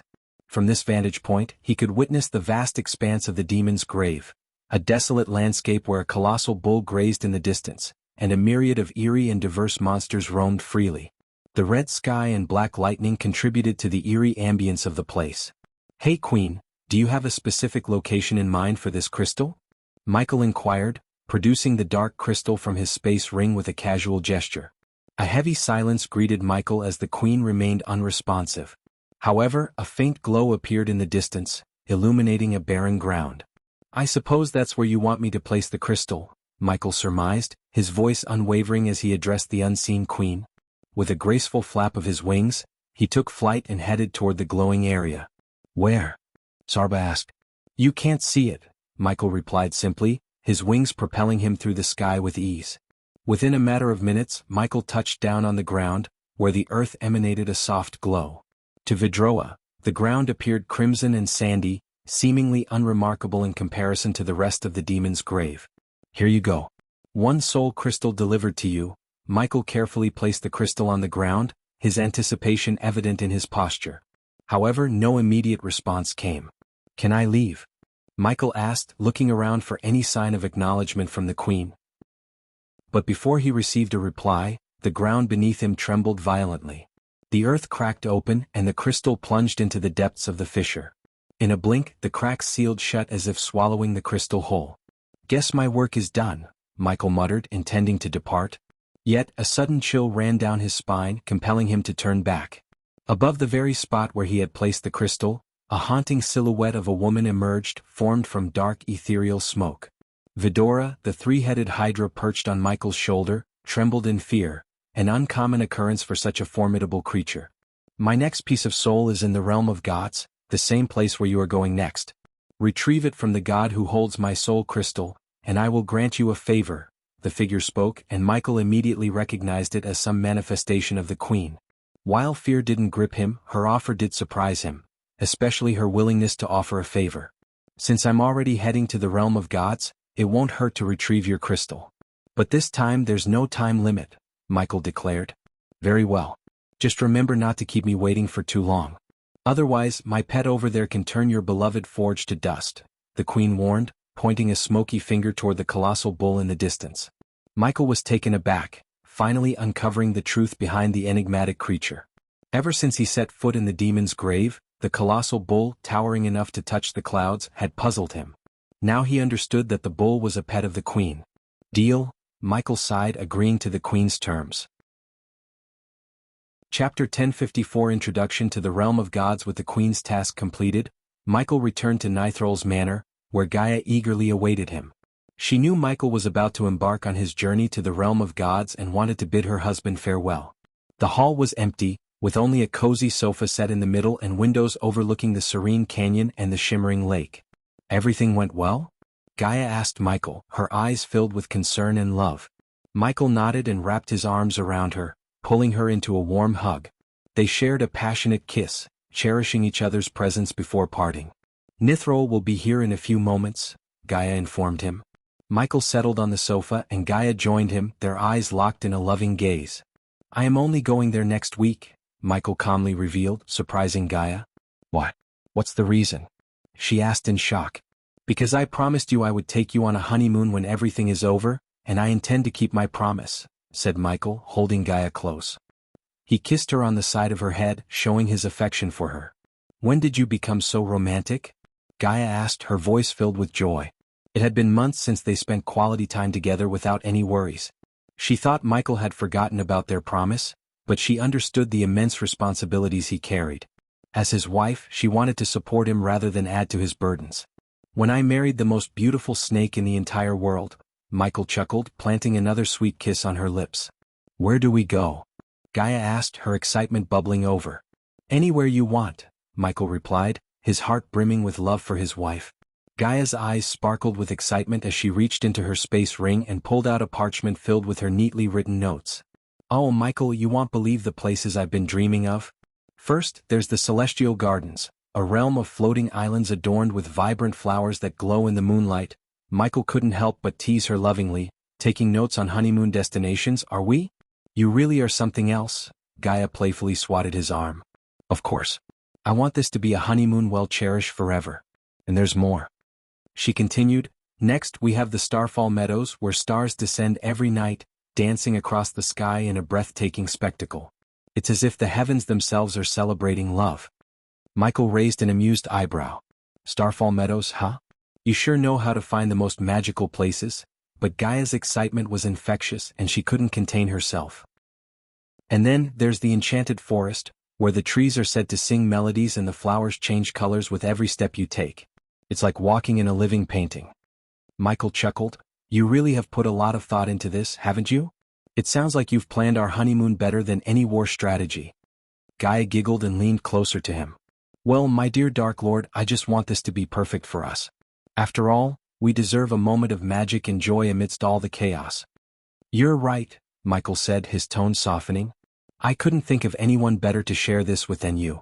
As they bantered and laughed, Michael and Gaia planned their dream honeymoon, choosing one enchanting location after another. As Michael and Gaia continued planning their dream honeymoon, the door to the hall swung open, and Eve hurriedly entered, her face flushed with exertion from training. Hey, the Empress is here, Eve announced, catching her breath. It was evident that she had been pushing herself to prepare for the battles ahead, determined to fight alongside Gaia when the Dark Lord departed for the realm of gods. Before Michael could reply, Nithrol gracefully entered the hall, unaccompanied by any bodyguards. Her decision to forego protection was a wise one, given the need to keep her association with the Dark Lord a secret from the world that believed him to be deceased. Nithrol gracefully entered the hall, her presence exuding the regal aura of an empress combined with the power of a goddess of hunt. Michael and Gaia warmly greeted her with smiles as she took her seat before them. I'll take my leave, Eve nodded at Michael and departed from the hall. Wanted to ensure that everything was settled between them since she had ordered Michael's assassins to find and kill Gaia's biological. Are you ready to depart? Nithrol inquired, her gaze briefly turning to Gaia. However, Gaia remained silent, giving no indication of any resentment towards Nithrol. The Empress wanted to ensure that everything was settled between them since she had ordered Michael's assassins to find and kill Gaia's biological father, Ingram. But as Gaia stayed quiet, Nithrol decided not to delve further into the matter. Aladir is still working on the teleporter. It should be ready by the end of next week, Michael replied. Nithrol leaned back, crossing her legs gracefully. What are your plans in the meantime? The Empress inquired. Just some personal matters to attend to, nothing major. But it'll be out of reach, Michael responded. Me neither. Tomorrow I plan to venture into the treacherous ocean. But before I depart, I thought to give you a brief introduction to the realm of gods. Nithrol surprised both Michael and Gaia with her announcement. The treacherous ocean was a perilous place, and they couldn't help but wonder what a goddess and empress like Nithrol intended to do there. Are you planning to go alone? Don't you have your war gods for such matters? Michael inquired. The times are changing, Dark Lord. Now that the world believes you are dead, every kingdom seeks a new villain to target. I understand mortals well. They need someone to hate, fight, and fear to survive just like they need food, air, and water, Nithrol calmly explained. And what's your point? Michael asked, his brows furrowing. The dwarves and the beast kingdom are amassing a large number of soldiers, preparing for war. I've been hearing about the plans of almost every king and queen to expand their kingdoms. The Beast King is even plotting to send his forces to the southern continent and invade them, Nithrol revealed. Gaia chuckled devilishly at the revelation. Let's see how he invades the southern continent, she snickered. Gaia and Michael had dispatched Lenora and Trista, two of the most powerful elder vampires, to regain control of the southern continent. Don't underestimate the Beast King, Dark Queen. He may not be a god like me and your husband, but he is just as capable as any god, Nithrol warned Gaia. Curious, Michael inquired, so, what's the connection between expanding and your venture into the treacherous ocean? Power, what else? Whoever controls the untapped potential in the treacherous ocean controls the outcome of any war. And I want that power for the Gondolin Empire, Nithrol declared with cold determination. Gaia couldn't hold back her anger and frustration any longer and decided to confront Nithrol about her ambitions. Since I am not refusing your request to have my father killed by my husband's assassins, let me ask you, Empress, why are you so keen on ruling the Aura continent and expanding Gondolin? You are a goddess, why not plan on returning to your own world? Gaia questioned. Nithrol understood Gaia's inner turmoil and realized that Michael had informed her about the request to find and kill Ingram. However, Nithrol didn't harbor any ill intentions toward Gaia. If anything, she empathized with her. When your husband returns from the realm of gods, he will tell you why. The short answer I can give you at this point is that the realm of gods is far worse than this world. Which brings me to why I am here. Nithrol paused for a moment and leaned forward. If everything goes according to your plan, you will land in the forest of Elrian, the domain of the goddess Marley. Seek her help, but be careful not to get too close to her, Nithrol warned. Why? Asked Michael, intrigued. Because she is a lustful predator, Nithrol revealed. Gaia was taken aback by the unexpected revelation as Nithrol continued. Once you find the divine portals, I'd recommend starting your journey in the realm of gods from Kingdom Nimbosia, ruled by the god of rain, Raynar. It will be a good starting point for you to learn the dynamics of the realm and witness firsthand how cruel a god can be. As Nithrol spoke, she gracefully flicked her wrist, summoning a silver chain with a golden arrow attached to it. With a confident gesture, she tossed the chain to Michael. This is my medallion. It will conceal your godly aura and keep you hidden from the Pantheon. Remember to wear it at all times while in the realm of gods, unless you want the entire Pantheon's army at your doorstep. Dark Lord, you are venturing deep into the den of countless hungry lions, Nithrol warned Michael. Her concern for his success was evident, as she knew that if he failed, the Pantheon would break the barrier between the mortal realm and the realm of gods. This would lead to a chaotic invasion, with each god seeking to claim a piece of the mortal realm for worshippers and power. Such a catastrophe would shatter her dream of ruling the entire mortal realm, leaving behind the mysterious reason for her ambitious desire. Is there any chance Raynar would want to make a deal or ally with me? Michael inquired, his curiosity piqued. Nithrol couldn't help but chuckle at the question. Oh, my Dark Lord, you have much to learn about the gods. High gods like Raynar, who hold titles such as God of Rain, are devoted solely to the Pantheon. They wield immense power and influence over the mortal realm, even with the barrier in place. For instance, if Raynar were to be killed, the mortal realm would not receive any rainfall until another god of rain was born in the realm of gods, Nithrol explained. Michael found himself increasingly intrigued by the realm of gods and the intricate dynamics at play. However, getting more information was a challenge, especially since meeting Nithrol in person was nearly impossible due to their need to maintain the facade of his death. Perhaps gods without titles or kingdoms to rule might consider allying with you. But to make that happen, you must become truly formidable. Otherwise, no sane god would dare go against the Pantheon. I suggest two potential approaches. Either find a way to join the Pantheon and work with them until you can seize an opportunity to double-cross them, or quietly grow your worshippers within the realm of gods, Nithrol advised. How do I do that? Michael inquired. Select a messenger and send them to spread word about your power. As desperate people begin to pray to you, use your abilities to fulfill their wishes. They will see it as miracles and your worshippers will grow. However, this approach is dangerous as no god likes their worshippers being poached. As I said, once you enter the realm of gods, you'll find that things are similar to the mortal realm, only much worse and more cruel, Nithrol cautioned. Chapter 1055. Honeymoon. Despite Nithrol's suggestions, Michael had another risky plan in mind, to ally himself with Dagon, the ruler of Hell. What? Because Dagon held a deep-seated hatred for the Pantheon, making him a potential ally against their common enemy. Do you have any worshippers in the realm of gods? Gaia inquired. Nithrol let out a heavy sigh in response. It has been thousands of years since I set foot in the realm of gods. I doubt I still have any worshippers there. Even if they remained, it would be futile since I cannot hear their prayers. Other gods may have already poached them. Nevertheless, they might find some solace in serving my name, she explained. The idea of amassing worshippers seemed to weigh heavily on Michael's mind after hearing Nithrol's words. While he had the assistance of the system to grow stronger, he recognized the importance of building his own worshippers for the future. Is there anything else you can tell me about the Pantheon? Michael inquired. As Michael inquired about the Pantheon, Nithrol warned him, they are like the sky hall of the realm of gods, overseeing and controlling everything. Any god who dares to defy them will face severe consequences. Trust me when I say this, you don't want to be on the bad side of the Pantheon. But whatever you do, stay away from gods like Rudra. They don't come out of their kingdoms often, but when they do, only death and destruction will follow them.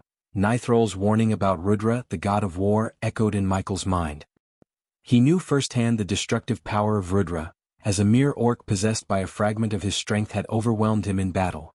The memory of that defeat fueled a deep desire for vengeance against the war god. However, Michael chose to remain silent for now, knowing that facing Rudra would require careful planning and immense power. He understood the gravity of Nithrol's words and the need to tread cautiously in the realm of gods, especially when dealing with beings of such immense strength and ruthlessness. Throughout their conversation, Nithrol shared valuable insights about the realm of gods and offered suggestions on how to navigate it once Michael arrived there. After bidding farewell to the couple, Nithrol left them alone. With their preparations complete, Michael and Gaia set off for the Celestial Gardens, a hidden pocket dimension accessible only to those with knowledge of its existence. Nestled above Nagaland, the gardens remained invisible to the people, serving as a perfect getaway for the couple. "Let's go," Michael said, surprising Gaia with his sudden decision. "What now?" she asked. "Let's leave now. I fear something might come up if we stay here any longer." "So I am taking my lovely wife with me," Michael said with a mischievous smile as he swooped Gaia into his arms.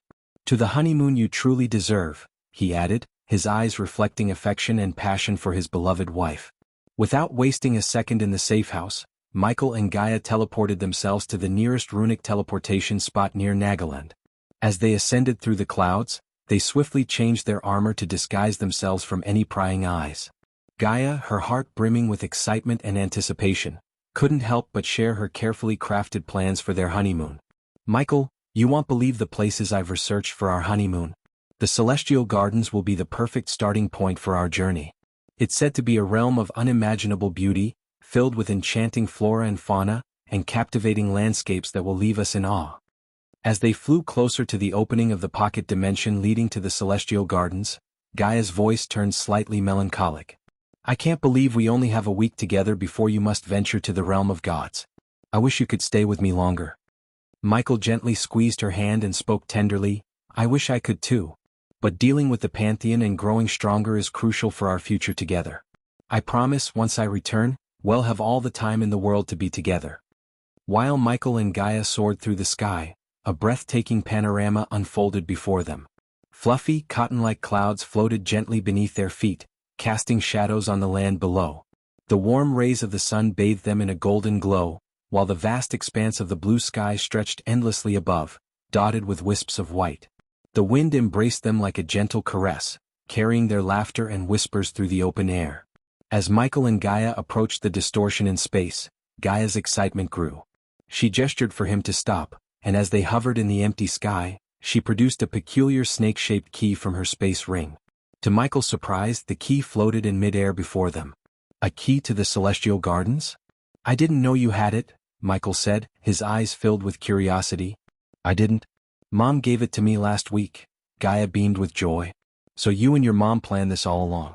"Sneaky," Michael chuckled, feeling grateful for their thoughtful gesture. "Be grateful Mom didn't kick your butt for not taking me on a honeymoon sooner. Even now, we only have 1 week together." "You're lucky to have such a caring and lovely wife," Gaia teased, a playful glint in her eyes as she restrained her laughter. With the key hovering before them, they both reached out and touched it simultaneously. As they did, the distortion in space began to grow, revealing a hidden portal to the Celestial Gardens. Hand in hand, they stepped through the shimmering portal, leaving behind the mortal realm. As Michael stepped through the shimmering portal, he found himself in a breathtaking world unlike anything he had ever seen before. The Celestial Gardens stretched out before him, a realm of floating islands adorned with vibrant flowers that glowed in the soft moonlight. Each island seemed to emanate a gentle aura, creating a mesmerizing sight that captured his heart. The air was filled with the sweet fragrance of the blossoms, and a gentle breeze caressed his face, carrying a sense of tranquility and peace. The sky above was a mesmerizing tapestry of stars, twinkling like precious gems against a backdrop of deep indigo. It felt as if time had stopped in this ethereal place, and Michael couldn't help but be in awe of its beauty. Looking around, he noticed the islands were interconnected by delicate, luminescent bridges that seemed to weave through the air like delicate spiderwebs. Crystal-clear waterfalls cascaded down from some of the islands, creating small streams that meandered through the floating landscape. Hovering in the sky, Michael spread his senses throughout the Celestial Gardens and found no life signs. With a devilish grin, he ordered the system to lock down the entrance to the gardens. "How much will it cost to lock the palace down?" he asked. Free. Consider this my wedding gift to you, host. The system replied, surprising Michael. Wow, that's a first time, he chuckled. As the system closed down the celestial gardens, Michael turned to Gaia with a loving smile. After you, Snakey. He gestured for her to move forward and enjoy the sight before her as much as she wanted. Gaia shook her head playfully. Not without you, she said, pulling him close and kissing him passionately. Finally, after being with her for almost 3 years, Michael felt their love reach new heights. The following hours in the celestial gardens were filled with their deep affection and intimacy, their bond growing even stronger amidst the magical beauty of the floating islands and glowing flowers. As the hours passed, Michael and Gaia found themselves lying on a floating mountain above the soft grassland, wrapped in a soft fluffy bedsheet, and gazing at the sky above. Gaia rested her head on Michael's chest, her eyes filled with love and contentment. I don't want to sound silly like most girls do, but I'm so in love with you, you bastard. She playfully pinched Michael's cheek. He couldn't help but smile, cherishing these peaceful moments with his wife. You don't sound silly at all, Gaia. You sound like the beautiful woman I married. I promise you we will spend the rest of our godly lives like this, Michael reassured her. With little Michael's and Gaia's, Gaia added, her voice hopeful as she looked at him, silently asking if he shared the same desire. Michael held her gaze, his eyes reflecting a mix of emotions. Why not? He finally said with a playful smile. Although he had reservations about having kids, he loved Gaia so deeply that he couldn't bear to deny her the joy of having a family. He wanted to make her happy and see her dreams come true. Gaia was stunned and overjoyed by Michael's response. A wide grin spread across her face, and she couldn't contain her excitement. She showered him with kisses, expressing her happiness in each loving touch. Really? You mean it? She asked, her eyes shimmering with joy. Of course. I may not have considered it before, but seeing how much you want it, I can't resist, Michael replied, brushing her hair affectionately. Gaia chuckled playfully. So, how many kids are we going to have then? Michael pretended to think for a moment. Let's see. We have eternity ahead of us, right? So why not enough to populate a kingdom? He teased, his eyes filled with affection. Gaia's laughter filled the air and she hugged him tightly. I love you so much, she whispered. And I love you more, Michael replied, kissing her forehead. They lay there, wrapped in each other's arms, cherishing the moment and the promise of a future together, filled with love, laughter, and the pitter-patter of little feet. A calm before the storm chapter. Chapter 1056. Reaching the realm of the gods. As the week with Gaia flew by in the blink of an eye, Michael found himself back at the safe house, ready to embark on his journey to the realm of the gods. He bid farewell to his loving wife and friends, expressing his gratitude and promising to return. In the hall, he found Elidor waiting with the teleporter, the key to his next destination. Vidora perched on Michael's shoulder, the loyal companion accompanying him on this perilous journey.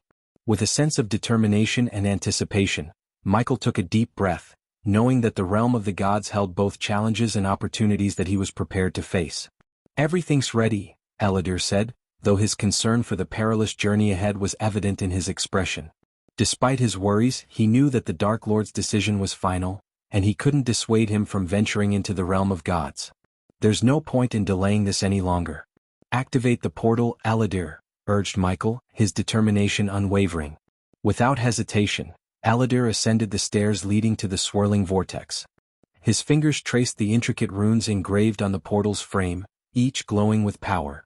As the runes activated, a distortion rippled through the air, signaling the gateway to the realm of gods was opening. Iag, perched on Michael's shoulder, showed no signs of fear, only excitement for the legendary adventure that lay ahead. As you wish, Elidor replied solemnly, fully aware of the risks involved. He carefully ensured that no one else entered the hall during the activation to avoid any possible complications. Reluctantly, Michael had agreed to take Vidora with him, mainly because the system had recommended it. Though Vidora hadn't been growing in size, Michael hoped that the realm of gods might hold the key to unlocking Vidora's true potential. As Elidor activated the runes one by one, the black vortex began to form within the teleporter, pulling him towards it. Reacting quickly, Michael rushed up the stairs and pulled Elidor back with a single strong motion, keeping him safe from the vortex's grasp. Time doesn't flow differently in the realm of gods, so you'll see me soon, hopefully. Michael raised his voice over the howling sound of the vortex. Elidor's concern was evident as he shouted back, Don't take too long, my lord. With a warm smile, Michael reassured him, "Look after Gaia and the others."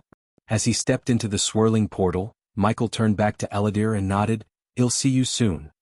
"See ya around, old man," Iag chimed in excitedly before Michael disappeared into the portal. As Michael traveled through the swirling portal of colors, he couldn't help but feel the weight of recent events weighing on him.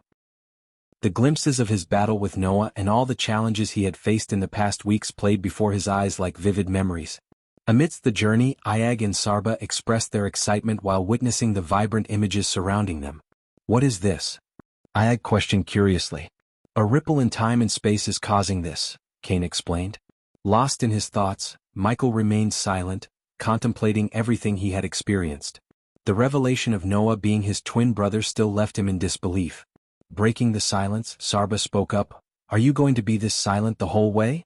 We have no idea how long it'll take us to reach the realm of gods. So we should talk more." Acknowledging the need for conversation, Michael asked, "What do you want to talk about?" Sarba hesitated for a moment before bringing up a name. "Actually, I wanted to say something. You know Yasmin Winston?" The mention of the name jogged Michael's memory. He recalled meeting her during the baby shower of Princess Catherine, when he confronted King Bredia. "Noah's cousin?" Michael inquired. "Yes," Sarba nodded. "What about her?" Michael asked. "I don't know. Arya said she's been meeting with some important people in Ar. Also, she didn't partake in the war. I wonder what's more important than fighting the Dark Lord," Iag pondered. "Whatever she is planning, Gaia can take care of it," Michael said. "Why do I feel like you want her to face everything by herself?" Iag frowned, surprised that Michael's intentions were evident. "She needs to. I can't always be around her. She used to face everything alone, but now she's starting to depend on me slightly. She is a queen born to lead, so she must lead. This will be a good opportunity for her to lead from the shadows and take care of things while I'm away," Michael explained. "But isn't that the opposite of what the previous Dark Lord said? He was with her and still the previous Gaia died. So why are you letting her do this alone?" asked Iag. "Maybe the reason she died is that the previous Dark Lord tried to protect her too much. Sometimes you gotta take risks," Michael responded. As they continued discussing Yasmin and even Eve's sister, Michael remained oblivious to the fact that they were clones sent by the Skyhall. Regardless of the Skyhall's plans, Michael had no intention of dealing with them, as he had bigger worries on his mind. Several weeks had passed since Michael entered the portal, and both he and Vidora had grown quite bored. In an attempt to alleviate their boredom, Michael bought a special chess board and taught Vidora how to play. As the days turned into a month, the once vibrant rainbow tunnel through which they traveled began losing its color, and a whistling wind surrounded them. "I think we're finally here," Michael remarked, but before Vidora could respond, a powerful force sucked them forward, causing Michael to feel as though his body was being torn apart. Closing his eyes, he held onto Vidora tightly to keep them both safe. Suddenly there was a loud bang and Michael found himself shot out of the portal. When he opened his eyes, he saw that they had landed on a breathtaking grassland outside a lush and beautiful forest. Michael instantly recalled Nithrol's words, realizing that they must be in the forest of Elrian, ruled by the goddess Marley. As per Nithrol's advice, Michael knew he had to seek Marla's help before venturing into Nimbosia, the kingdom of the god of rain. The forest of Elrian was unlike any other that Michael had ever seen.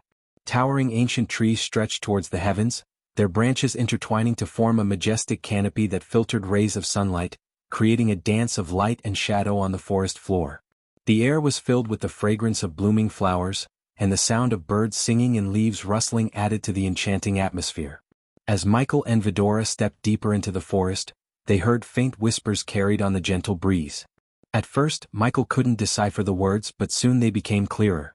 A lattice voice called out to him, addressing him as the Dark Lord and the God of Darkness. "Dark Lord," the voice whispered seductively, "venture deeper into the heart of the forest. Embrace your true power and darkness. Let the shadows guide you to unimaginable strength." Michael felt a pull towards the source of the voice, a mix of intrigue and caution swirling within him. He knew he had to be careful, for this could be a trap or a test from Marley, the goddess of the forest. But he couldn't resist the temptation to explore further. "Marley, I presume?" Michael asked as he ventured further into the forest, undeterred by the haunting whispers around him. He recalled Nithrol's warning about keeping his distance from the lustful goddess, but he remained steadfast. "You know me, how lovely," the whispers took on a seductive tone, making Ayag uncomfortable on Michael's shoulder. "Dude, this is creeping me out," Ayag chimed in. "Now I want to see you fight, handsome. But on my terms." The whispers grew louder and the forest began to shift and change. The fauna cleared, creating an empty space in the middle of the forest. Michael felt his power being drained, as if Marley had absolute control over him in her domain. Unsheathing his dark swords, Michael cracked his neck and stood ready. 7 men clad in armor made of bark and leaves emerged from the surroundings. Their faces hidden behind masks made of tree barks, and each wielded a silver sword with 4 arms. "Is this how you welcome another god into your domain?" Michael challenged, wondering how Marley could sense his presence despite wearing Nithrol's medallion, which was supposed to mask his godly aura from others. Seemingly reading his mind, Marley responded with a mysterious air, "I forged that medallion for Nithrol, my dear Dark Lord. But don't worry, your secret is safe with me. Now show me how you survive in battle." As Marley's whispers echoed through the forest, veins shot out from the ground, wrapping tightly around Michael's legs and torso. They felt like living tendrils, strong and unyielding. Above him, more veins descended from the branches of the trees, latching onto his arms and restricting his movements. The masked figures, each displaying uncanny speed and coordination, dashed at Michael from all directions. Their silver swords glinted in the dappled sunlight filtering through the dense canopy. Michael struggled to free himself from the grip of the magical veins, but they seemed to tighten with every move he made. "Don't think he'll let you off easy, my dear," Marley whispered, her voice tinged with amusement and intrigue. But Michael surprised her by remaining calm and composed. As the first masked figure dashed at him, his eyes turned black and 2 dark beams shot out from them. Simultaneously, Vidora sprang into action, using their 3 hydra heads to chew through the veins that bound Michael's arms. "This is your domain, but you forgot one thing, Marley," Michael said with a sly smile as he broke free from the remaining veins with Vidora's assistance. The attackers hesitated, intrigued by Michael's words. "What is that, dearie?" asked Marley, genuinely curious. "Forget it," Michael chuckled, knowing he had to play his cards right. "He'll just kill them." With a swift motion of his hand, Michael unleashed the dark flames, enveloping the attackers in shadows. The forest erupted with chaos as the masked figures struggled to defend themselves against Michael's overwhelming power. Marley watched with a mix of fascination and satisfaction as Michael effortlessly dispatched the attackers. He moved with the grace of a dancer, his dark sword slicing through the air, leaving a trail of destruction in their wake. Despite the intensity of the battle, Michael held back from using his full strength. He knew Marley wasn't trying to kill him, she wanted to witness his prowess. And so, he gave her a captivating performance, using his power and skills to put on a show. As the last masked figure succumbed to Michael's dark swords, the forest fell silent. But suddenly, a rustle broke the stillness, drawing his attention. Emerging from the shadows, a woman adorned in little more than a few strategically placed leaves approached him with a seductive grace. "Hello, my dear Dark Lord," purred Marley, her voice a sultry melody that sent shivers down Michael's spine. "You're tuning in to the Han Lee's Wuxia Chronicles YouTube channel. We're so grateful for your support, and don't forget to subscribe to join us on this incredible journey through captivating stories. Your generosity through donations truly makes a world of difference, as it's the primary source of revenue that allows me to expand and enhance this channel for you. Thank you from the bottom of my heart for being a part of this adventure.